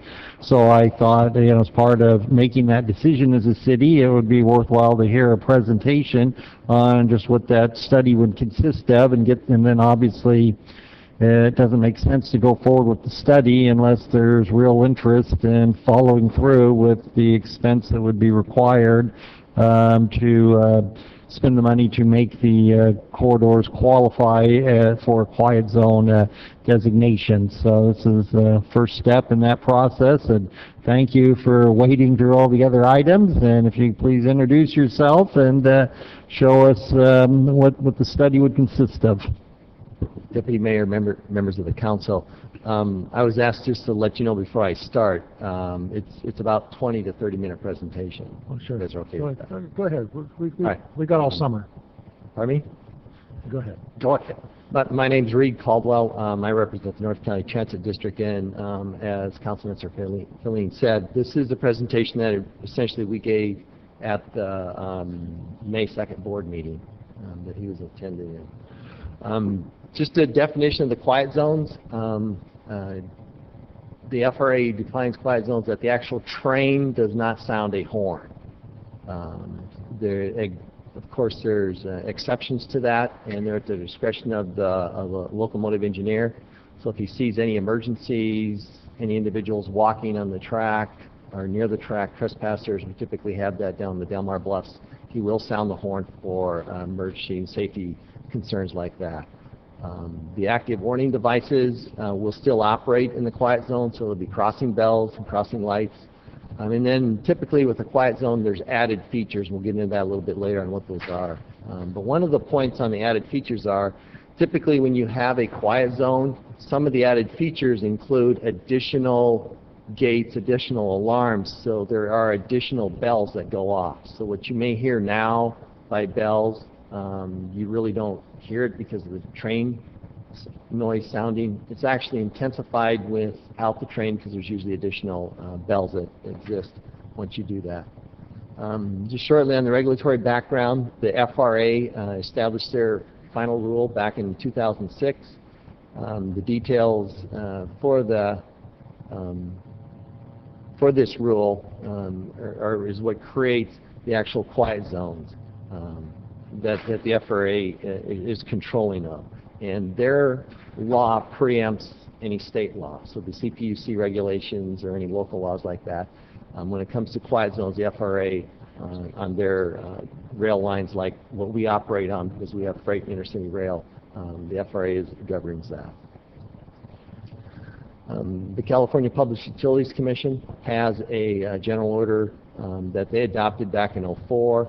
This sets criteria for the railroad crossings. So the highway rail crossings that we have on the corridor are all governed by the CPUC, and they let us know what requirements are there, that anyone who's crossing a railroad, what they'll have to do to provide the safety of the individuals, whether it's a pedestrian or a vehicle crossing.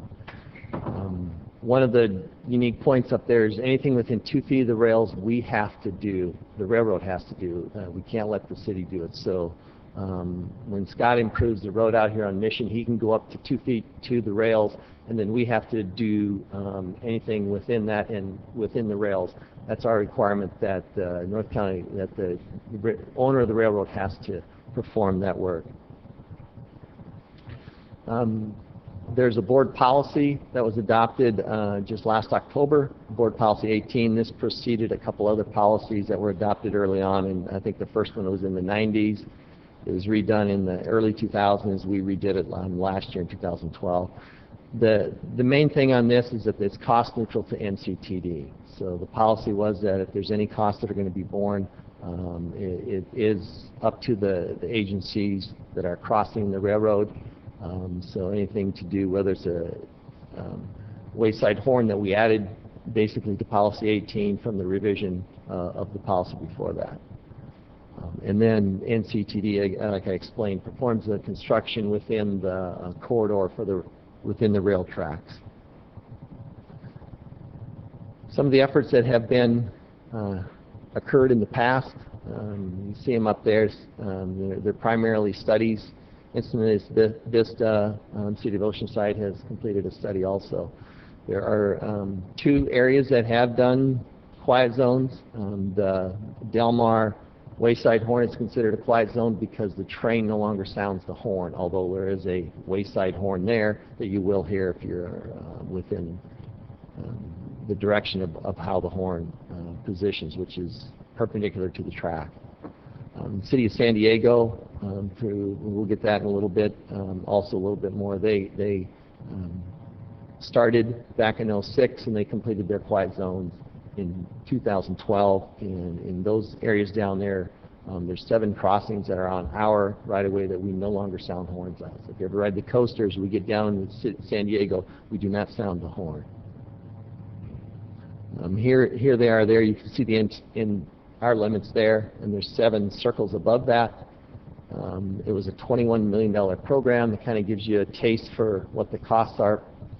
Back then when they did that, the 12 crossings, you can figure out kind of a rough order of estimate what a crossing will cost.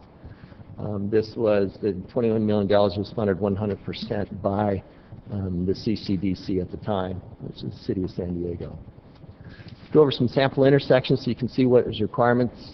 Typically we see there's the red gates that we exist right now, but what happens is we need to add median islands to ensure the traffic does not go around each other and go around cars and then cross on the other side and during the time when we're not sounding our horns.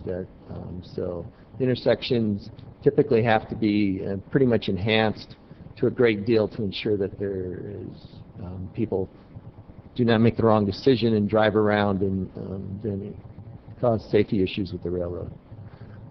Here's another one down at Cedar Street in California. This is a good example of where you have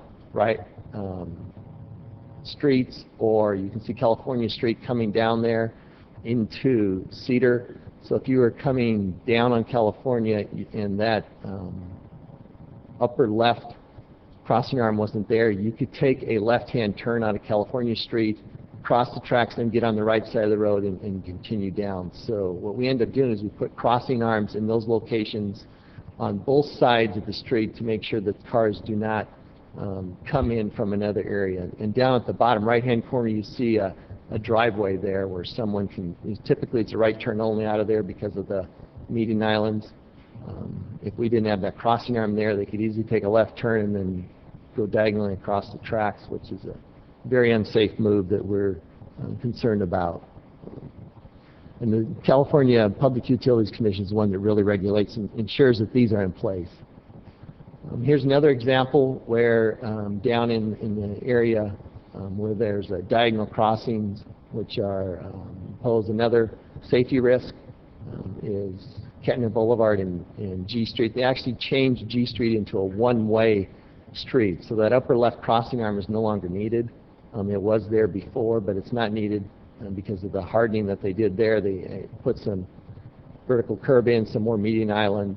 And of course, on Kettner, you still have to put those median islands to eliminate individuals from, so they're in their lane and they stop for the train that's not sounding. So what we had presented to the North County Board was this programmatic study, and basically what that is that would create the elements, a rough order of elements that are needed at every intersection or every crossing on our railroad, from Oceanside down to San Diego, the ones that are not quiet zoned right now, and it would also give a cost estimate. We haven't fully estimated the cost on that. We think it's going to be somewhere in the $400,000 or $500,000 range, and we're getting ready to come up with a proposal that we'll be presenting at a meeting next Wednesday. And it's a subcommittee that we have of our board, and Councilmember Filene is a member of that subcommittee, so he will be participating in that discussion next Wednesday. What the programmatic study allows you to do is a corridor-wide risk index is something that's required by the FRA. So when you have that, what it does, it assesses the risk of your crossing in regards to what the nationwide crossing index would be. If it's less than, you have an automatic approval. It's rarely less than in most cases. It's always more. If it's not twice as much, then you have a pretty good opportunity of getting your crossing approved. But if it's too high, it's highly unlikely that a crossing. But with this what the programmatic study and a corridor-wide risk index allows you to do is include all of the risk throughout the corridor. So it's not, if you have one bad intersection, you still can create a quiet zone. So that's the advantages of this. Obviously, it creates uniform safety. The citizens see the same crossing, the same bells at all the intersections throughout the corridor. So as you go from town to town to town, it really adds a safety factor to it. And then the noise leakage obviously is a problem too. If you were to do it, your residents would probably hear Carlsbad horns. If Carlsbad were to do it, they would hear Encinitas horns. So it's always better to do your neighboring cities because you will hear the train horns from the other cities. Just to review the coastal corridor, there's 5 of the crossings in Oceanside. There's 27 total. Of those 27, although it says 8 for the quiet zones, the one is a wayside horn. There still is noise there. But the other 7, we do not blow our train horns. We don't blow it at Del Mar, but there is still a horn down there. If you've ever been down Del Mar, you'll hear the horn. That sounds on the wayside. The policy considerations that I want to bring out here that we brought out to our board is that the local jurisdictions lead quiet zones. So as I pointed out, San Diego led that quiet zone down there. There has been significant good work done by the communities, both the inland and the coastal corridor that we're mainly talking about here. And that is what we're talking about with the $400,000 to $500,000. It's totally the coastal corridor that we're looking at. The inland corridor is something else where the Sprinter runs that we'll be looking at later on. Just some numbers up there to understand what's happening here on the corridor. As we double track, we're going to increase our service, both us and Amtrak and BNSF. So by 2030, there'll be 76 trains a day going up and down the corridor. That's both ways, so it's not one way. So there is definitely going to be some additional train traffic on this corridor that will be going by. point out that the city of San Diego did fund 100% of their quiet zones. And there is no funding right now in the 2050 plan for anything to do with quiet zones from the Sandag standpoint. So, and there's no funding in the NCD process right now, although we are looking into possibilities that we'll be discussing with our board members next week on what we can maybe come up with here to help defray and actually get a corridor-wide study out there for all the cities on the coastal corridor. So I'll open up any questions, comments you may have. It's your item, Councilman. Hey, thank you. I guess first thing, of the 450,000, approximately which share would Oceanside be required to pay? Well, we haven't, Deputy Mayor, Councilman Feline, we haven't come up with the actual disposition on how that would occur, the proportionality of it. We'll be presenting that to you next Wednesday. There's several possibilities that we've looked at. There's a possibility of dividing it evenly amongst the cities. Solana Beach at our council meeting, even though they don't have any crossings because they have the ditch that is underground and they don't, everything goes above it, and we don't blow horns in Solana Beach. The mayor of Solana Beach is at the meeting. If you recall, he did suggested their city could participate in it. So there's a couple ways we could do it. We could either do it proportionally amongst the number of crossings, or we could do it equally just by the number of cities. And we'll be talking about that next week. Okay, and then we're dealing obviously with just rough numbers at this point, but just trying to get some idea for the residents to get their arm around in terms of what we're talking about. Approximately how much does it cost to upgrade each railroad crossing?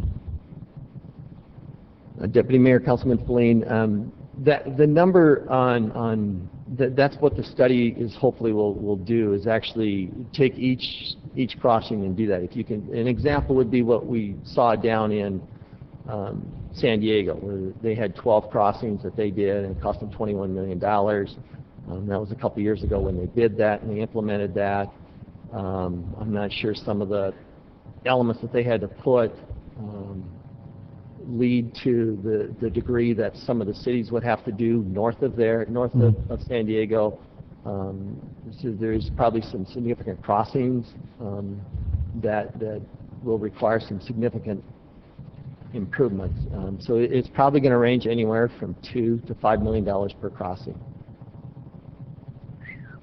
Oh, great. Well, thank you very much for doing the presentation. This is the start of a long process here to see what interest and funding is available. Now, when I was talking with the city manager, there was a chance that we could possibly get some LoSAN funding rather than having to pay it out of the city general fund. And so, there may be other options. It may be some kind of mix and match, but we're certainly going to, as a city, have to decide how we want to prioritize this possibility.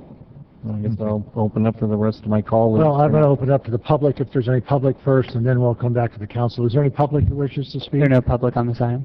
There is? No public on this item. Oh, okay. So come back to council. Councilmember Sanchez. Thank you. Well, Wait. You want to? Well, come on up. Just a quick comment. Crystal Crawford, Del Mar. It's a great thing. We had the one crossing in Del Mar that we had many complaints from the residential areas up the hill. The noise traveled up the hill. Of course, Oceanside's much different in topography, but having the quiet zone, having the horn is amazing as far as the difference that it makes in the sound and it's still very effective, but very quiet as it's intended to be. And we, of course, as a small city, when I was on the council at that time, we fundraised in the community to do our one crossing.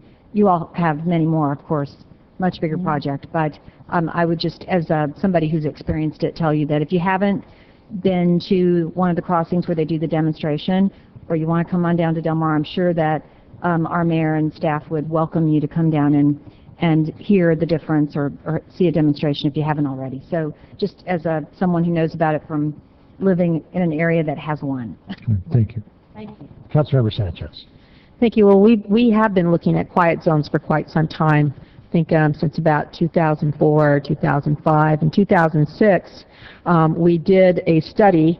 We got a consultant, and the consultant came up with a $7 to $9 million price tag for 5 crossings. And today I'm hearing 2 to 5 million per. So that means 10 to 25 million new estimate. We also, of course, didn't have the money, and we have lots and lots of demands all over the city, including streetlights, as you know. It's $2 or $3 million there, and so what we did was we did a quiet zone assessment district survey, and that was October 10th, 2007, and there were 3 community meetings held in the months of July and August 2007. Also, an internet survey located on the Engineering Division web page, and also postage-free postcard sent regarding the survey notification mailing. And basically, there was very little support to create a district. So it was they tried to include people who would most benefit. Certainly at the time, we were also hearing from people who would want to have a quiet zone for the sprinter, which were many more places where you'd have to have the quiet zone, of course, or crossings. So it became something like, oh, maybe we just need to do 1 or 2. Nope, it doesn't work. You got to do the entire 5. And then, it's not just that. We've got to do all these others. And the only fair thing seemed to be to see if there was interest in forming a district, and there was not. So I understand NCTD, this is a net zero cost they want. They're basically helping with expert help, but the help that we need is money. No? We need $25 million. No, he laughs. Okay, well, this would be great. I mean, I know our businesses would like it. I know our residents would like it. I've gotten so used to it. It doesn't even, I lived on the beach for a while. I don't even hear it because I phase it out. It's something I've lived in the city forever. So there are certain sounds that, somebody tell me, oh, a train just went by. Really? You tune things out after a while. It's like what I understand happens for other, other kinds of noises that you get used to. So thank you very much. Thank you for staying so late. This is an ongoing saga for us. Maybe if we only had one, if we only had the one. Now, I remember stopping in Del Mar and getting off to go to the Del Mar Fairgrounds for the fair. Well, I say the Del Mar Fairgrounds, San Diego County Fairgrounds. That was fun. But no more crossing there, right? No. Are you going to, really? That's great, because that was a fun thing to do, to be able to stop in Del Mar and go to the fair. All right, well, that's it. Thanks. Councilmember Feller. Thank you. Reed, I had a question about, you said 2 feet, within 2 feet of the rail, or is it 2 feet of the ties? The Deputy Mayor, Councilmember Feller, it's actually 2 feet of the steel? of the closest rail. So it's the closest steel that you're at. Any 2 feet from that is where we do. And if you go out there at the actually crossings, you'll see where we put a steel and a concrete piece in there that the cars drive over. That's within that. Typically, we go outside that. We just did one down in San Diego, a maintenance one, and I think we went 20 feet back to make sure that the ride was smooth. But no matter what, within the 2 feet, we have to be. Well, in Oceanside, we have the Sprinter crosses our streets 13 times. 2 of them are Wisconsin and Oceanside Boulevard, which would be part of the corridor, the north-south corridor. But that's a total of 16 crossings altogether. I can understand, Solana Beach didn't fund that grade separation all by themselves. back, so I can understand the selfish motive there, but,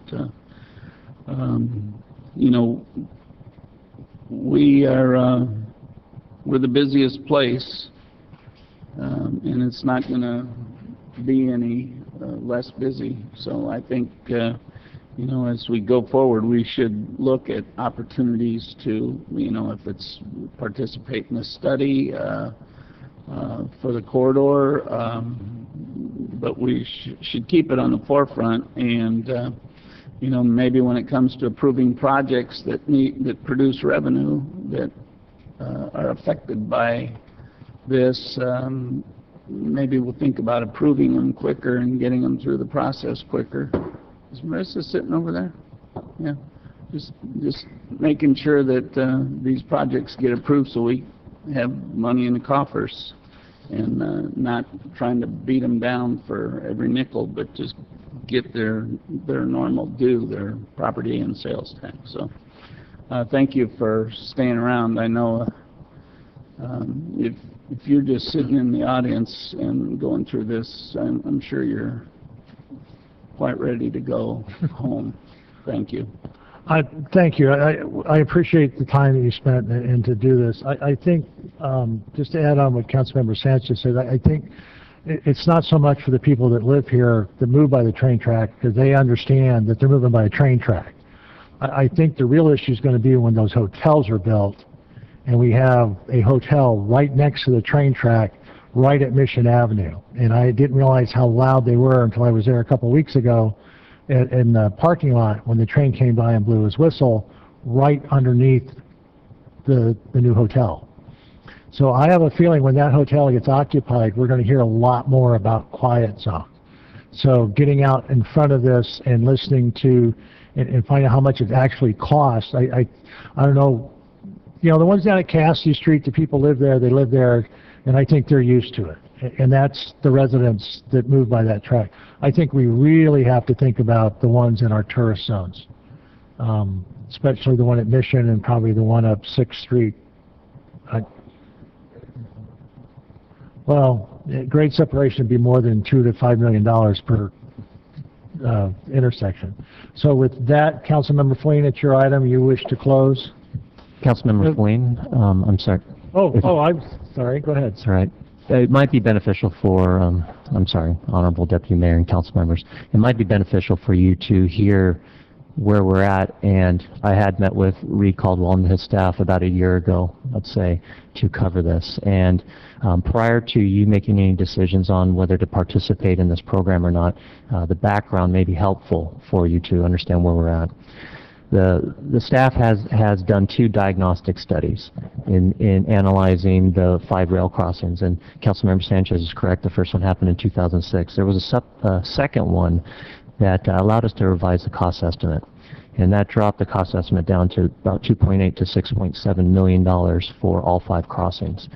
Now, the study that Mr. Caldwell is discussing would be covering potentially what we've already done, and the reason we met with them previously is that corridor-wide is we were looking as a city to try to partner with the rest of the coastal cities along the main rail to secure funding, and that funding would be secured through pursuing the Public Works plan that Caltrans was processing, or they're trying to put through, as well as the Low Sand project. In our work so far to date, we've actually been able to bring this along without having any money dedicated to the project. Through working with, partnering with Amtrak as well as with Sandag staff, we have been able to address some of the crossings and brought them pretty far along. Not quite done as far as a quiet zone, but getting very close. So that price tag that I just mentioned, $2.8 to $6.7 million, we could probably look at almost half of that value. And there's a range because it depends upon obviously what the final verdict is. We have an agreed upon group of supplemental safety measures which would qualify, which it appears would qualify these 5 crossings for a quiet zone. However, we would have to still run those crossings through a quiet zone calculator to determine that, and that information would be forwarded to FRA. We have addressed the 5 crossings. Out of those 5 crossings, when Amtrak did their work of the bridge, over Loma Alta Creek. They touched both I believe it was Wisconsin and Cassidy. Yes, in doing that work. And so they installed some of the supplemental safety measures that would help qualify those crossings already. So then as you move to the north, we have Wisconsin Avenue, and as the coastal rail trail that Sandag is working on is progressing, there's a component where the extension of a median will happen, and it's I believe it's with the coastal rail trail. It might be with the OTC project. So we've been working with the staff, partnering them, and incrementally addressing these crossings to get us further along. So that price tag has been dropping. Mission Avenue, there is some improvements that would go there, and that's our key area. Obviously, that's the downtown. I'm looking at trying to find a way to fund that right now, and pursuing different options, and we may be able to proceed forward with that. If we can arrange what I'm hoping to happen, then I can bring that item forward to you, and you all can determine whether we want to fund that or not. And then the last crossing to the north is Surfrider Way. We've been working with Sandag staff. They have a project called Eastbrook to Shell, which is going to reconstruct the bridge that runs over San Luis Rey River. In doing that project, or completing that project, they have to touch that crossing. And as Mr. Caldwell previously mentioned, there's a General Order 88B that the CPUC requires the for lack of better terms, the agency that's doing that work to receive concurrence from the municipality. Well, in order for them to receive our concurrence, them being Sandag, we've encouraged them to help improve those supplemental safety measures at the Surfrider Way crossing, and that should bring that crossing almost up to quiet zone standards. So we are actually getting relatively close, and participating, designating money to a corridor-wide study. While it's a good concept and it's noble to address the region, I don't know how beneficial that'll be if there's no money that's going to go with that study to help fund these final improvements, particularly since we're so far along with what we've been doing. Okay. Well, yeah, thank you very much. That's certainly, part of what this process is, to find out if we need to participate in the study and if it's worthwhile, and or if we're that far along on our own with our own projects. But this is, where we're trying to go. So, thank you very much for that information.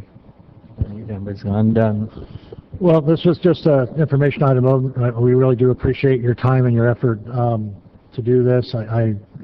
Obviously, you've been, and our staff are way ahead of us at this current time, so hopefully by next spring we'll have some clear idea where we're going with this, and hopefully, because I think it's going to be a critical issue, especially with the new hotels coming in. So I think that's good. Thank you, Councilmember Feline, for bringing this forward.